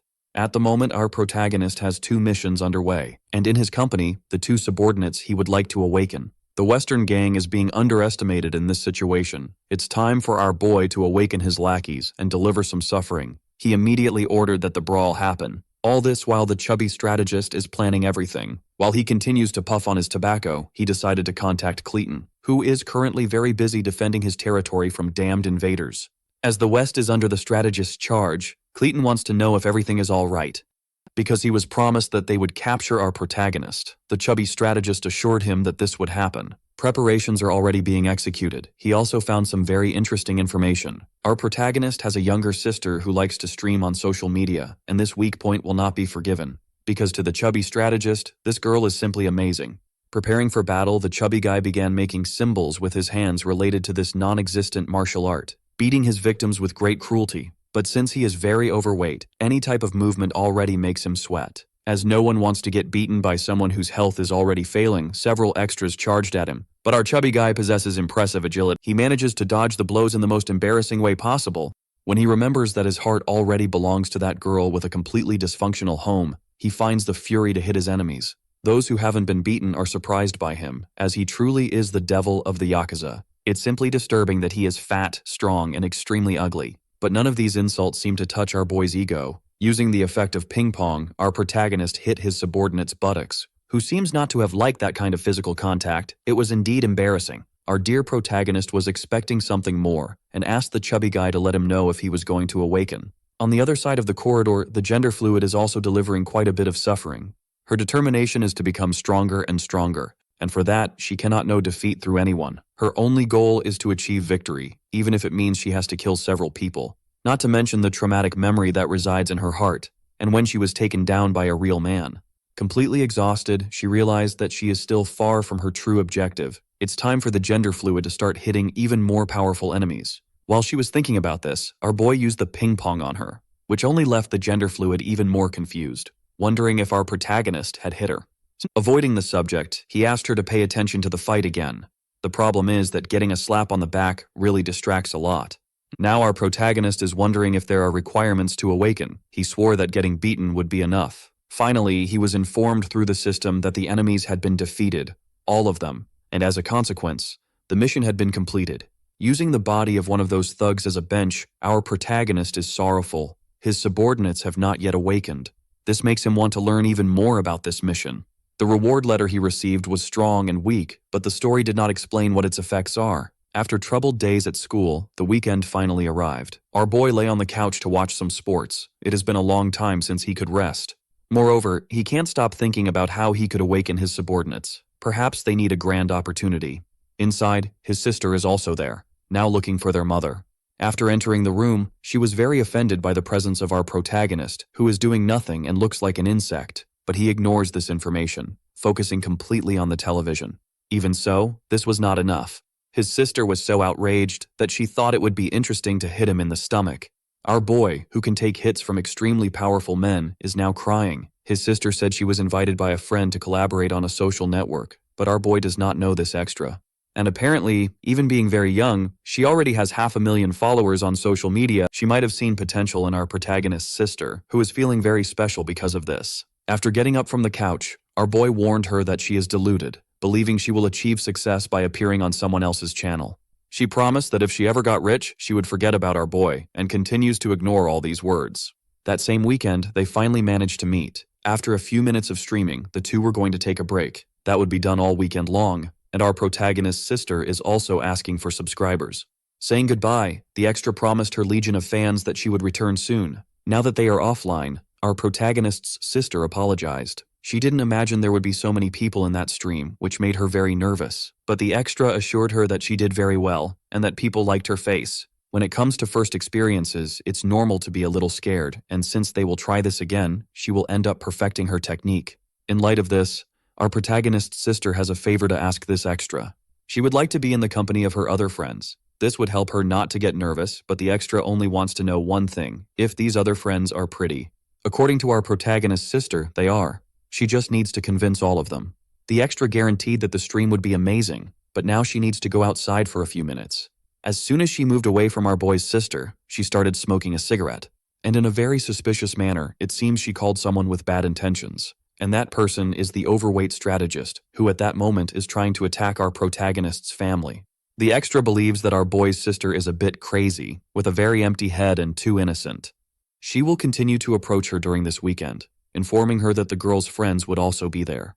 The fat man wants to know when they can start, and the extra said that everything would be perfect the next day. Knowing this information, the obese strategist is already fully prepared with his men. After ending the call, a boy asked who was talking to him. It's the tattooed mobster, who is sure he heard a girl's voice. He seems to have a sixth sense for this kind of thing, and the strategist informed him that it is that famous girl who was streaming with a friend. From all indications, this tattooed citizen knows exactly who our protagonist's sister is. The obese strategist informed that the next day they would capture this girl and make her drink contaminated alcohol. They will put fentanyl in her drink.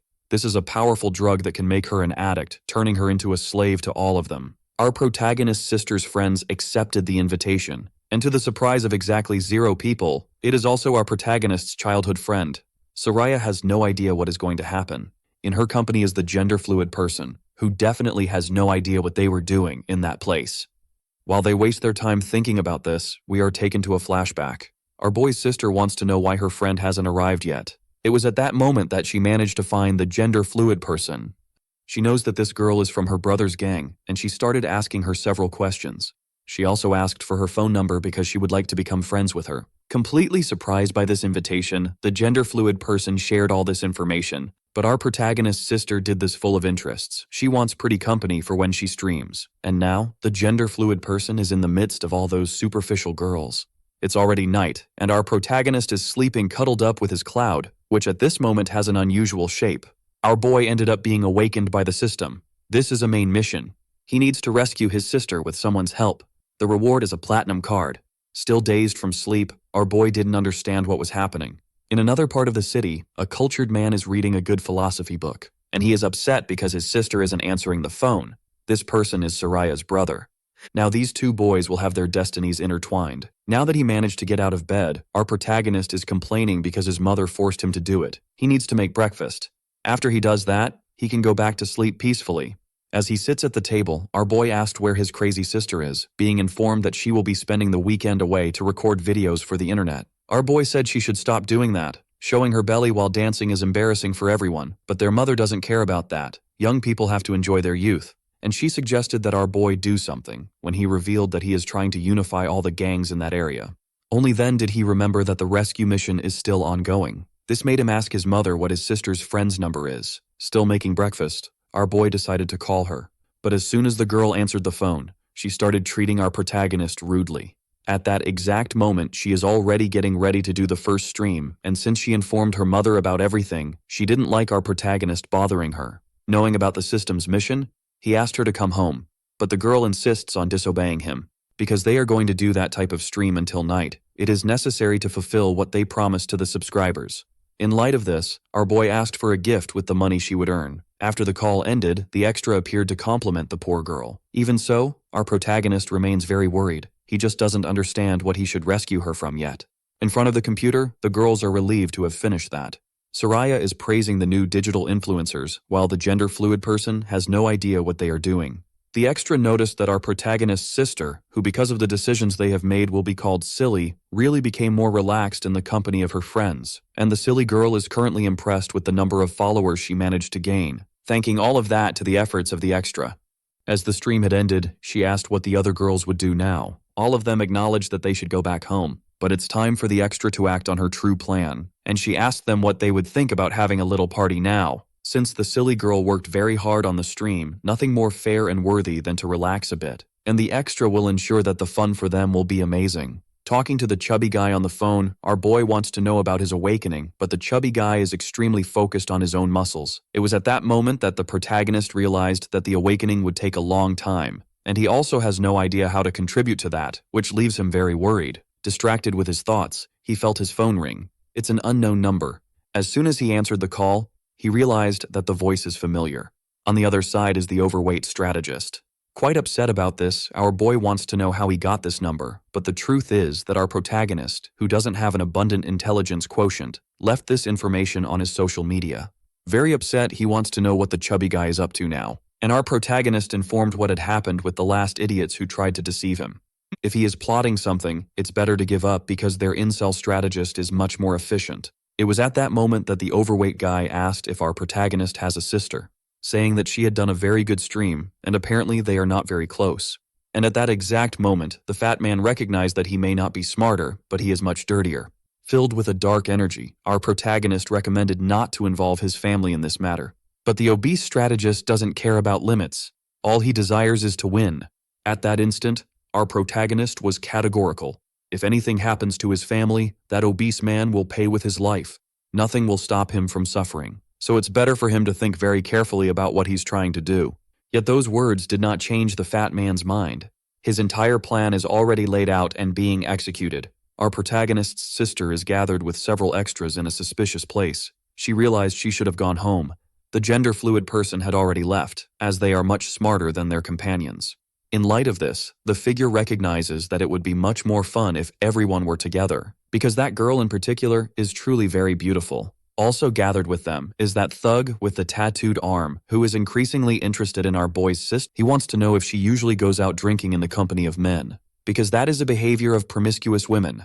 These aggressive words were very unexpected, and the girl revealed that she didn't know there would be boys at this gathering.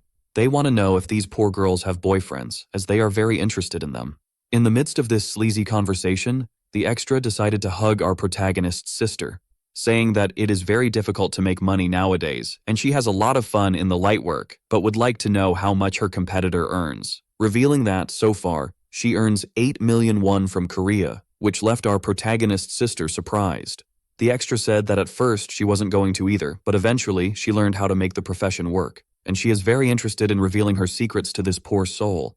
Another person who seems to have taken an interest in this is Soraya. While they are talking, a bum appeared, bringing something in one of his hands. He calmly shows the foil paper, attracting the curiosity of those silly girls. He assured them that after drinking that, they would feel very good. And the extra reinforced to the silly girl that after she started using this, her subscriber count increased a lot, as they like to see them excited. She is also trying to offer this substance to Soraya, assuring her that it could help with her studies. Even the bum is surprised by the manipulative ability of this extra, who hasn't stopped trying to convince the silly girls. And for those who don't know, fentanyl is a controlled substance with nefarious effects if used irresponsibly. The risk of addiction is simply absurd, and that is exactly what they are trying to achieve now. Offering the elixir of perdition, the extra asked them to drink slowly. Before something worse could happen, the gender-fluid person appeared like lightning, hitting the bum in the face. The silly girls were completely speechless, as were the extra and that tattooed thug. After knocking that idiot down, the gender-fluid person revealed that this substance is fentanyl and that it is very dangerous. and that at that exact moment, they are trying to turn those two silly girls into addicts. The guy who was hit in the face started to get up. He didn't like having his plans ruined. Other henchmen from the same gang are also prepared for a fight, but the gender-fluid person didn't care about that, as they are sure they will deliver a lot of suffering. Earlier that same day, they reported everything that happened over the weekend, thinking it could be a trap. Our protagonist said it might take a little while. Faced with certain danger, the gender-fluid person placed a small cardboard shield in front of the two silly girls, which awakened sensations in the bigger silly girl that she had never experienced before. The gender-fluid person assured that they would protect those women, doing whatever it takes to do so. In the gang's hideout in the north, some thugs do not agree with the idea of this citizen going out alone, because he will enter the South's territory, which is their enemy, and something could happen to him. But Yang is already decided. Even without a license, he took his motorcycle, and since he read a bit of philosophy, he decided to be very stoic now, as he needs to save the people who are important, even if the result of his actions could cause a war with the South. Not to mention that they are from the north. They don't need to worry about that kind of thing. On his motorcycle, he set off toward danger, hoping that Soraya is still safe. What he doesn't know is that the gender-fluid person is distributing suffering to the extras. But at the same time that this is happening, they are becoming worried, as the situation is complicated. The extras are very confused. At the same time they find gender-fluid very beautiful, they want to beat her up. Since they are very numerous, she still needs to worry about the safety of the protagonist's sister, the silly one. And because of this, gender-fluid is not able to unleash her full potential in battle. She only managed to get this far because of her innate talent. Crushing jaws with the power of her determination, she just needs to wait for our protagonist to arrive. After defeating a generic extra, it seems one of those thugs is going to use his special move. The tattooed arm mobster knows exactly who gender-fluid is, just like the jerk who is with him. Over the phone, they informed the obese strategist about that unforeseen event, which left the poor guy surprised, as in his personal investigation he couldn't discover that the silly one was friends with gender-fluid. Now she is waiting for our protagonist to arrive, and the strategist knows that cannot happen. He placed some goons in the way of our boy, so he would arrive late, and he asked them to handle this situation quickly, as he doesn't like having to change his plans.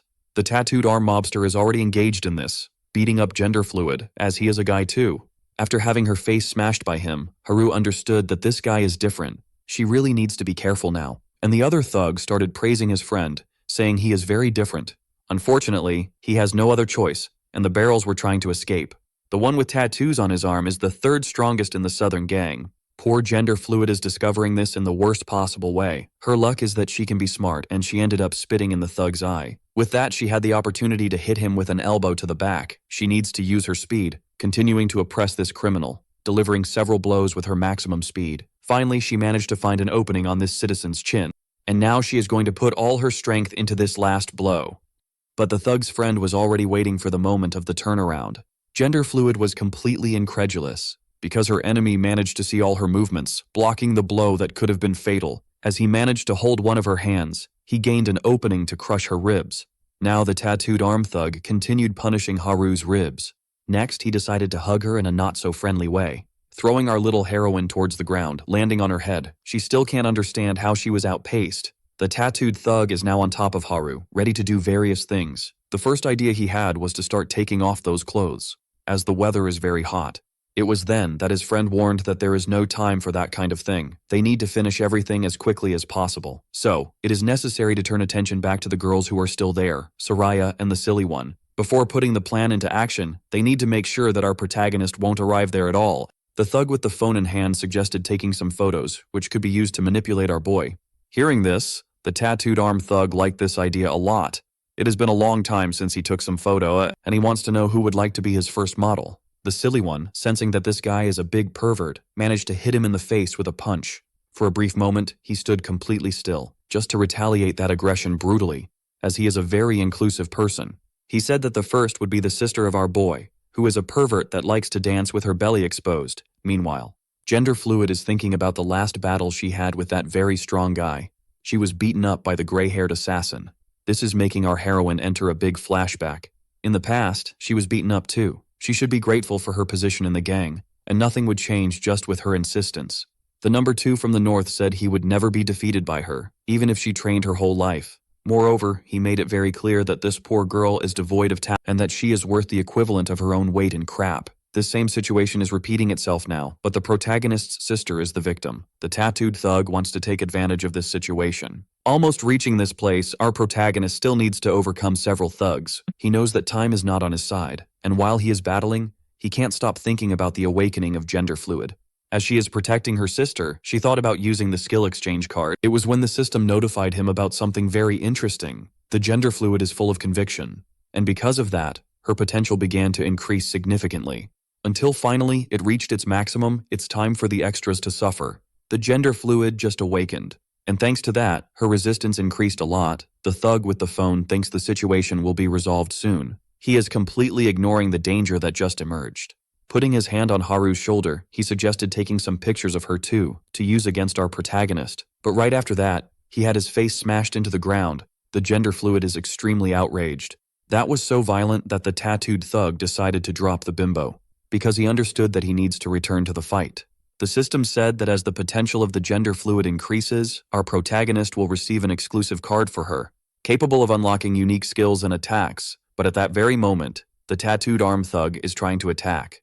The exclusive card she received is the capoeira, which increased critical damage when the opponent's speed is lower than hers. The level of this skill is still F. Gender fluid is now using capoeira with great mastery. As the poor thug is not that fast, he is suffering critical damage. All of Haru's strikes are filled with extremely brutal power.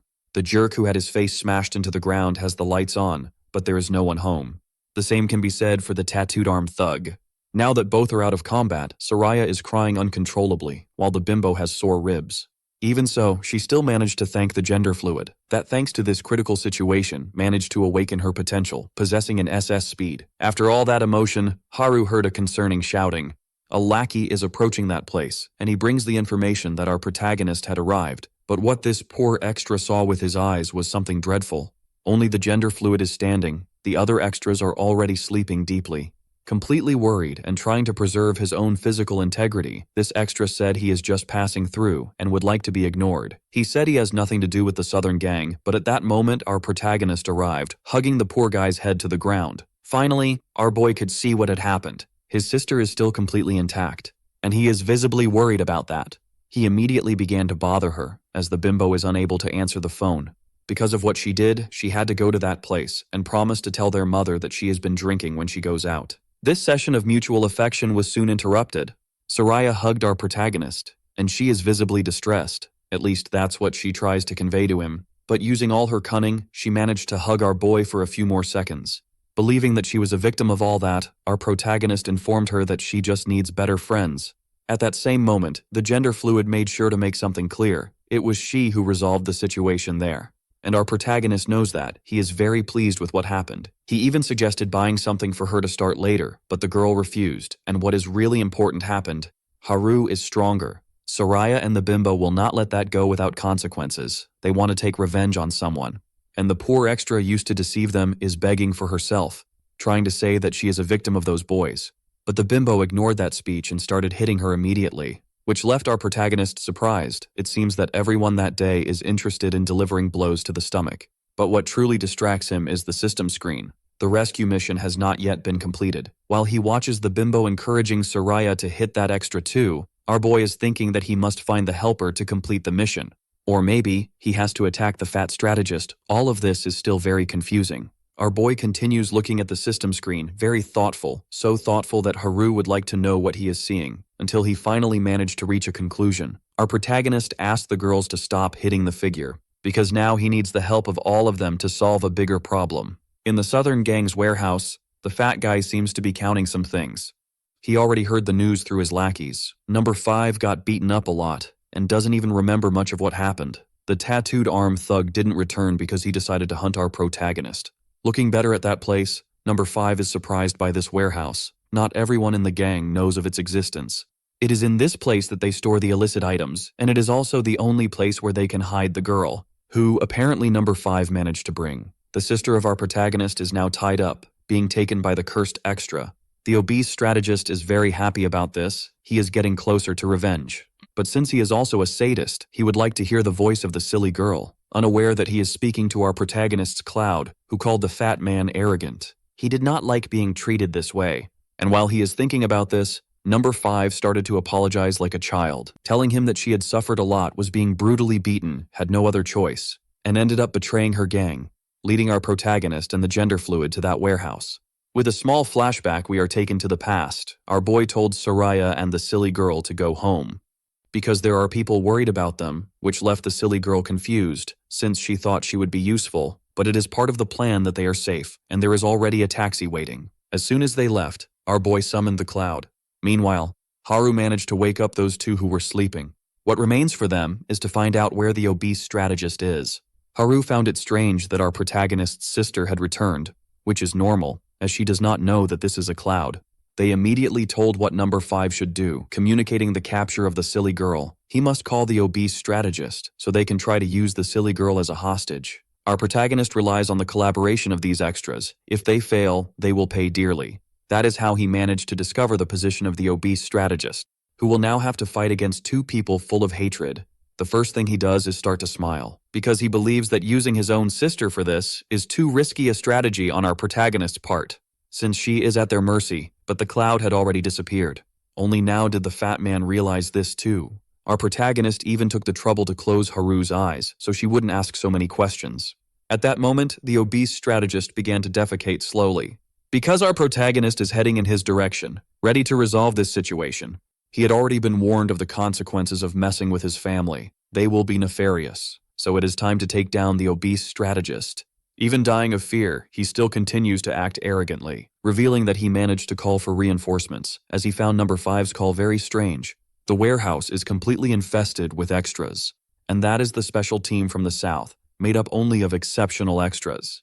They did this with the intention of taking down powerful targets. The obese strategist never thought that at the first opportunity, he would use this team against such interesting people. This is his chance to turn the crisis into a blessing. Before the fight happens, a motorcycle approached them, stopping very close to our protagonist. Slowly, the motorcyclist began to remove his helmet. Number 20 from the North Gang, Yang, Soraya's brother, wants to know who is responsible for bothering his sister, as it is time to make them pay. Another flashback in the story, the strategist asked number 5 if that is the special squad. And it seems that all these young people are students from schools in the South Territory, all carefully selected, to join this special team. Even though several of those delinquents have dropped out of school, they are wearing uniforms to facilitate their identification. This could contribute to their next objectives. Half of them will be sent to stay with Caton, while the other half will be at the strategist's disposal. Because they will capture our protagonist, at least. That is what the obese man was wishing for. What they did not expect is to encounter number 20 from the North Gang. He is simply another kind of human, practically a character from Bach. The blows he receives from the other delinquents do not even cause damage, and now he wants to know who messed with his sister. Impatient, he grabbed one of the extras by the collar of his shirt, driving this idiot's head into the ground like a nail. After that display of power, the strategist was completely speechless, because there is nothing they can do to defeat this new enemy. And because of his references to philosophy, he is already being called Nit. As they know they are going to get beaten by the philosopher, they decided to focus their attention on the gender fluid. Looking closely at her, the philosopher realized that he already knows her. Haru, with her great agility, does not allow anyone to touch her. Unless it is through her fists, the philosopher is impressed with Haru's growth. That now has become completely more lethal. It would be very interesting if she still belonged to the upper echelons of the North, for she definitely wouldn't be just in position 39. While watching the extras being annihilated, the strategist begins to complain to them, saying that his men don't think. Thank God our protagonist managed to punch this citizen in the face, as it was about time. This only made the strategist angry, as he wasn't expecting an attack like this. Apparently, he had forgotten the promise our protagonist made to him. As he is willing to accumulate comorbidities, the fat man took another cigarette, and while smoking, he said he is one of the best fighters in the South, trying to intimidate our boy. But our protagonist is already smashing the fat man's face using the strong and weak card. When he is weaker than his opponent, his strength is increased. Thanks to this, our protagonist is at strength level S, completely surpassing the fat man. After hitting him a bit, he grabbed him by the collar of his shirt, for he had already warned this citizen not to mess with his family.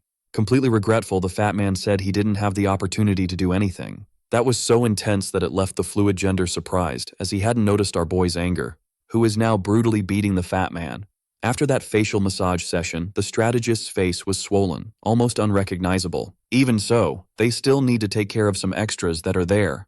The special team from the South is really different. Haru wants to know where that mysterious helper is, but apparently he has already disappeared.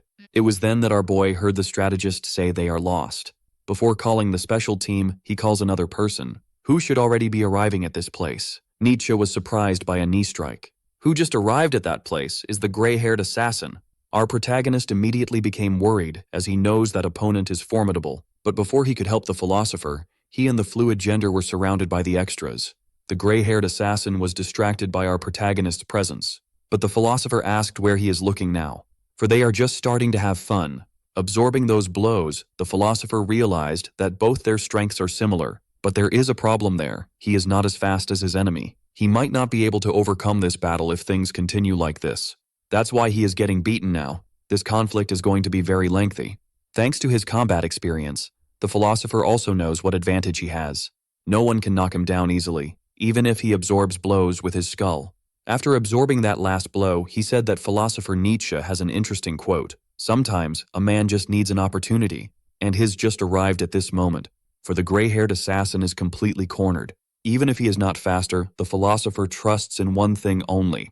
That is his excess strength. He managed to hold the gray-haired assassin, throwing the poor guy towards the ground as if he were a sack of potatoes. The philosopher does not want to accept this defeat. Now that he is lying on his birthday side, he believes this fight will end in a draw. But he celebrated too soon. The gray-haired assassin managed to get up, which left the philosopher very impressed with this boy's skills, who also possesses exceptional physical endurance. With no strength to continue fighting, the philosopher accepted what was going to happen, having his head stomped by the shoe of the prison assassin, who now looks back to observe his next victim. It is our protagonist who is approaching. But before he could make any move, Haru stopped him, for she is the one who wants to fight this citizen. Obviously, our protagonist was very worried about this, but the fluid gender assured him she will be fine. She managed to dodge the first blow, and the system opened a side mission. That is their rematch. The fluid gender needs to come out victorious. At this moment, she is already using the power of capoeira. Dealing critical damage is a gray-haired assassin. Who watches this fight very scared is the obese strategist. It may be that the gray-haired assassin cannot win this battle. Even our protagonist is surprised by this, for the awakened version of the fluid gender is simply absurd. Even after being hit in the face, an assassin manages to get up. Haru, overflowing with power, is very confident. She watches her opponent without any fear. When they resume exchanging blows, her speed is simply absurd. Little by little, the gray-haired assassin is becoming more and more surprised, for he remembers that last time, beating that girl was practically like hitting a child. It was so easy. Now he continues to be hit at every opportunity. With the gray-haired assassin not even able to understand how this is possible, all he can do now is try to block those blows. Because every time he tries to attack, he ends up creating an opening. He watches Haru very closely, trying to reduce the distance between them, trying to take her down. One of his hands almost managed to grab the back of her knee, but the gender fluid managed to act first. Using all her superhuman skill, she jumped over the gray-haired assassin. Not even our protagonist can believe that something like this is possible. The fight he is watching now is simply incredible. The gender fluid was surprised by this last move. She thought the gray-haired one only knew how to hit people. But apparently he understands a bit about fighting, and now he has assumed a wrestling stance. He is about to try to grab her once again. But the gender fluid has played a lot of Tekken 5, where she learned her capoeira techniques. Hidden in that warehouse is an extra, who is watching everything attentively. Even he managed to notice that the gray-haired assassin is being pressured, and soon the son will have huge problems. Completely disrupting that wonderful fight, someone decided to call our protagonist. It's the incel strategist, who is visibly desperate. He has urgent news for our protagonist, and he started explaining it in a way that only someone as weird as him can. After hearing those words, our protagonist doesn't know what to do, because if it depended on him, he would love to stay there to watch that fight until the end. But apparently, there is no other option, and at that moment, the gray-haired assassin managed to grab Haru. In the middle of the movement, however, he noticed something happening. Our protagonist managed to hit him vigorously. Haru was very upset with this interruption, but our protagonist said it's urgent. They don't have time to stay there. Several people from the south are heading exactly to where they are. According to the strategist, Caton already knows everything, and everyone who is available is going there. Since they are tired, they need to leave soon. It's time to put the escape operation into practice, which is nothing more than a joint beating. Haru hit the gray-haired assassin once again. Our protagonist tried to do the same, but he is too slow to manage it, and time is running out more and more. In light of this, he decided to use his cards, Fury, Additional Strength, and the change that allows swapping stats.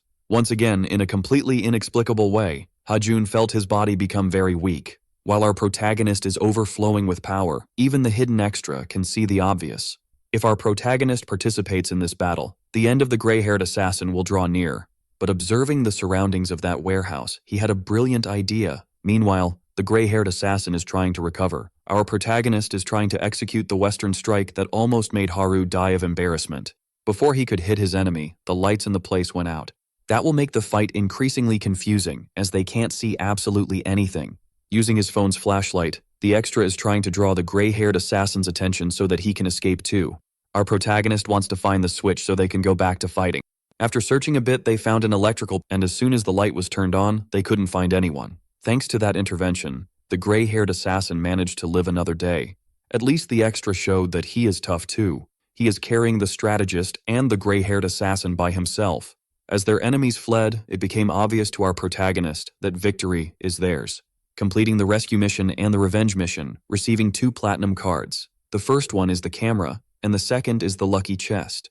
Outside, the philosopher is already on his motorcycle, relieved that Soraya wasn't hurt. He also said that the North owes them, and he will report everything that happened to his superiors, because he learned from reading Nietzsche that you can forget your enemies, but never your debts. The most curious thing about all this is that he doesn't know that our protagonist is the crazy guy with a bag on his head. Sitting on the park bench, Haru is surprised that the philosopher showed up. She knows they only know each other by sight. Now that she is very tired, she feels like she has been beaten all day, and despite everything that happened, they didn't leave this situation empty-handed. There are still some extras from the south there who were duly beaten.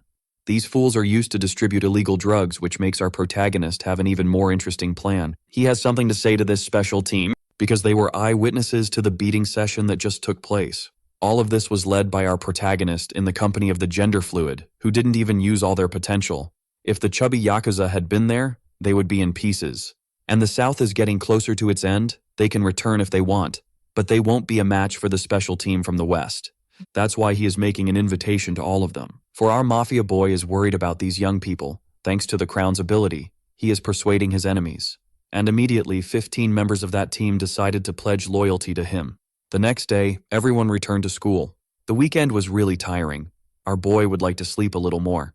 Since his sister was the target of the last attack, our boy is very concerned about the future of the upcoming fights. Thanks to Haru's awakening, she managed to win the last battle, even though it was balanced. But our mafia boy's planning was interrupted by a request. The girl next to him asked for the eraser, and he handed it over carefully. As her name is also complicated, from now on, she will be called Stacy, and she watches our protagonist with her lustful eyes, remembering what he had done for her with the mosquito bite, telling our protagonist that it is still itching, so he suggested doing the cross again. Recognizing that he is very good at doing this kind of thing, he asks where she had been bitten, which ended up leaving the girl extremely embarrassed, because this time, the bite was on her foot. And apparently this depraved girl was sensitive when revealing that the bite was on her foot. Our protagonist is also worried about this. Even though they are friends, it can be a bit strange. But if he is embarrassed, Stacy asks to drop the subject. But our boy is a warrior, and he doesn't care about that, apparently, but he doesn't want to do it in the middle of class. What he didn't expect is that Stacy had already put her foot out, and that same foot is already in our boy's lap. All this while the teacher continues explaining complex equations. Our protagonist is already with his fingers ready to press the insect bite. And by Stacy's expression, it is more than evident that she is not just feeling pain, for she is making a huge effort to stay focused. Finally, our protagonist managed to fulfill his obligation. But at that same moment, the teacher noticed that something very mischievous was happening in the classroom, and he wants to know what these two rascals were doing. Completely overwhelmed by embarrassment, they said they were doing absolutely nothing. Meanwhile, in the South's territory, the fat strategist is apologizing to Caton. Unfortunately, he was defeated, as his strategy was full of flaws, so he accepts any kind of punishment. But Caton asked him to ignore that, as he has never punished anyone. At first, the fat guy is even happy, only to be greeted with a big slap to the face, for this will be the first time Caton punishes someone for failing. The strategist promised that he would capture our protagonist, and even with the special team, he managed to lose, in addition to losing all those students. Not to mention that their illicit drug business also went down the drain. Now Caton has a warning to give to his subordinates regarding the current situation they are living in. They were attacked and lost part of the territory to the west, while being pressured by the tanned boy from the other side. Very humbly, the strategist said he has a plan and would like them to trust him one more time. And the truth is that they have no way to escape. Caton said that if they lose next time, it will be the end of the South Gang. This is the last battle for all of them. In our protagonist's room, he is involved in an intense discussion with the Cloud, which, lying on his bed, is very upset. She didn't like being used that way. She answered our boy's call just to be used as bait. The worst part is that listening to this complaint, our boy realizes it makes sense. In the Cloud's place, he would also have been quite sad, for she stays in that empty space, waiting just for his call. Willing to make amends, he promised he would do anything she asked. The Cloud then threw our protagonist's phone, asking him to pay close attention to the screen. As soon as he took the device in his hands, he noticed something. The cultural festival that will take place that year. Fulfilling the Cloud's request, he took it there, seeing that the place is full of people. Our boy wants to know if the Cloud is feeling better. And with all that information, she is visibly excited. Even so, they need to be very cautious, as there are many people in that square. Surprising their planning, they ended up running into Soraya. Our boy didn't imagine he would see her in that place, and the girl came accompanied by some friends, but she ended up losing them in the middle of the crowd. These friends are not too worried about them, as they know that Soraya can handle herself. What really surprised Soraya was seeing that our protagonist was accompanied by the silly girl, but to avoid further explanations, he simply made the Cloud disappear. This left Soraya curious, but there was no other option for our protagonist, ensuring that he would call the Cloud back as soon as possible. Trying to show that she is fragile and careless, Soraya wants to know if our protagonist could help her find her friends. He immediately agreed to this, as solving this problem would allow him to call the Cloud back. But as he walked, our boy felt something peculiar, as if he were being squeezed by two balloons. It was Soraya who was clinging to him. Her justification was that she didn't want to get lost again. In light of this, our protagonist realized there wasn't much to be done when the system notified him of the Cloud's summoning. This left our protagonist very worried. Now he was wondering if he had made a mistake, not realizing that the Cloud was now following him. In the middle of the festival, a show was also happening, and the Cloud seemed interested in this crowd of people, who appeared to be adoring that girl on stage, a famous one named Elisa, the vocalist of a popular band. Amidst the people, the Cloud watched the show attentively. Meanwhile, our boy was in possession of Soraya, who had now drawn a heart on his face. It seems this girl is really very persistent. He was even taken to a fortune teller, who said they have an excellent combination. The girl is so careless that she uses our protagonist's spoon, who is only thinking about how he could get rid of her. In the end, they ended up enjoying the festival together, as if they were a couple. But what our protagonist truly wishes is to call the Cloud, as he needs to apologize to her immediately. At that same moment, he noticed a small commotion among the people.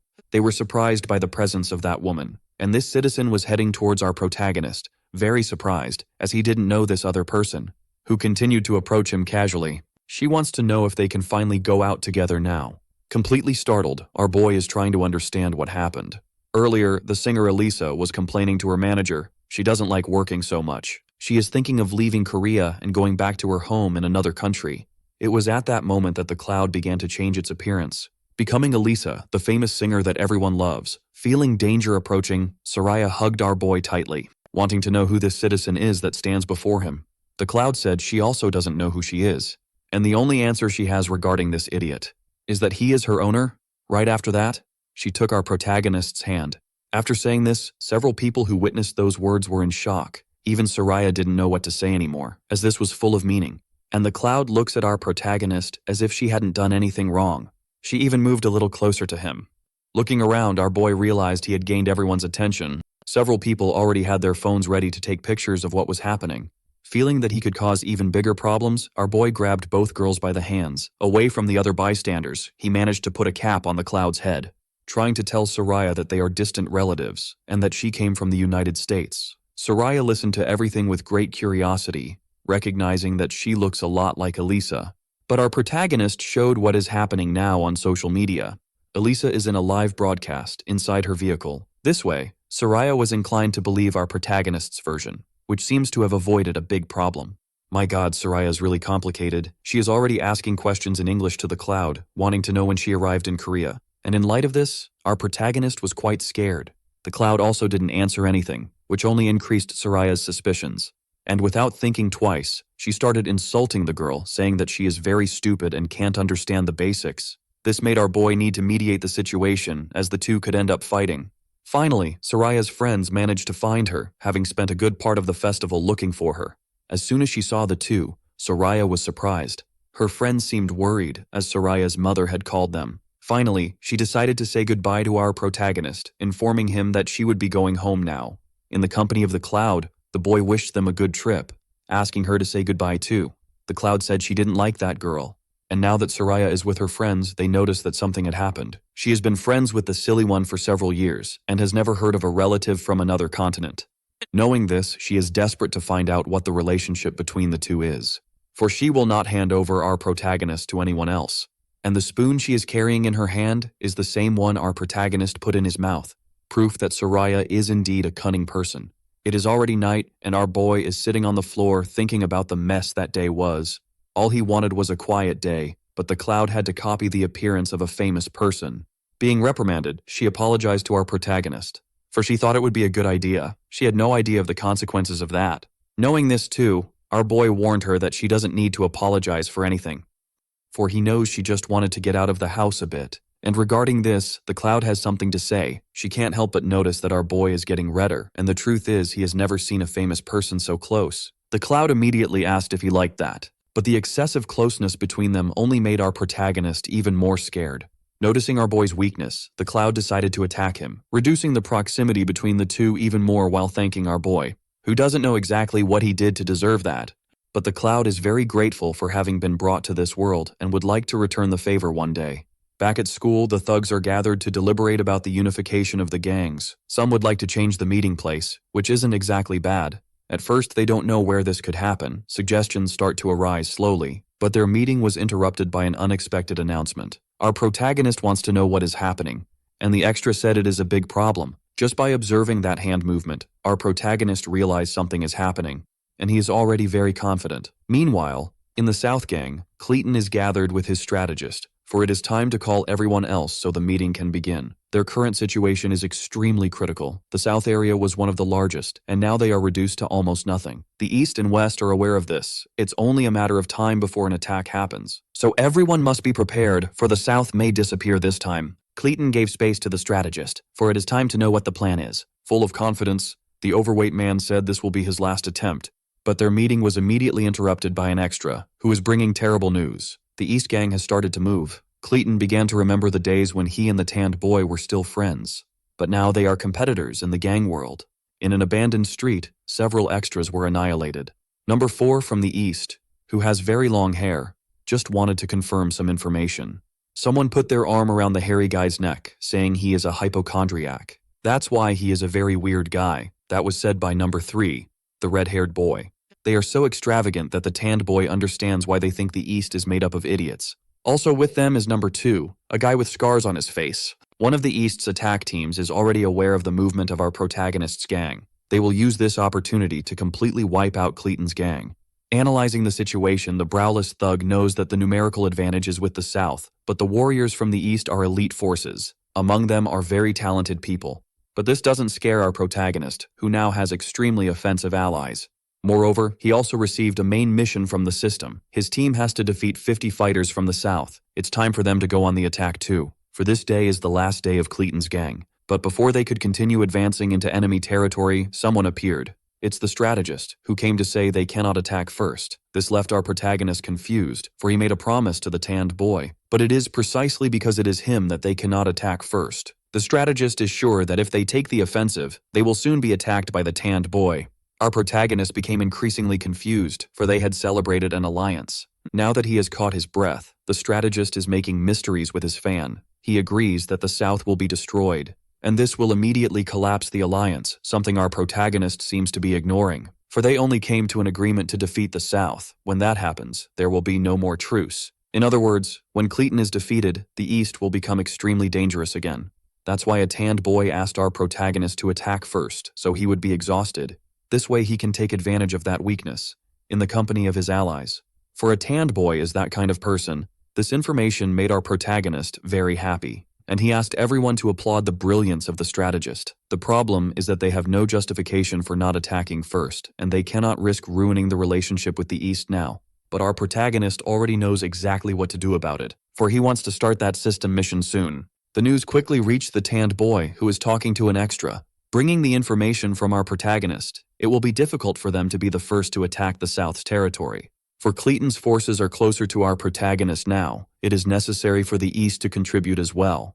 After delivering the message, the extra immediately fled, but those people soon realized that our protagonist saw the trap.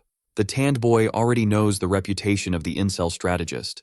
In light of this, the long-haired one wants to know what they will do now, as it seems they will have to attack first, something the tanned boy does not want to do. His goal is to start from the outskirts. Even the obese strategist knows that the alliance between his enemies was a Lizardo trap.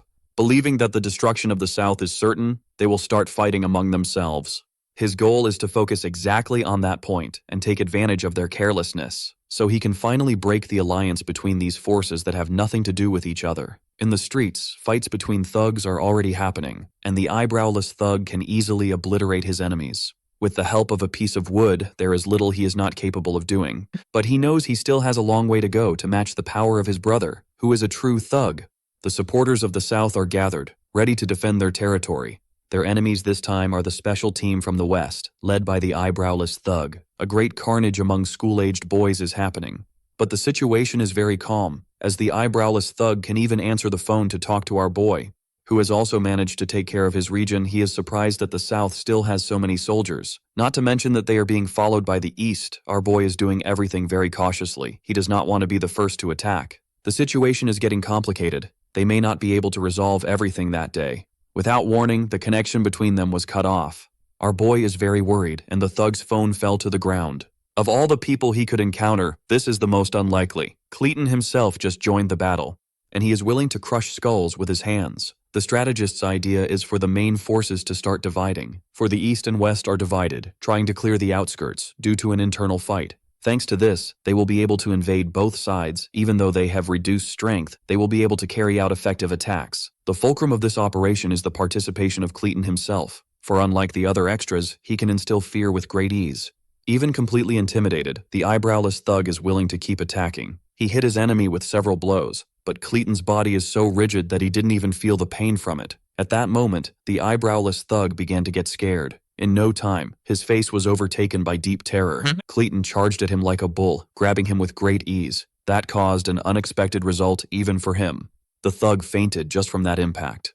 Caton firmly grabbed his enemy's body, throwing him headfirst into the ground. All that brutality made members of the special team, made up of traitors from the South, die of fear. For Caton is willing to teach them a little lesson. Now we are taken to a flashback of the tanned boy. His long-haired friend would like to know who would win in a battle, him or Caton. The tanned boy knows that a war is won with strategy, yet his subordinate wants to know the extent of Caton's strength. For this bastard's nickname is Rhinoceros, seeing that he possesses an utterly abnormal strength. After beating up some extras, those who haven't been hit yet started to slowly defecate. They are fleeing from the rhinoceros, for they know they cannot defeat this monster. Our protagonist was soon informed of what happened. Caton is on the front lines and just attacked the eyebrowless thug. The forces from the South are divided, and they are being caught off guard because of it. But our protagonist disagrees with this last piece of information. They are prepared for this war, and their troops were chosen very carefully. Gender fluid and the strategist are together. Our protagonist is in the company of the chubby Yakuza, and the eyebrowless thug could not be alone. In the midst of that crowd of extras trying to flee, they ended up bumping into someone extremely formidable. The great Hajun had joined the battle. For God's sake, what a horrible name. But I still haven't had the creativity to give him a cool name. I'm still thinking about it. Thanks to the system's abilities, our boy is using the camera card. With it, it's possible to see some things, the scenery around any of his teams. At the moment, our boy is watching what Goku is going to do. That's the name now. Forget everything. Goku knows that this is the first time the two will fight. Even Caton is very excited about this, as he has a 9-kilogram muscle advantage over his enemy.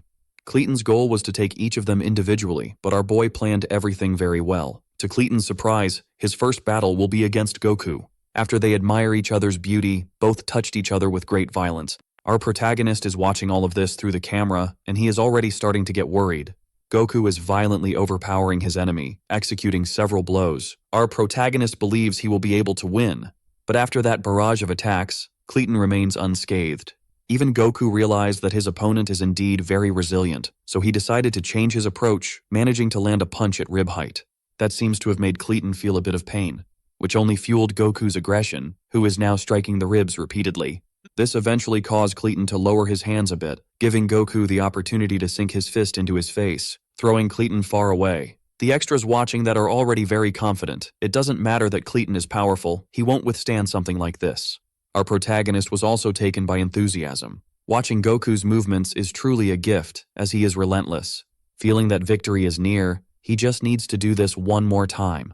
But he is sure he will achieve victory with this, charging furiously towards Caton. But things are too easy. Another flashback is presented to us. The tanned boy will explain why Caton is known as the rhinoceros. The reason for this is very simple, even if his opponent hits him a lot. All he needs is to land a single hit. Now that he has been grabbed, Goku is discovering how this truth works. Our protagonist's enthusiasm has vanished, and the extras watching the fight are speechless. However, a fun battle like this won't end so quickly. A very attentive extra is pointing at the fight. Even after receiving that charge, Goku is managing to hold on. But doing that is not easy at all. He knows he is not stronger than his opponent, who is now using all his muscular power to win. For our protagonist, Caton must be very tired after being beaten like that. Taking advantage of the opportunity, Goku began to deliver numerous elbow strikes, but that seems to have fueled his enemy's fury. Another flashback from the tanned boy. Caton's shoulders are extremely powerful, and what is happening now, once again, took the breath away from our protagonist and the extras. Because Caton did not stop moving forward and is brutally pushing Goku. As a result of all that strength, he ended up unable to hold Caton, who this time executed the perfect grip at Goku's waist, performing against him his most classic move, the head crush. Even having been the victim of something so violent, Goku remains awake. He believes he might be able to free himself from that grip. But it's already getting too late. Caton managed to take him to the ground. Now it's Goku's turn to start slowly defecating, as he was once again thrown towards the ground, to the surprise of all those watching the fight. A perfectly executed blow by Caton, who watched that several times on YouTube being performed by Alexander Karelin. Our protagonist is sweating cold. That could have killed a human being. Even so, Goku remains lucid, but acknowledged his defeat in this fight.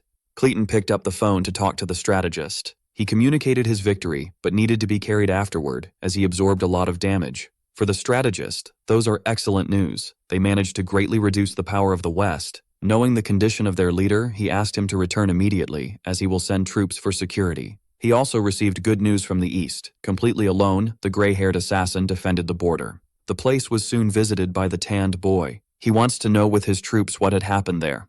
The news is very simple. The gray-haired belligerent arrived and beat everyone up. They also shared with him that Goku was defeated on the other side. The South is taking advantage of this situation. Knowing that Goku is out of combat, the thug with the scar on his face wants to know if they should continue intervening. It was at that moment that the red-haired boy asked the tanned boy to pay attention to something. He is pointing to someone who just arrived there. It's our protagonist who came to talk to these thugs. Surprising several bystanders, he came completely alone. Some are very impressed with his courage and are salivating just by looking at our protagonist. The red-haired boy is among these impressive people. His eyes shine as he looks at our boy. It remains to be seen what he came to do there completely alone. Our protagonist watches the tanned boy closely, suggesting to him that they finish off the South first. Next, he made a call directly to his strategist. Communicating what had happened, the alliance will be maintained even after the defeat of the South. There is a temporary truce. That's why they need to decide what to do now. Some bystanders from the South are very confident, as they learned of Goku's defeat. While casually walking through the streets of the city, one of them was caught off guard. Our protagonist smashed his skull into the asphalt as if it were nothing, all this while still on the phone with the strategist. The first stage of the mission was completed. Now the East and West must defeat 20 more people. After that brutal beating session, the system had a mission update. The gender-fluid team is also having a lot of success, but the Yakuza seems to have stumbled upon a curious problem. So far, he has not been able to awaken. However, thanks to this conflict situation, his potential is gradually increasing. Caton managed to return to school, and he is putting bandages on his body. Due to the damage he received, he needs a large amount of anti-inflammatories. Now that things are calmer, Caton started thinking about his opponent Goku. After being hit several times, he wasn't expecting Goku to be really that strong. The strategist is very thoughtful. He knows that another fight could be very difficult for Caton. It's time to rest. Still, he is eager to know what the next stage of the planning is, and the strategist's goal is to make the East and West start to harbor. This will not be an easy task, but he is sure that the alliance between them is fragile and needs to be destroyed immediately. But before he could share more of his nefarious ideas, a bystander rushed into the room to report a problem. I think it's nice that in this work, there is always a desperate bystander to give some news. They managed to find our protagonist and the tanned boy fighting together. Once again, they are united and dedicated, determined to finish off the South. a sign that a great attack is about to begin. Knowing of his strategist, he became desperate. The bastard didn't expect our protagonist to be so well articulated. He asked Caton to rest, but he knows that the morale of his troops is already much better. As soon as he rests a little more, Caton heads directly toward our protagonist. A bystander from the south is asking his troops to pay attention. Goku has just been defeated. It's time for them to continue advancing toward victory. The thugs are now extremely motivated. The speech is so contagious that even the red-haired boy from the east agrees with them, but they soon notice the presence of that infiltrator. The red-haired boy didn't expect to be recognized this way. Of all the people from the east they could encounter, the fat one didn't want to see one in particular, because the red-haired boy managed to completely annihilate the bystanders. And now he is smashing the fat guy's face, as he still hasn't had enough fun. Showing that he is a real monster, he crushed the poor guy's skull using the ground as a tool. The ground is now decorated with bodies, even in the location of our protagonist, who, in the company of the gender fluid, has become a grinding machine for bystanders. Elsewhere, the thug is bringing news to his leader. The forces of the tanned boy are advancing, leaving behind a great trail of destruction. Our protagonist is very excited about this news. He knew the tanned boy was capable of something. They are going after number 9. Who is that girl who grew up without a father? She is still leading one of the southern troops in a direct confrontation against the east. A crisis situation will soon arise, as there is a large number of thugs gathered. Victory will certainly belong to the east, as they have the numerical advantage. As soon as he heard this news, our boy looked at the chubby one. Yakuza had been paying attention to all those words. He has a genuine request to make to our protagonist. The lovesick chubby one needs to help that girl. Moreover, he is aware of the delicacy of the current situation, for he is completely emotionally invested in this woman. That is why he is asking our protagonist for permission to help her. The strategist incel did not like this at all. First, because he will lose a good soldier in the strategy. Second, because he must hate those who can attract female attention. He also said that if the chubby Yakuza does anything, it will worsen the alliance with the East. They need to keep this very balanced, otherwise the entire operation could be compromised. The strategist knows exactly how the chubby one is feeling right now, but he cannot risk the larger plan because of this. Showing himself to be an extremely loyal person to our protagonist, the chubby Yakuza is already out of hope. However, he heard the voice of reason from our boy, who might have a very interesting idea to give him. While smoking elsewhere, the obese strategist was surprised. A desperate and tired extra just appeared. The girl without a father is asking for reinforcements, but the strategist will ignore this request. They don't have extra personnel, so it will be up to her to continue fighting completely alone. Fortunately, she possesses great skill with the stick, easily managing to take down extras, but even she is reaching her limit.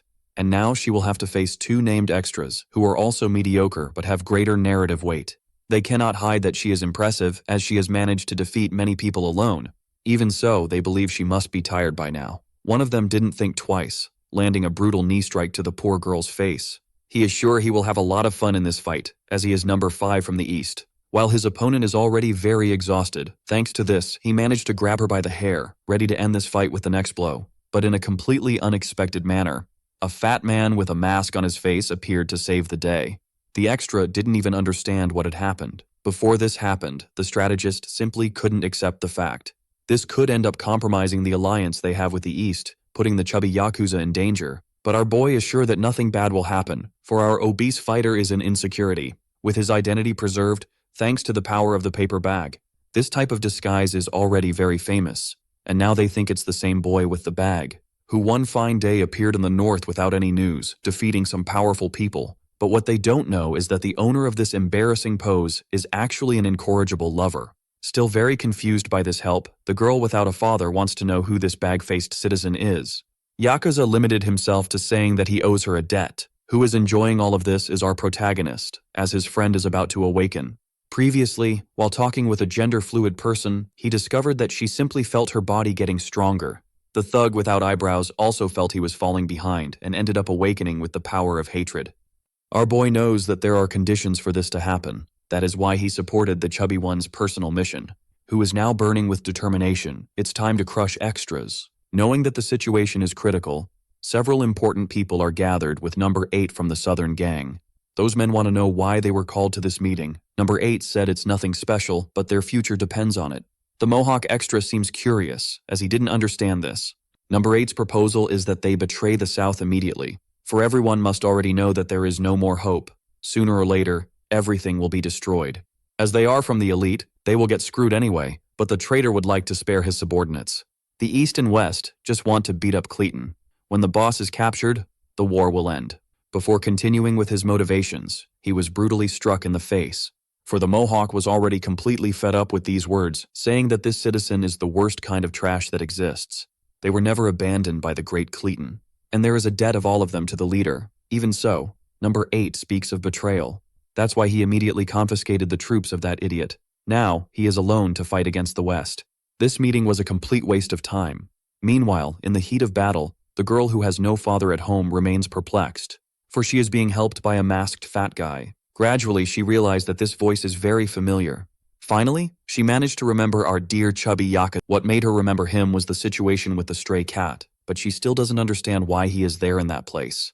Believing that the chubby guy came just to mock her, who is being completely beaten by her enemies. Full of confidence, our chubby guy told her to scream quietly, for the father figure she misses has just arrived. The extras on the other side are still trying to understand this situation, and our chubby guy hopes that she can finally see his true intentions. For what she is seeing now is the back of a man hopelessly in love. The extras begin the attack, but the obese one, who seems to lead them, told them to be cautious, for this masked enemy seems to be very dangerous. Finally, it's time for the chubby Yakuza to show all his potential. In just a few seconds, the extras are completely terrified. That should be impossible. Their captain didn't expect something like this and ends up getting confused. And indeed, the situation is very confusing, for our chubby guy is being used as a punching bag, but he did this so that the girl could buy time to escape. She needed a few seconds to think about what to do, and soon after, she decided to use her sword to help as well. Our chubby guy thanked her for that kindness. This way, he could recover better. But the girl revealed herself to be very skittish. She still doesn't want to accept help from this overweight citizen, showing that she is still capable of fighting perfectly well. As she continues to beat the extras with deadly aggression, her mind is thinking about the chubby guy's words, who seems to like her. But since she has no father figure at home, the girl believes this is a joke. For deep down in her heart, she harbors a great rejection, believing that no one would be capable of loving her. Thanks to these dark thoughts, she didn't notice that the enemy was approaching, and once again, she will be hit violently. The worst didn't happen because our chubby guy came to save the day. In a completely inexplicable way, his speed is now S superior. All the extras who witnessed this are speechless, for the chubby guy pushed that clown with such violence that he is still flying through the air. After recovering from that attack, the extra realized that this is nothing like... It seems that the chubby guy has been taken over by a completely surreal power. Even the girl wants to know how our chubby guy was able to do that, and he is feeling his body heat up in a strange way. He also decided that he won't run away, for this is where he needs to be now. Again a flashback. The chubby guy's father wants to know if they shouldn't tell him the whole truth. But his wife believes that ignorance is bliss. The man disagrees with these words. It's time for him to know about his family's past, that they have the blood of the true Yakuza, and apparently, his mother is the mobster of this house. It is being revealed to all of us that he is a descendant of the greatest warrior of these mobsters, known as the White Demon. For now, she doesn't want to tell him anything. But only his old father knows the true power of this cursed blood. That is now manifesting its power while his son is beating people on the street. His movements are strange, but they are endowed with disproportionate strength. That is the blood of the true rulers of Japan. Even when the extras try to hit the girl, our chubby guy manages to save her, and this last aggressor is completely scared. For all he managed to do was make our chubby guy even angrier, and his potential keeps increasing. In another battle, Gender Fluid and our protagonist are in trouble. The girl has already realized something very important. Those idiots should have given up on getting beaten. Still, they keep getting up. This isn't a threat, but it is a completely tedious situation. For many of those extras have interesting attributes, and a good part of them was weaker before that fight.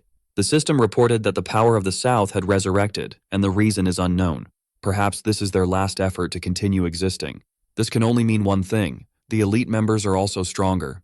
Even Caton is included in this list. Our boy's thoughts were interrupted by a great barrage of violence. He is still trying to understand who this guy that had appeared is. This citizen is number 8 of the South, who just betrayed his own companions. Dropping the tool he had in his hands, he said he has a message to deliver, directly to our protagonist. The boy announced his own surrender. At first, our kid believes this is just a strategy to deceive him, but number 8 wants to switch teams. Since he is very good at fighting, he assured that he could help take down Caton in addition to knowing the location of all the troops. His addition could be a great advantage for the West. That's why he wants to know if he could be accepted. The system liked this, which already opened a secondary mission to recruit this citizen, without anyone knowing about it. It will be up to our protagonist to decide what to do. The extra is still waiting for the answer, but our boy said he needs some time to think with his companions. Now that he has a bit of privacy, he will consult his allies. He doesn't like this citizen since he hit his chubby friend Yak, and there's something the strategist hasn't revealed to everyone yet, which is why he's apologizing now. Hakjin, who is trying to switch sides, got beaten up by other soldiers from the south because he suggested they should lure Cleton in, but his other companions are extremely loyal, getting beaten by someone from the elite in front of his subordinates, losing all his troops. That's why he's trying to switch sides now, as he must be feeling completely humiliated. However, our protagonist is worried about the possibility of it being a trap. It could be that all of this is just a ruse, so Hakjin can use them all as bargaining chips. If that really happens, they will all have a big problem. Indeed, it's something to consider, replied the strategist. But our protagonist just had a brilliant idea. After deliberating a bit with his companions, he went to talk to the mullet guy, welcoming this new member to his team. Since he wasn't informed about this, the strategist is visibly worried, trying to understand if this will end well. Our protagonist said that the mullet will be their wild card in this war, but he still distrusts the cruel smile that this citizen has on his face. At least the system's mission was completed. Returning to the previous situation, the Eastern forces were annihilated. The chubby Yakuza spared no effort to protect his beloved. His only priority at this moment is to ensure she is safe. The girl knows she needs to keep fighting a little longer, as she hopes the South will send troops to help her. It may not seem like it, but she is number 9, and she doesn't believe the strategist will ignore her position. But she was soon surprised, as that extra they need to defeat doesn't believe anyone will come to help her. He received information that the elite from the South is already positioned, meaning if someone were to help her, they would have arrived by now. She should have realized from the start, as of those belonging to the elite, she was the only one positioned at the front line. A sign that she is someone completely disposable. This ended up making our chubby guy very irritable. He started using his exotic martial technique to annihilate this extra. Our overweight warrior will not allow anyone to hurt his beloved, not if he is present. After this beautiful speech, he ended up getting punched by the extra, who began to taunt him, saying that beneath that mask there must be an ugly and disgusting person. And now he will make him pay for everything he has done so far. Unable to access his speed anymore, our chubby guy felt that the situation was getting very dangerous, as he is now defending all blows with his head and large distended stomach. Not to mention that his beloved is also going through problems. After getting back on his feet, he assumed that embarrassing position again. Our chubby guy needs to defeat this jerk to go back to helping the girl, but he still doesn't know how to do that now. Being completely caught off guard by a dirty blow, Yakuza had his arm broken. While trying to endure the pain, he still has to listen to the insults from all those idiots. Maybe he isn't the real man of the bag, but all our chubby guy thinks is that his arm is broken. Completely defeated, the extra decided he will remove the bag. But if that happens, the alliance between the West and the East will be broken. Surprisingly, the tattooed girl without a father figure decided to help, which left our chubby guy very surprised as he was being protected by his beloved, who did this to preserve his identity. After that courageous act, the chubby guy's love began to burn fiercely, not to mention that he saw the girl start to get beaten right before his eyes. All this while he couldn't do anything, as his arm had been broken. The girl is absorbing all the blows in his place. This made him remember a conversation he had with his father, as he was the first to know that the chubby guy was liking someone. Unfortunately, he stumbled upon a big problem. According to tradition, men must protect women, especially those they love. But now our chubby guy is completely annihilated, believing he is even weaker than the woman he would like to protect. After being brutally beaten, even the wooden sword was taken from her. It's almost time for this girl to meet the world of the dead, and the extra decided he would smash her head with the wooden sword. At this very moment, our chubby guy was taken to a flashback. His father said he went through the same situation. He is much weaker than the chubby guy's mother, and he began to remember a special day. Several years ago, he was just a newspaper delivery boy who came to study in the capital. While the chubby guy's mother was a woman embedded in the mafia society, they belonged to completely different worlds, and yet, he felt he had the obligation to protect this woman, even if he was weaker. For him, it was very natural, as he fell in love with that woman the first time he saw her. Now, the beloved of our chubby guy is going through problems. The next one felt the impact of the sword, but it didn't hit the girl's head, because our chubby Yakuza just accessed the superior instinct. No one will hit his girl and walk away unscathed. Our protagonist found himself in this situation too. He won't let anyone intervene, for he could feel the chubby guy's potential rising to dangerous levels, until his potential finally reached its peak, exuding so much violence that the extras were scared. For before them stands someone willing to do anything. Thanks to this awakening, all the energy of the chubby guy was restored. And having reached level S, our protagonist received 2 special attack cards for his greatest ally, transforming the chubby guy into a true machine of cruelty. The first of them is the extreme karate of the Yamazaki style. The first blow from our chubby guy is simply devastating. He almost turned the extra's face inside out, producing a completely unreasonable impact. The other extras wouldn't just stand by. They would feel this new power on their skin. For the chubby guy is now a machine of shockwaves and suffering. After that visceral and brutal display of strength, he realized he hadn't introduced himself to that girl. Immediately asking what her name is, the citizen is called Lee, and she will keep that name because it's easier to say. Removing the mask from his face, the chubby guy is about to introduce himself to her, revealing not only his name, but also his nickname, the Demon. For God's sake, the attributes of the chubby guy when he is in love are simply absurd, a true protagonist of this work. Now that he has gained the girl's attention, our extremely brave, extremely loyal, extremely masculine, and true protagonist has a question to ask her. The Southern gang is already falling, and the girl has just been abandoned. The West would never do something like that to its allies. While returning the sword to her, he suggested that she should join them too. Before she could give her answer, our boy placed his finger on her lips, asking her to keep her voice down. For she doesn't need to give her answer yet. My God, if you haven't become a fan of the Yakuza, you're living your life the wrong way. The girl attentively observes the sword that was placed in her hands, while she hears our chubby charmer say that he doesn't have such a strong heart. Now she is completely confused, wanting to know why he said all those things out of nowhere. This makes our chubby guy think about what happened that day. He was instructed by the strategist to offer her a place on the team, as they know Lee is very talented, and when she is saved, she will certainly owe them. After being genuinely helped, Lee believes that our chubby guy is a real man. He also doesn't want to take advantage of this situation to get a positive answer, so he asked her to respond later. We return to the part where our boy accepted the mullet guy, seeing great malice in him. To the surprise of a total of 0 people, that was orchestrated by the obese strategist.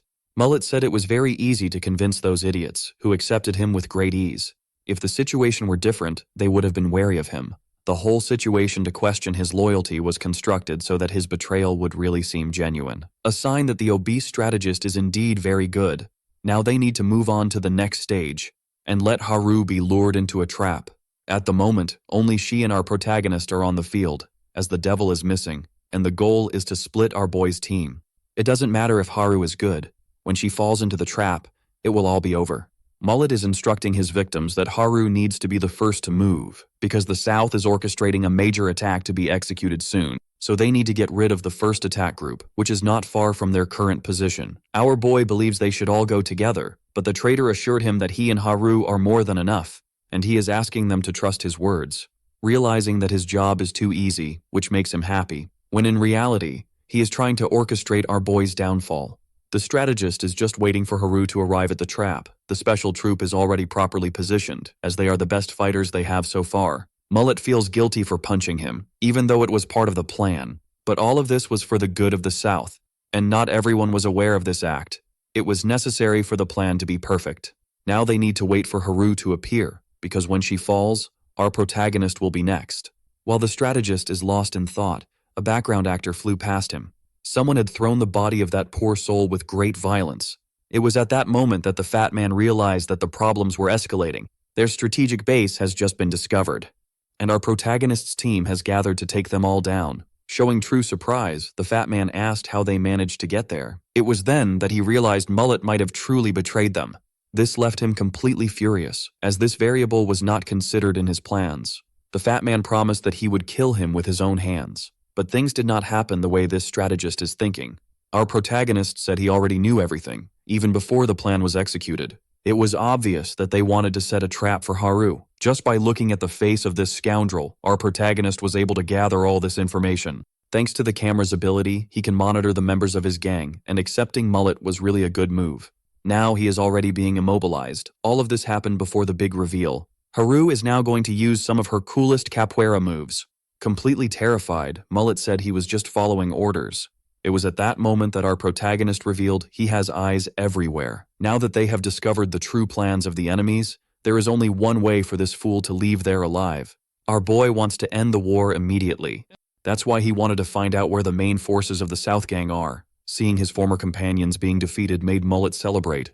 Haru is impressed by such stupidity, as this idiot was used merely as an informant. Even our protagonist was surprised by this degenerate. Observing all that destruction, the strategist realized he needs to keep thinking. Even though they were outnumbered, they are being completely defeated. This battle is the most important. They cannot ignore anything at all. Finally, the hero made his triumphant entrance. Someone had their face completely smashed by an extreme karate style. Yakuza joined the battle, ready to take down background actors, lining up several bodies with his deadly skill. Finally, the devil had joined the main front line. Our boy noticed that the fat guy is brutally stronger and absurdly more violent. This is the strength of the devil and the number 2 of the West Gang. The system's mission has finally been completed, and our boy is ready to use his cards. With the awakening of the fat guy, he receives some blessings. 2 for increased strength and 2 for increased resistance. Each of the cards will level up twice, and all of them are being used at this moment, making Haru's and the fat guy's attributes practically invincible. They can only be stopped by firearms. On the other side, the elite members of the South are just normal people, but among them is someone problematic, the gray-haired assassin, who paid a very high price to have these attributes, literally. Consumed by fury and power, our protagonist realized it was time to resolve everything. 2 elite members of the South are trying to attack our favorite fat guy, only to discover that he is made of metal. His damage absorption is simply absurd. That didn't even faze him. If they thought they caused any kind of damage, they are deeply mistaken. Our boy let his enemies get their fists on his body, just to reduce the distance between them in a more practical way. Indeed, this is a true fat guy, avoiding walking to prevent fatigue. With a single blow, he already put one of them to rest on the ground. The devil is already close to find his next victim. Fortunately, he won't need to worry. Haru is also annihilating her enemies. The poor soul tasked with fighting her has the lights on, but there's no one home. In no time, they managed to resolve the situation, but they realized that something emerged in that place. The system said that the South gained an unknown force. All those who had been defeated are rising, with their attributes completely enhanced. It seems their battle will be a bit more intense. Haru felt that her enemies are more powerful, but there is something in the devil's mind that makes him very worried. It's the battle of our protagonist, which remains quite fierce. After absorbing so much damage, our boy is sure that the gray-haired assassin is powerful. He managed to use all the development cards. Even so, that fight wasn't balanced, as our protagonist is taking the worst of it. Thanks to the speed difference, he can't find the ideal distance.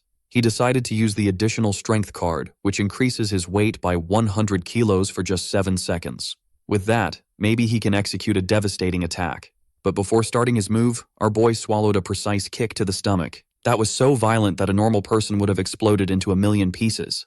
Our boy almost vomited last week's lunch. With no time to recover, he began to have his leg harshly punished, giving the gray-haired assassin the opportunity to hold his head, preparing a powerful knee strike to crush his skull. By a matter of centimeters, something extremely graphic did not happen. Our protagonist used another recovery seed, managing to surprise his enemy. Thanks to that, his stamina was completely restored. But the situation remains disastrous. He only has one single seed left, and he was almost defeated. If things keep going at this pace, our boy will end up being violently defeated. And that last kick was simply absurd. The gray-haired assassin didn't use those techniques when he fought the philosopher. At the moment, his enemy doesn't know that our boy managed to recover all his stamina, so he will pretend to be weak, so that through this, he can find another opening. Mullet started to get very anxious, as he thinks our protagonist will lose this fight. That would be terrible for someone like him, who ended up betraying both sides. So he watches our protagonist absorb damage after damage, believing that his strength is disappearing at great speed, not to mention that the difference in technique between them is as distant as heaven and earth. Our protagonist continues to endure everything in silence, so he can find a small opportunity. This made Mullet go into despair, as he wouldn't want to see our protagonist lose now. Finally, our boy managed to find what he wanted. That precise kick from the gray-haired assassin is heading towards his diaphragm again, but this time our boy dodged that technique perfectly, leaving his enemy speechless. And mind you, the gray-haired assassin hasn't said anything in this work until now. Clad in power, our boy is ready to return the malice. Now that we are in a flashback, our boy was thinking of ways to increase his attack power. He managed to learn some boxing techniques from the system, but he always uses improvisation. This might end up being completely useless in a fight against Caton, whose style is grappling. Now our boy is trying to conceive a counterattack strategy, using the cards he already has. And after frying his brain, he managed to reach an interesting conclusion. The card he has in hand now is the answer to everything. We return to the present moment. Our boy combined 2 cards. He is using the additional strength, which came in such an absurd way that even the ground is being destroyed. It's as if time has stopped. The gray-haired assassin felt danger approaching. because right after that, his jaw began to be crushed by a very small fist. The combination of additional strength with the card that goes to the moon made our protagonist throw a hook worthy of the best Street Fighter. Mullet, who seconds ago was completely incredulous, remains completely incredulous, but now for different reasons. Even our protagonist's allies are shocked. The offensive wasn't over. It's time for our boy's second attack. Using the stomp with 156 kilos, which would make any Pride champion proud in the nostalgic days of Veiled Tudo. Mullet, after seeing all that brutality, almost forgot how to speak. Because our protagonist managed to knock down the gray-haired assassin, who was put to sleep against his own will. Unconscious, he is dreaming of the day he recognized little Cleton. Knowing the gray-haired man's personal difficulties, Cleton helped him with small amounts of money. Always hearing compliments from Cleton, as he said that the gray-haired man was essential for the growth of the South. This flashback of the villain made the assassin rise again, motivated by an unknown power. Completely consumed by rage, he charged towards our boy, who is already prepared for this as he is about to reveal a random high-level attack card. It will grant our boy an unpredictable ability. And once again, the gray-haired assassin felt danger approaching, having his face brutally struck by the purest violence. This time he fell to the ground stinking. The lights were on, but there was no one home. Now a pair of sticks full of energy appeared here. I don't know if our boy used this, but with the victory he just achieved, he is getting closer to the end of the war. And Cleton eagerly awaits his arrival. The attributes of this boy are truly impressive, practically a demigod. About to start the final battle, our protagonist carefully observes his enemy unable to open his eyes. Everything will be decided now. That was simply amazing. Those who saw it can't believe it. But our boy really managed to defeat the gray-haired assassin. If my subordinates also achieved victory. Mullet didn't think the West would be so powerful, and now he promised that he will always be there when they fall. The time has come for our protagonist to reap the benefits of being the victor. After tying up the obese strategist, it's time to find out where Cleton is hiding. But the fat man is very embarrassed to be tied up like this. Our boy wants to find Cleton soon, as he knows this guy is hiding somewhere in the south. Haru wants to look for him immediately, but our boy knows they need to prepare before that happens. While the girl does some exercises, our protagonist is analyzing the card he just received. He didn't have the opportunity to take a look at it, the one he received when he recruited that useless traitor. And apparently, our boy is being surprised by it. The name of the card is Sharp Tone, capable of reaching high-frequency notes. He is still trying to understand what this means in a battle, all while his subordinates are exercising. There is another thing that has our boy pondering as well. He still hasn't had the chance to use the lucky chest card. The East Gang seems to have succeeded in their advance, and they are surprised by the arrival of our protagonist and his team, who are also bringing the obese strategist, who was dragged there like an animal.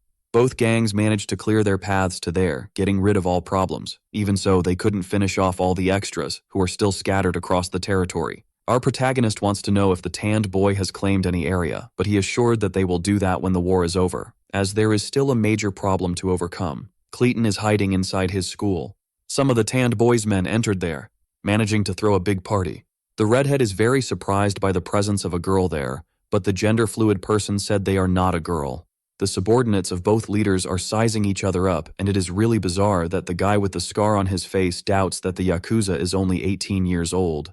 The last troops are inside this school, and they are willing to do anything to protect their territory. When they manage to subjugate them, the war will finally find its end. Completely united to achieve this purpose, the teams are advancing. The West will advance from the left, while the East will enter through the front door. They must notify if they find Cleton. Everything inside is very dark, but there is a very clear reason for that.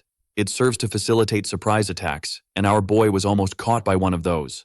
But their reflexes are exceptional. The last troops from the south are practically dying. They are more dead than alive. Even so, our boy ordered his subordinates to be cautious. It can be very dangerous. That's when he noticed the attribute of all of them. All those extras had awakened and are overflowing with power. Our protagonist never imagined something like this was possible for people outside his gang. Haru even asked what went wrong. All this while the extras charged into the attack. They won't let anyone get close to Cleton. Our boy is still inactive, but the chubby one full of power is going to use his character. But instead of absorbing the blow with his arm, he did it with his skull, just to make our protagonist worried. But the truth is that the chubby one is accumulating aura. Even though they have several victories, the situation just got very complicated. The enemy is approaching from all sides, and things will only end with Cleton's defeat. Yakuza said he will stay there to hold all these idiots, promising his companions that he will take care of this, which left the gender-fluid person very worried. But the chubby guy put his finger on her lips, asking her to scream quietly. She wasn't supposed to say anything more, but what Haru really wants to find out is where this obese person learned these weird things. However, our protagonist understood the message, leaving his companion behind, because he knows that Yakuza knows how to handle situations like this. The extras are now scared, as something dreadful happened at the awakening of the Yakuza. He ended up receiving a second exclusive letter, and at this moment he is about to use the Devil's card, which reduces the stats of all people nearby, including allies, for a period of 3 minutes. This happens because the chubby guy releases all his killing intent, truly deadly. Our protagonist is trying to find Cleton. After forcing his way into a room, he said it's all over, but someone almost pierced his throat with their fingertips. They are his allies from the Eastern Gang. Our boy couldn't even see that movement. The tanned boy apologized for that, as they almost mistook him for the enemy. He also found it unusual that it was just the two of them in that place. Our boy had to leave the chubby guy behind to deal with some idiots. Since everyone wants the war to end soon, the tanned boy wants to help as much as possible. He left his red-haired subordinate on the first floor to take care of some extras. That way, they can all go after Cleton. It was at that moment that a dying extra said that Cleton is no longer in that building. They would never prepare for that attack without an emergency plan, and they were just waiting for everyone to separate. Our favorite chubby guy has already managed to annihilate his enemies through the power of violence. Right after that, his senses alerted him to the imminent danger. He even tried to look back, but was completely hit by a locomotive. It's Cleton himself. Haru was very worried about this, and told our protagonist that they need to go back now. But our boy knows that the true victim of that place is not the devil, but Cleton himself, because he is his secret weapon against the enemy. Cleton is trying to drag the Yakuza's body down the hallway, but he soon felt that things were not going to happen as he wished. That big belly is solid as if made of lead. He can't feel anything. In light of that excessive contact, our chubby guy asked what Cleton is trying to do, as this is getting very uncomfortable. If he has finished feeling his belly, it's better to let go now, as he will suffer less. The third stage of the system mission is to defeat Cleton, and at this very moment, his stats are not able to surpass our violent chubby guy. Cleton is already used to violence, and he was not intimidated by those words, calling our chubby guy a filthy pig. He took the opportunity to try to hit him on the back of the neck, using a lot of force to completely immobilize him, but that seems to have awakened the hidden potential of our mafioso, who is now fighting with all his strength. Realizing he was going to lose this grip, Cleton preferred to kick our friend. Right after that, it became clear that the chubby guy's strength is equivalent to Cleton. It's time for him to receive what he has been waiting for. But there is something that makes him extremely uncomfortable about the chubby guy. He hates fighting opponents who make too much noise. And this time he realized that the fight could be very fun, trying to surprise our chubby guy with a precise punch. But things didn't happen as he wished. Our chubby guy managed to attack at the speed of light. Feeling that Cleton's irritation was rising, now it's time to surprise him with his superhuman speed. Our protagonist observes everything through the camera. That performance is truly exceptional. Yakuza's advantage in this fight is simply absurd. Even while fighting, our main character can't stop thinking about what his friend is capable of doing, because if things continue at this pace, victory will be achieved easily. Even hitting vital points on Cleton, Yakuza realized that nothing happens, a sign that this body is very powerful, which led him to use an extremely secret and dangerous technique, made to break insurmountable barriers. But before he could execute his deadly blow, Cleton grabbed his opponent, as he gets excited when he is shirtless. Right after that, he hit him with a violent headbutt, and an elbow strike filled with cruelty. He won't lose just because of physical strength, as he has great experience in combat like that, using our chubby guy's head to shape the walls of that hallway. Cleton is showing that he didn't reach the position of leader of the South just because he is big and strong. After that great barrage of blows, it was time for our chubby guy to start questioning reality. This shouldn't be possible. Now that his opponent is on the ground, Cleton will take advantage, for the chubby guy is clearly out of strength. It's time to give him a double leg. It was at that moment that Cleton realized life is not a bed of roses. Using supreme speed, our chubby guy managed to dodge that attack. Regretting what is about to happen to his victim, he managed to use this strategic repositioning to hit him in the ribs. Certainly Cleton will be pissing blood the next day, and now he will experience all the power of this mixed karate style, receiving a powerful Brazilian kick. Our chubby guy had made a promise, that's why he cannot lose. But even using his cruelest blows, Cleton keeps getting up. Our boy began to remember Lee's beauty. He was born a man, and he is waiting for her response. Before that could happen, there was something he wanted to know from her, for he knows exactly how she is feeling right now. He wanted to know if, with the South's defeat, she would migrate to the West Gang. Without thinking twice, the girl responded positively. This is the promise our chubby guy had made, the true ballast of his confidence.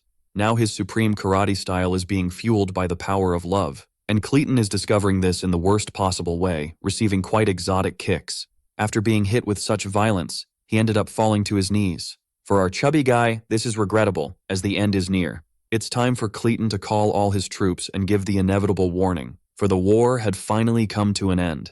However, our chubby guy began to feel a growing malevolent intent. Looking back, he realized that Clayton had risen again. That shouldn't be possible, for he was brutally beaten. Now with his body glowing, exuding steam from sweat, it was Clayton's turn to show his potential. In the blink of an eye, he managed to grab our chubby guy's body as if it were a pillow. An unknown power is making the South motivate itself once again. Knowing this, our protagonist asked Haru to accompany him now, for he knew the chubby guy needed help. The gender-fluid person is confused, for they heard from our protagonist that Yakuza could solve this. Our boy said he still trusts him, but the situation has changed now. When he reached the first floor, he saw something dreadful. The chubby guy's face was smashed along with his glasses. A frightening warning is being issued by the system. Clayton is full of motivation, and his potential has just reached the stars, causing him to also reach his own awakening. Quite worried, our protagonist is trying to see this person's status. Perhaps this is the first mission he will fail. Clayton noticed the arrival of his next victims. Besides the incredible attributes, he finally managed to open his eyes. However, our protagonist is not alone in this. A mysterious foot just struck Clayton. It is a tanned boy who decided to join the party as well. But he soon realized that this blow wasn't that effective. This is indicative of an excellent sign, for it has been a long time since he last saw Clayton with his eyes open. The fighter has now become a creature of darkness. The hunt for the monster has finally begun. Another flashback in the story. In it, little Clayton is receiving money. The fentanyl trade was just a way to increase his resources, and it was very unexpected. As Clayton dedicated himself a lot to physical exercises, he was always hungry, and this money was a great help. One fine day, his chubby strategist came up with a slightly more interesting idea. At first, he didn't want to agree to it, but it's very complicated to fight against the power of money. They ended up expanding their business just for fun, but from the strategist's expression, he was really enjoying it. An absurd amount of money started coming into the gang's cash register, and that began to turn into something much more serious. Eventually, little Clayton could afford another type of extravagance. Life became so empty that he no longer knew why he went to school or why he kept exercising. For he was making money very easily, along with all the rewards that come with it. Clayton was questioning why teachers and doctors keep working, as they have very satisfactory salaries.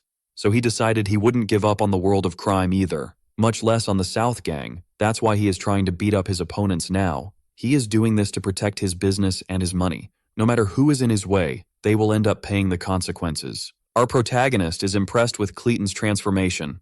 Phase 2. When he opens his eyes, turns him into another person. Haru no longer has any idea what to do, and our boy said they only need 5 minutes. The tanned boy confirms this information, just enough for his allies to arrive there too. But that's not what our protagonist meant. In any case, the three decided to initiate the attack, as they need to hold out for that time. But after executing their deadliest moves, they noticed something very curious. Clayton continues to endure all that suffering intact, and now he started attacking his enemies, brutally and mercilessly. Like a wild beast, he managed to sniff out fear, and that is giving him a lot of courage. Having advanced recklessly, he didn't see the approach of a modest-sized foot. Haru was using capoeira skills against him, and even trusting in her speed, she can't stop being surprised by this enemy. She continues striking with all her strength and violence, landing precise and extremely traumatic blows, trying to find a weak point. Gender Fluid decided to hit the thinnest part of the skull, the temple. Completely determined, she believes she can resolve this with just a single blow, but she ended up being surprised by the results of her actions. Clayton managed to hold her foot in midair. That shouldn't be possible. Since he didn't like being hit by her at all, he decided to slam her down as if she were just a pillow. Haru began to scream in agony, feeling that her bones are already at their limit and her organs starting to fail. Our protagonist didn't like seeing that and surprised Clayton with an extremely cruel and crushing blow, but he also ended up being surprised by the result of that. Clayton managed to hold him in his arms, as if he were a child, revealing that his true target is our protagonist. Because everything turned upside down when he appeared in the gang's path, and now he will meet his true end. Our protagonist used the card that makes his voice high-pitched, chanting an insult worthy of 10-year-olds, saying that Clayton's butt stinks. The infernal noise of someone breaking through puberty bothered Clayton's eardrums absurdly. This made our protagonist prepare for the attack while saying that Clayton is a stinky boy. Even though he managed to hit him, our boy also absorbed an extremely powerful blow. For a brief moment, his pupils couldn't perceive reality. Everything happened in a flash, and being dazed from that blow, our boy swallowed another punch. But this time, it was Clayton's turn to be surprised by the results of his actions. For our protagonist used the Fury card and absorbed that damage in the most psychotic way possible. For the next 2 minutes, he is immune to pain, but after that, he will lose consciousness. Thanks to our protagonist's screams, the tanned boy is very upset. This almost distracted him from the mission of continuing to hold the extras. Returning this way for 5 minutes is going to be really boring, because those extras are approaching with great determination and armed too. Now the tanned boy doesn't know if he can continue trusting our protagonist. Clayton continues delivering deadly blows, only to become more and more frightened. It's as if our protagonist is in automatic violence mode. His body is refusing to feel pain. He imagines this is caused by adrenaline, not knowing that our protagonist has a system that makes him extremely more powerful. With 49 seconds left until our boy's ability ends, Clayton managed to hold him by the waist, delivering his deadliest blow, the Skull Crush, hoping that this will resolve the situation. Our protagonist's 5 minutes were up, and the time for his ability is also at its limit. On his body is the very furious Clayton, who decided to end all of this now. Even though he doesn't feel pain due to his ability, our boy remains deadly. Fortunately, the day was saved by the unexpected arrival of someone who managed to kick Clayton in the back. Our protagonist noticed that some of his subordinates had joined in on the fun. Goku and the eyebrowless one are there to provide support, and in less than 40 seconds, our boy will pass out. The eyebrowless one already warned him. His stamina is at its limit, and the presence of those two made Clayton even angrier, because now he understood what happened after the 5 minutes, and he is not surprised at all, since the only thing surrounding him in that corridor are weak men and future corpses. But our boy said that the plan is just beginning. Earlier, before that deadly fight, our boy was thinking of a strategy. He wanted to meet with the tanned boy, but he doesn't know if he should warn him about that. One of the cards he possesses is called Diaper, and it will recover the energy of his companions for a minute, also increasing their attributes. And after using that mysterious power, everyone began to rise, even the Yakuza, who a few chapters ago had his arm broken. Clayton's end is finally approaching, as his enemies are now awakened and furious, all possessing more than one attribute at level S. Clayton does not believe in miracles. He does not think he will be defeated just because dying men have just risen from the ground. Claiming that the Southern gang belongs to him, Clayton advanced once again towards his enemies, and the first thing he encountered in front of his skull was a twisted metal bar. Our protagonist used another one of his cards, granting a random attack ability to a member of his group, and the chosen one was his eyebrowless friend. At least that's what I thought, because in this frame it now seems that it is our protagonist who is engaged in the aggression, causing Clayton to close his eyes again from so much pain. Armed with the metal bar, our boy said that today is the end of the Southern gang. The bronzed boy is very busy finishing off some extras. When he finally managed to gain some space, he heard familiar voices. His subordinates had arrived too.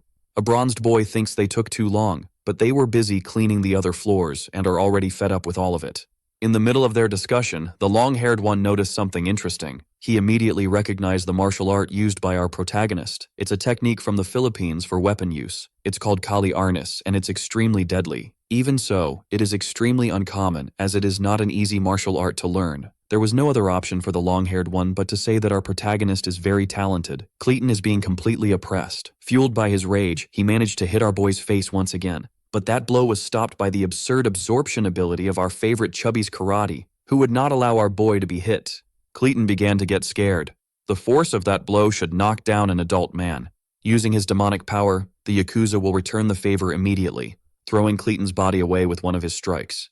One of the side effects of the Yakuza's power is to reduce the enemy's stats, who has now been struck by the gender fluid.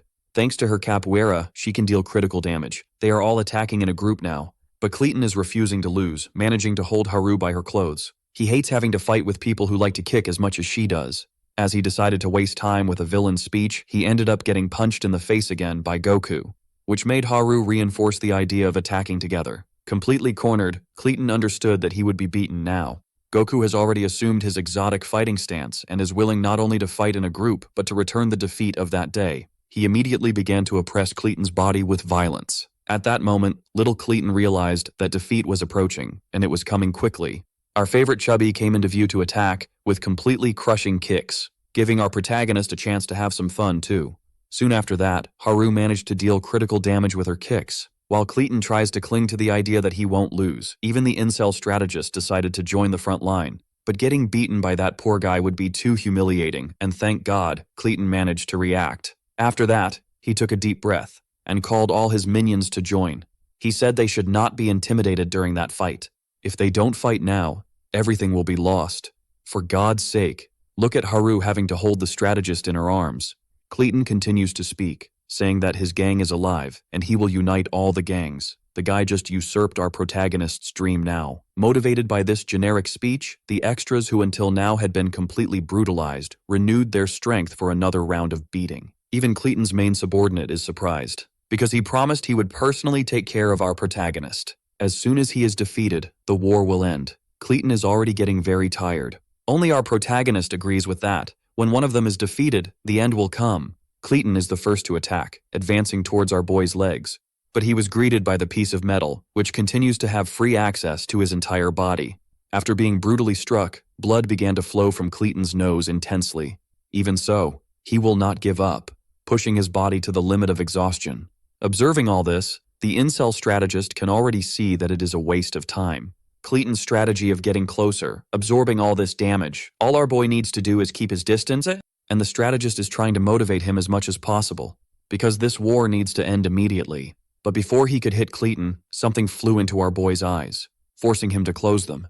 It's the blood that was coming from little Caton's nose. Thanks to that, he managed to grab our boy's body, driving the extras crazy as this battle just changed direction. Once again, Caton uses his most brutal move, slamming our boy headfirst into the ground. With this, he believes he has finally achieved victory, for he will leave our protagonist in a wheelchair forever, or even worse, sipping soup through a straw for the rest of his life. After a few repetitions, Caton believes he just needs to do this one more time. Haru, who was beating up a generic boy, started to genuinely worry, but our boy used a recovery seed. Thanks to that, his stamina was completely restored, and he managed to break free from Caton. The poor guy couldn't even understand how that happened. Now, our protagonist has taken on his most brutal version, the tank top fighter. He is exuding power and violence, and is very angry with Caton's actions, who is now completely furious, as he can't believe he didn't inflict any damage on that 56-kilo boy. The kid must be faking it. Caton charges like an animal, determined to end our protagonist's life. To get closer, he absorbs several blows. Everything is happening as before. Only this time, Caton's zygomatic arch was stopped by a metal bar. Still, he is almost grabbing our protagonist's shirt. But before that could happen, another metal bar approached Caton's neck, and it is not for playing around, for it is being wielded by our protagonist, who is a black belt in violence. Not even our boy's supporters could understand that movement. Completely surprising. After using the card to the moon, our protagonist is ready to annihilate Caton once and for all. The poor guy just watches as he approaches. Our boy passed by him like a samurai, leaving behind only a defeated enemy. This is our protagonist's mischievous way of being. Caton finally fell to his knees. The fourth stage of the main mission of the system occurred. Caton was defeated in his awakened version. With no strength to stand, he collapsed and fainted. The first to inform everyone is the tanned boy, exuding power. And with the mission completed, our boy said that the war is over. It's time for the next stage, which is also the last. Only now our protagonist realized that it has been a long time since he used the tank top this way, and he is eager to know what the last stage of this mission is. The eyes of our boy began to shine. Apparently this last stage is a lot of fun. But since the war is over, Haru jumped on our boy's back to celebrate. She is extremely happy with their victory. It was very exciting. Our boy told the extras to drop their weapons, for their leader has just been defeated. With Caton unconscious, it will be up to the Eastern fighters to capture him. The strategist said that with the end of the war, it is time to go home. And our boy is very eager to finally do that. After that great conflict, the two teams need to talk. Our boy is accompanied by his elite squad. According to the strategist, it is necessary to officially declare the end of the war, to rid themselves of the defeated, and they began the process of recruiting new talents. With the South Gang no longer existing, the elite members are no longer affiliated with anyone. The East and West need to receive their rewards for victory. Only our boy needs to be cautious. Recruiting someone without thinking about it could end up attracting problems. Those who are not chosen by anyone will have to abandon the gangs and disappear. The first candidates were rejected by the tanned boy, who left them to our protagonist, who ended up deciding to hire them. They are those blonde twins who just appeared. The strategist would like to know the reason, and our boy said he has desires to expand the territory.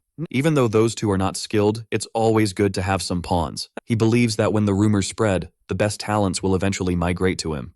But there is an even greater reason for him to be doing this. Our boy needs to recruit talents from the South Gang, and the more people he can get, the greater his rewards will be. Those extras are excited, but our boy is only thinking about the cards he will get.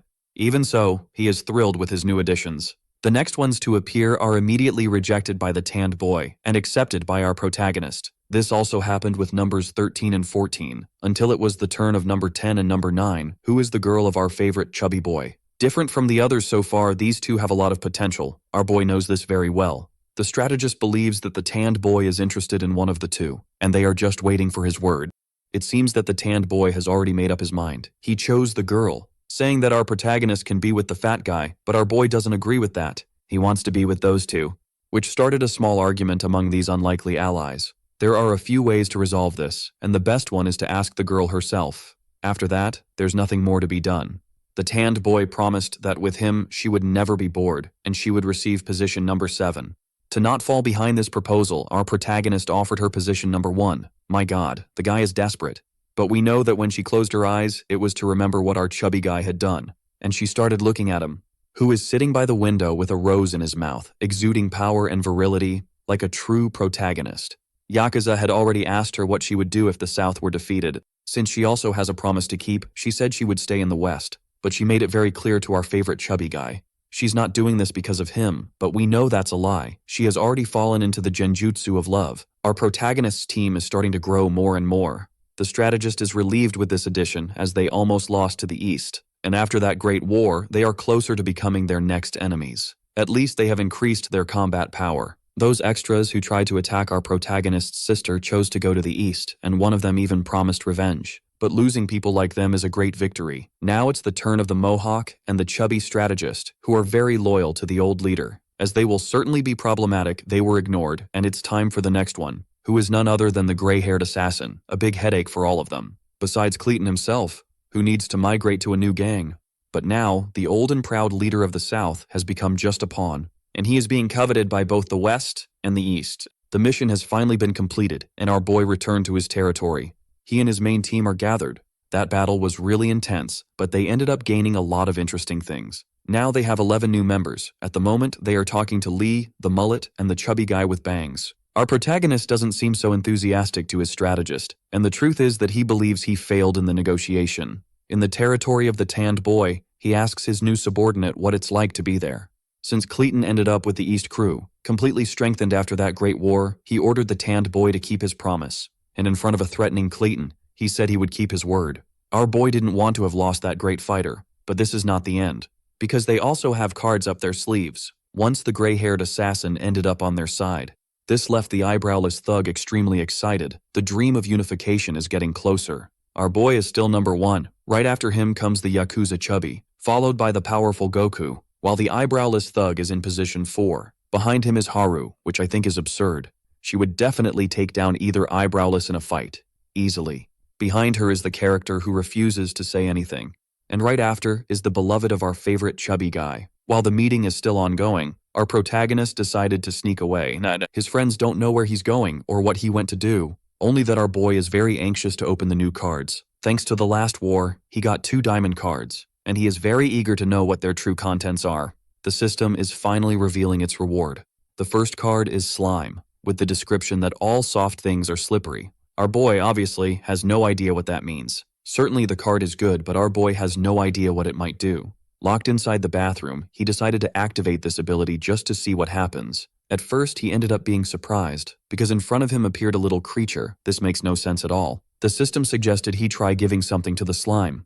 Taking a bill, he decided to test it. The creature swallowed it completely, and our protagonist is watching closely to see what will happen. Just to get really upset, because he wants his money back, he didn't imagine the creature would eat that. After being disturbed, the creature spat the money back out. But it was visibly upset for being treated that way. Our boy is slowly understanding how this ability works. It seems that this slime is some kind of inventory for him. If it really works this way, a new world of possibilities will be opened, and that's exactly what the letter does. The slime is also an infinite inventory. Outside the bathroom is the strategist, who started to cough casually. He wants to know if everything is okay with our protagonist. Because he has something urgent to discuss with him, not knowing what to do, our boy tries to store the creature. Unfortunately, the problem is very serious, which left our boy quite worried. He needs to talk to the strategist immediately. In a room, it's just the two of them. It seems this matter is really important. Finally, the strategist is going to start the conversation. At this moment, they have 2 problems to solve. The first is that they are completely out of money. For Clayton's team to remain cohesive, they made money through the sale of fentanyl. While the East raises funds through entertainment, these gangs have their own businesses. But our protagonist team has no source of income, and money is necessary to stay in power. The strategist said here that the West needs its own business. Our boy is trying to think of a solution, but he would like to know what the second problem is. The strategist said it's a consequence of the first. It's about the loyalty of the team, which everyone has for our boy. Those who were recently recruited will soon have their loyalty compromised. Since they were fed money by Clayton, if there's no source of income there, they will also end up leaving. Our boy is asking if loyalty is maintained by money, and the strategist said no, because among the new members there are some who don't think only about that. Lee came because of the chubby one, but no one knows why the gray-haired assassin chose them. And indeed, our protagonist is interested in this situation and decided to get closer to these people, as they belong to the same gang now. This made the system generate a side quest. He needs to increase the loyalty of both. The gray-haired assassin has 53 points, while the girl has 70. This made our protagonist ask something to the strategist. He wants to know his opinion about a little trip. For a brief moment, the boy fell completely silent, but he started to imagine how fun it would be to be at the beach in the company of Haru. In light of this, the strategist realized that this idea is excellent, a way to create bonds without relying on money. Even so, it's still necessary to think of a business. Back in his room, our boy is thinking about this. The cloud is still in the shape of that famous one, and he noticed that she is worried. So, our boy told her that they need to set up a source of income for the gang, and it seems that our boy had an epiphany. He doesn't know how he didn't think of this before. All he needs to do is use the slime, and the little creature seems to have become worried. Even the cloud wants to know what he will do. Our boy said that he is an inventory. Since he can absorb anything, they could safely hide illicit objects. If our boy does things the right way, he has the potential to become the greatest criminal of the century. Full of enthusiasm, the cloud asked if our boy is going to become a crime lord, and he said yes. However, this idea doesn't seem right. At first, he was very excited, but he didn't want to go that far just for a reward. If possible, he would like to maintain his own character integrity. Realizing that making money is not easy, our boy reflected again. All the ideas he has are related to children. Lying in his lap, the cloud said that our boy is really amazing. After some time, in the company of his friends, everyone is ready to travel. Our boy was surprised when he saw Haru. She is bringing a huge suitcase, even though the trip is only for 2 days. The girl said she isn't that excited, but by the volume of her luggage, that doesn't seem true. What our boy would like to know is why that girl came along. It's the silly one he calls sister. And without telling anyone, there's something she would like to confirm immediately. About that gender-fluid girl. The other gang members finally arrived too. They are the main guests, the gray-haired assassin and Lee. Our boy greeted them politely, wondering what they wouldn't come. Lee said he came only because it's part of the job, yet our boy assured that they will have a lot of fun. It was at that moment that the chubby one asked our protagonist if the strategist wouldn't go with them. The West would be empty if everyone left. There is a possibility of an attack, so the strategist will stay behind, poor guy. The boy just wanted to see more pieces of skin on the beach. Now that the main squad is gathered, it's time for them to have fun and see what will happen. In a corporate building in the North Territory, a man is playing cards, and he is being informed of the news. The South Gang has been completely taken over, and this man wants to know who did it. His informant said that the East and the West formed an alliance. The boss of them all already knows what happened. One of the mysterious men decided to ask number 2 what he thinks about all this. While playing chess alone, he said he misses Haru, also acknowledging that the West is tiny, yet he managed to take down the South. This citizen's name is Daniel, and it seems he will soon meet our protagonist. Finally, they managed to reach the beach. Everyone is excited. It was even necessary to hold Haru, who looks like a child separated from their parents. Watching her enthusiasm, our boy began to imagine that Haru might have been a fish in her past life. Apparently, they will stay 3 days and 2 nights in this place, and with that, the mystery will finally be unraveled, because they want to discover what the true gender of gender fluid is. Haru insists on referring to herself in a masculine way, but they have their doubts about that. As soon as they arrived at the place where they will be staying, Haru quickly changed clothes but remains very confused. Our boy wished she would change again. He even asked to see what she brought in her suitcase, but she won't let him. Yakuza reminded our protagonist that it's still early for that. They will stay a few more days there. Patience is necessary. Meanwhile, Goku and the silent assassin don't care about taking off their clothes, as they know they have incredibly well-built bodies. This made our protagonist remember that he should also change clothes. Even though the purpose is to have a little fun, there is an even greater reason. He needs to get closer to his new members. and build loyalty so they won't run away. Apparently, our boy is terrible at this and is giving a shoulder massage to the silent assassin. While he tries to force some generic conversation, he is using the camera to see where Lee is, discovering shortly that the girl was changing clothes. In the company of our protagonist's sister, the scene was so shocking that he ended up slapping the gray-haired assassin, who seems not to have understood what happened, but our boy said it was just a mosquito. Indeed, our boy is very foolish. He needs to learn to use the camera more carefully. Finally, everyone is at the beach, enjoying the summer heat. The girls seem to be getting along very well, and they continue trying to uncover the truth about Haru. Apparently, she doesn't quite match with the real boys, and about this situation, our protagonist and the chubby one are thoughtful. For the Yakuza, it's surprising that our boy also came. That was unexpected. And our boy is seeing another side of the silly girl, but he doesn't care much about that. At least Lee's loyalty has started to increase. The same can be said for the silent assassin, but since he doesn't say anything, it's hard to perceive things. This is very satisfying for our protagonist, but after this great war, he has other problems to solve. Creating a business and a source of income is extremely necessary, and he is trying to think about how he could do that. Otherwise, the West will collapse. His thoughts were soon interrupted by an invitation. Haru came to our boy and the chubby one, inviting both to play on the beach too. Meanwhile, in the corporate building of the North Territory, Daniel continues playing chess, until someone decided to interrupt his moment of personal reflection. His subordinate discovered the current location of our protagonist. Daniel seems interested in this information, finding out that our boy is enjoying the beach. This makes Daniel realize that these young people must be good friends.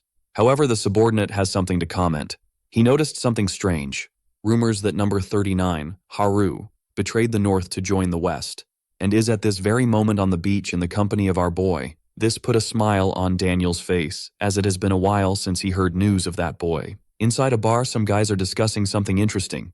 Their friend speaks in a very formal manner. Haru is playing pool, and there's something different about him.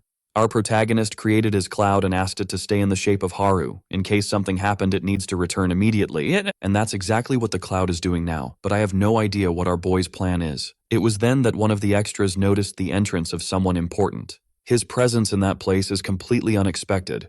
As soon as Daniel entered the room, everyone stood still. They were welcoming number 2. No one knows what brought him there, as he is an extremely busy man. Perhaps he came to that place just to see little Haru, who is actually the cloud of our protagonist.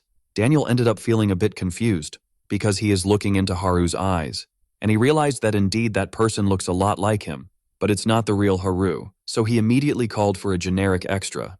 Daniel wants to know where the high-ranking members of the West Gang are now. It's already night, and our protagonist is lying in his bed. To his surprise, the cloud just appeared before him, falling onto his lap in the shape of that famous singer. As our boy is still sleeping, she decided to wake him up with a few slaps. The information she has to pass is urgent, so she keeps slapping until he wakes up.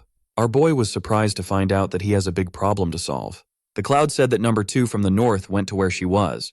Showing to be very worried, our protagonist wants to know what Daniel was doing there. The cloud said he was looking for Haru. She even recognized that the cloud was very similar to him, but it wasn't Haru. Now our protagonist is very scared. He has no idea how this happened. It could be that number 2 knows he was interacting with a cloud, and that scares him a lot. Our boy wants to know what the relationship between Haru and the North Gang is, and why Daniel is obsessed with her. None of this situation seems normal. When they find out that our boy stole some talents from the North, he could become a target for these enemies. Showing to be very worried, our protagonist asked where Haru is. The poor soul is still at the beach, going through complicated situations. Because our protagonist's sister decided to attack her mercilessly, she looks deeply into her eyes, telling Haru to reveal the truth because she wants to know if she is in front of a man or a woman. Even after being confronted with this question, the two are now sitting on the beach, watching the beauty of the sea. Haru is visibly nervous and uncomfortable with this subject, so she tried to change the topic of conversation. But the silly girl continues with her inquisitive gaze, trying to find out why Haru decided to sit down. Gradually, the gender-fluid person starts to relax, and was surprised to find out that the silly girl didn't want to come to the beach, but she only made this trip because she was very interested in Haru, who was very surprised by this information. Her feelings blossomed when she was saved that time she was tricked by an extra. In light of this, she asked once again if Haru is a girl, but she said no. When asked about the length of her hair, Haru said she has personal reasons for letting it grow. She met a great hairdresser one day, but she got sick, and she will wait for her to get better to cut her hair again. Hearing this justification, the silly girl seems to believe nothing, It was at that moment that she decided to push Haru's body, and now she is completely defenseless. Determined to get her answer, the silly girl decided to use full power, ordering Haru to stop stalling with the answers. It's time to deliver the truth she desires. To tell her if she is indeed a man or a woman. Haru can't understand why this curiosity, but she can say something to her. Her lips finally began to move to deliver the truth, capturing all the attention that the silly girl is capable of producing. But before that could happen, our protagonist interrupted the moment of revelation, as they have a huge problem to solve now. Haru immediately got up, imagining that the East must have started to attack, but our protagonist said it's worse. Only he couldn't tell the truth now, as he needed to catch his breath. Our boy only has lungs for fights. If he needs to run, that's another story. He finally managed to say that the North Gang is coming for them. Daniel is coming, and that made Haru worried. Back at the house where they are, it's time to tell what happened between her and Daniel. Haru is being interrogated by her companions, and our protagonist wants to know why number 2 from the north cares so much about her. Certainly, Daniel didn't come just to keep an eye on her, and they know that Haru was once part of the Northern Gang. If the subject is too delicate, our boy said he would understand his companion's silence, for they could talk about it at any other time. The problem is that they need to figure out what to do with Daniel. Goku is sure that soon this man will arrive, and our boy noticed that Haru wants to hide from him, so our protagonist decided to meet Daniel in person, trying to resolve everything through conversation. Goku sighed deeply after hearing this, saying that our boy doesn't know what Daniel is like, which left our young man confused, as by the name, Daniel seems like a nice guy. Before sharing what he knows, Goku decided to close the door. Outside on the beach, Lee is walking with her wooden sword, but she was soon found by our chubby ominous guy. Full of love to give, he asked if he could walk with her. Lee replied that he was already walking. Using his supreme gaze, he tried to identify a topic of conversation, and he decided to ask her how she got that sword. The girl said it was all she had, revealing that she had already been betrayed in her life story. Then she began her journey of revenge, but she wasn't strong enough, and when she woke up, she was holding that sword. She said that our chubby guy should stop while there's still time, for she can't trust anyone. And indeed, the Yakuza said that maybe she really can't, which left the girl confused. Her confusion is being illuminated by the sound of the waves. The girl was very distracted by our chubby guy's positioning, who still managed to prevent her from getting wet. He said it was okay if she still didn't trust him, promising that he would earn her trust over time. This left Lee deeply thoughtful. Our chubby guy's speech skills are simply absurd. The guy plays chess with beings from the 5th dimension. Far from there is a square, and in it, the gray-haired assassin is sitting, watching the screen of his cell phone intently. He just received a message from Caton saying that they would meet soon. The tanned boy wants to know if Caton can really control this force of nature, but he is too busy absorbing carbohydrates with his mouth. Even so, he confirmed the situation. They have a very strong relationship, but he is sure that the gray-haired assassin's loyalty still belongs to him. This leaves the tanned boy quite relieved. Things are slowly organizing. Soon the West will start to fall from the inside. My God, if a desperate extra shows up, it's because there's bad news. The poor guy said that Daniel started to move. Everyone knows he will meet our protagonist. This brought joy to the tanned boy, who is sure that the West will be blown up. And they won't need to do anything, as Daniel will do it alone. Going to our boy, he is eager to know what this citizen has that is special, and who is that person that looks like Haru. Daniel believes this will be very fun, but on his way, he ended up encountering someone. He wants to know what Goku came to do in that place. Showing to be very determined, the Mountain of Muscles wants to know what Daniel is doing. The young man said he came to talk to Goku's leader. I might be wrong, but this guy looks a lot like Hisoka from Hunter x Hunter without makeup. Taking the cigarette out of his mouth, Goku asked what Daniel would do if he didn't like our boy. Without thinking twice, he said he would get rid of him. Goku immediately extinguished his cigarette. He cannot allow Daniel to cross that line, and he seems to have liked that very much, understanding that Goku is protecting his leader. Even their attributes are unknown. Daniel knows that Goku couldn't defeat Caton, so he won't be able to stop him. Completely offended by this comment, Goku told him to shut up, all while his potential began to rise again. The atmosphere between the two started to get quite tense. As Daniel is a confident man, he asked if everything was okay with Goku. Here immediately showed him that he is no longer the same person as before, throwing a punch, but Daniel managed to defend against the attack. Goku continued striking, but he couldn't hit anything at all. Daniel said he seemed to be much slower. Only then did he realize that his foot had been stepped on. Now he can't gain that much distance, and throwing punches is getting harder and harder.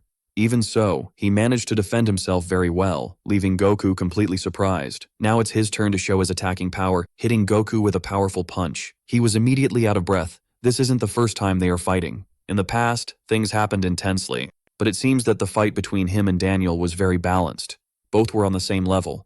But now, Goku seems to have been incredibly surpassed, for the only thing he can do is absorb punches with his nose. Daniel said that his rival's boxing style is extremely predictable. That's why he keeps getting hit in the face so often. After knocking him to the ground, Daniel realized that his old rival remains the same. Even so, he acknowledged that he had done a great job. It's time for Daniel to meet the famous leader of the West. However, Goku told Daniel not to back away now. Looking back, Daniel said that this humiliation doesn't suit Goku and it's time to change his attitude. The truth is that Daniel would like to know why he is trying to protect someone. He doesn't even seem like the same selfish and careless person he met one day, which made him wonder what Goku's motivation is to protect our boy. The answer to that is because our protagonist is very transparent. When there is a purpose, he doesn't think about the means or methods, he simply moves forward with all his confidence. For Daniel, this is the perfect description of a crazy person. Goku said that our boy doesn't usually throw people away, and he isn't treacherous like Daniel's friends. Our protagonist fights to protect his friends, not caring about profit or loss. That's why he thought that if our boy were the team leader, it wouldn't be bad to be under him. Finally, Goku is using his embarrassing fighting method. He believes that our protagonist will be able to unify all the gangs. Daniel noticed that his opponent is overflowing with confidence, willing to prevent him from meeting our protagonist. Contacting the strategist, our boy learned that he shouldn't fight, because Daniel is a true monster, and if the conversation doesn't go well, they will end up having to fight. And this could determine which side the West is on. A fight won't be beneficial for anyone. The North Gang is made up of monsters that don't even seem human. Caton himself would have problems if he fought Daniel.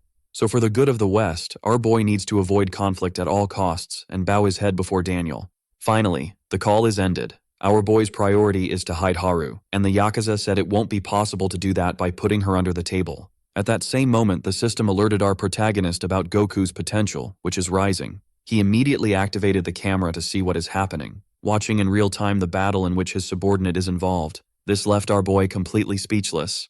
Now he understood what Goku did when he left that room. He was fulfilling his mission. The Yakuza is trying to figure out where our boy is looking, but only our protagonist can see the system. Filled with concern, he said they need to hide the gender-fluid person immediately. Still at school, the strategist is lamenting. He didn't imagine that the North would move so quickly. This could be the end of the West. On the beach, Goku continues to take a vigorous beating. All of Daniel's punches manage to hit him. The power difference is so great that he doesn't even feel entertained. All of Goku's punches are practically ineffective, and his determination is to prevent this man from meeting our protagonist. For if that happens, his whole team will end up getting beaten cruelly. Imagining this as a possibility, Goku will do everything he can to stop it. But Daniel is already fed up with that senseless fight. No one knows what Goku is doing now, and he is practically unconscious, lying on the ground. It was at that moment that his body began to overflow with confidence, manifesting a supernatural power. In the lair of the tanned boy, he is talking to his new subordinate, surprised that Goku has been losing to him. Caton acknowledges that his birthday had no conviction at all, which is why the result was a bit obvious.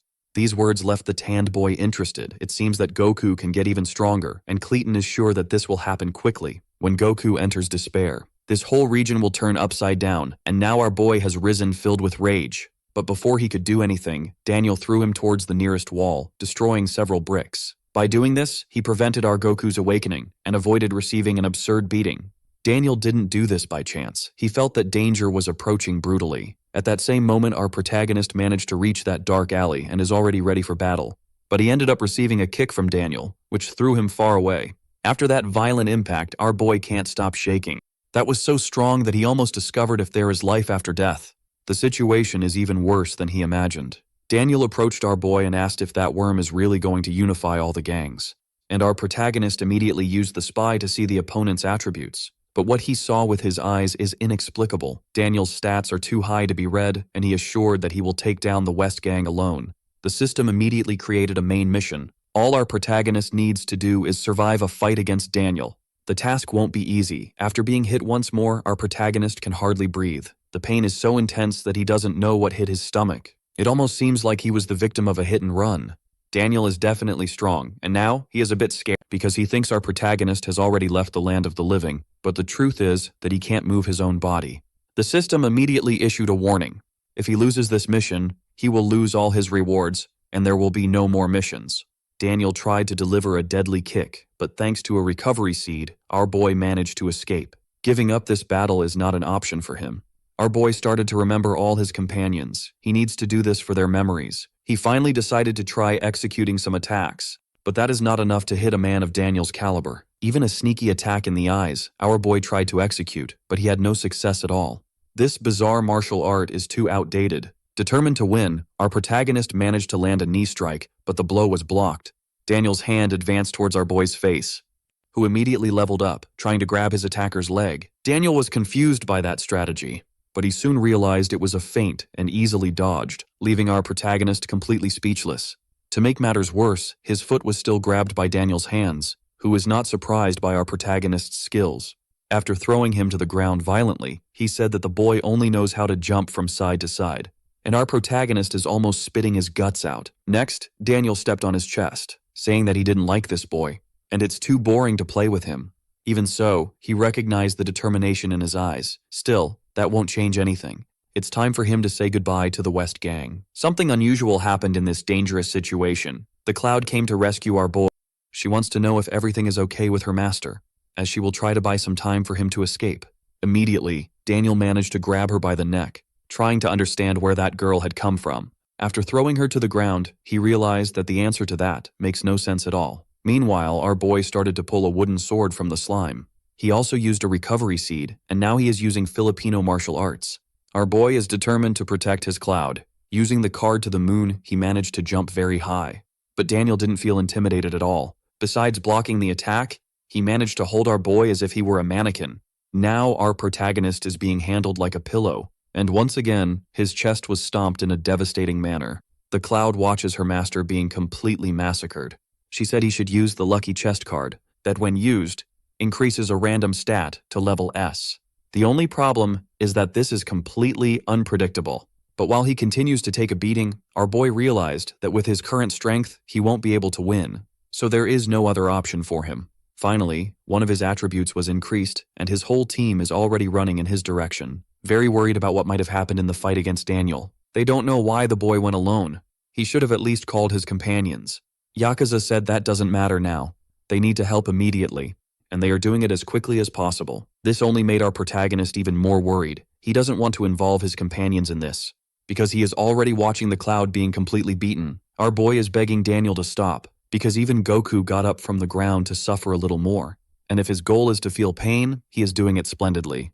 Desperate, our protagonist said they lost the fight, but for Daniel, it is already too late. It is our boy who wished to unify all the gangs, so he should be very careful with the things that come out of his mouth, for he cannot take back those words now. Daniel will make sure that the West Gang will be finished that day. Our protagonist said that his friends are not to blame for that.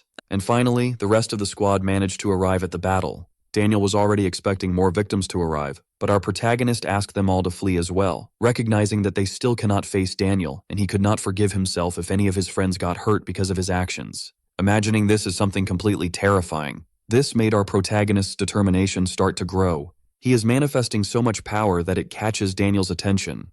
Our boy is remembering when he used the random benefit card, and now his potential has reached its peak. Even his friends are surprised by this scene, for our protagonist was enveloped by great power, and he just awakened and is ready to deliver a bit of violence.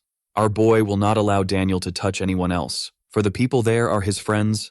My God, our boy just isn't an S in intelligence. Thanks to this awakening, 2 exclusive attack cards were released by the system. The first is the Weasel Beast. Our boy borrows the power of this animal, enhancing his abilities for 5 minutes. The second card is a counter 1000. His abilities become more powerful according to the number of opponents. And our boy is using both at this very moment. His fingers brushed dangerously across Daniel's face, almost hitting him, but he managed to dodge what could have been fatal. For the first time in the fight, Daniel began to feel worried, and our protagonist's companions are completely incredulous, for they are watching our boy strike Daniel with his fingers, intending to cut him. He even managed to hold the poor soul by the head. Completely out of control, our boy embodied Mike Tyson himself, biting his enemy's ear. Daniel did not like this at all and tried to retaliate, but our protagonist went back to elementary school techniques, pinching his victim's nipples, twisting them with all the violence he possesses. Right after that, he struck him in the stomach with his knee, brutally. Already out of patience, Daniel decided to grab our boy's shirt, managing to hit him in the face forcefully. But our protagonist's companions watched this extremely impressed. Yakuza would very much like to intervene in this battle, but he knows he wouldn't be able to do anything. For what they are witnessing, there is something out of reality. Our boy continues to fight fiercely, pressuring Daniel, who is no longer so relaxed, for he is facing someone willing to protect what is most important to him. All that is on our boy's mind are his friends. Among them are very loyal people like our chubby friend and Goku. The eyebrowless one and the strategist also trust our boy a lot. And Haru seems to have found a great family in that team. Even the new members are important to our boy, for through them, he achieved great accomplishments through the system. One of those platinum cards is the paralyzing fist, which leaves the opponent immobile for 3 seconds after being hit. Daniel is being completely pressured. Our boy managed to hold one of his arms, and now he will use his paralysis attack against him. Daniel seems to know exactly what is going to happen, which left our boy completely unresponsive. After being hit by several blows at the speed of light, he understood that Daniel was taking it seriously. He still has something to admit about this battle. If he hadn't done that, he would certainly have been defeated. Now our boy's friends are not so happy, for they are seeing his head being stomped by Daniel's foot. Believing he has won, he called for the next candidate on the list. Yakuza began to lead the attack, followed by the gray-haired assassin and his beloved. Daniel started to move his hands delicately. Our boy's 3 friends were in shock, for they were thrown through the air with great ease. It seems gravity ceased to exist. Our boy is trying to get up from the ground. At that very moment, someone decided to call Daniel. He is confirming the information that our protagonist is very dangerous, and they cannot let the West Gang continue to exist. Back at school, number 3 ended up whispering to the strategist and the eyebrowless one. So far, they have not had any surprises. He was allowed to finish off the West immediately. All the extras belonging to our boys' team were defeated. Number 3 is just waiting for the order to finish the job, but Daniel asked him to wait, as he still needs to confirm some information, saying that our protagonist could use his last words. Quite curious, Daniel wants to know what he will say now, but if he doesn't want to say anything, the end will happen the same way. Daniel suggested tearing out our protagonist's eyes, and once again our boy was saved by the power of the plot. Someone called Daniel, which made him look at his phone immediately, only this time his reaction was different, becoming very scared. Answering the phone, it was possible to see his concern. Gradually, our protagonist friends were recovering, trying to understand the situation. Daniel said he was in a small meeting with the West Gang, but the man on the other side didn't like that. Understanding that Daniel had acted out of order, trying to justify himself, he said our protagonist is dangerous. But the one who appears to be his boss is a man of few words, and Daniel is already apologizing. Recognizing that he had gone too far, what he heard after that was even more surprising. His boss asked for our boy to be brought to him. This left our protagonist quite scared, as the system notified him that the mission had been completed. He managed to survive a fight against Daniel. As a result of that, he was taken to that big building in the northern region. He will finally meet the number 1 of the other gang. This man with long hair and extravagant earrings is named Jojo, and he seems to have enjoyed meeting our boy. But our protagonist can't hide that he is surprised, as he stands before an extremely tall man. While he tries to peek at this man's statistics, Jojo gives our protagonist a choice. Besides not being able to see anything, Jojo invited him to join the North too. The other option is to never leave that building again. Our protagonist began to clench his fists, but he knows he won't win a battle. Gathering all the courage he still has, he said he wouldn't join the North Gang. As he stands before the strongest in that region, he decided to summon his cloud. Besides copying him, he said that Jojo is the one who will migrate to the West.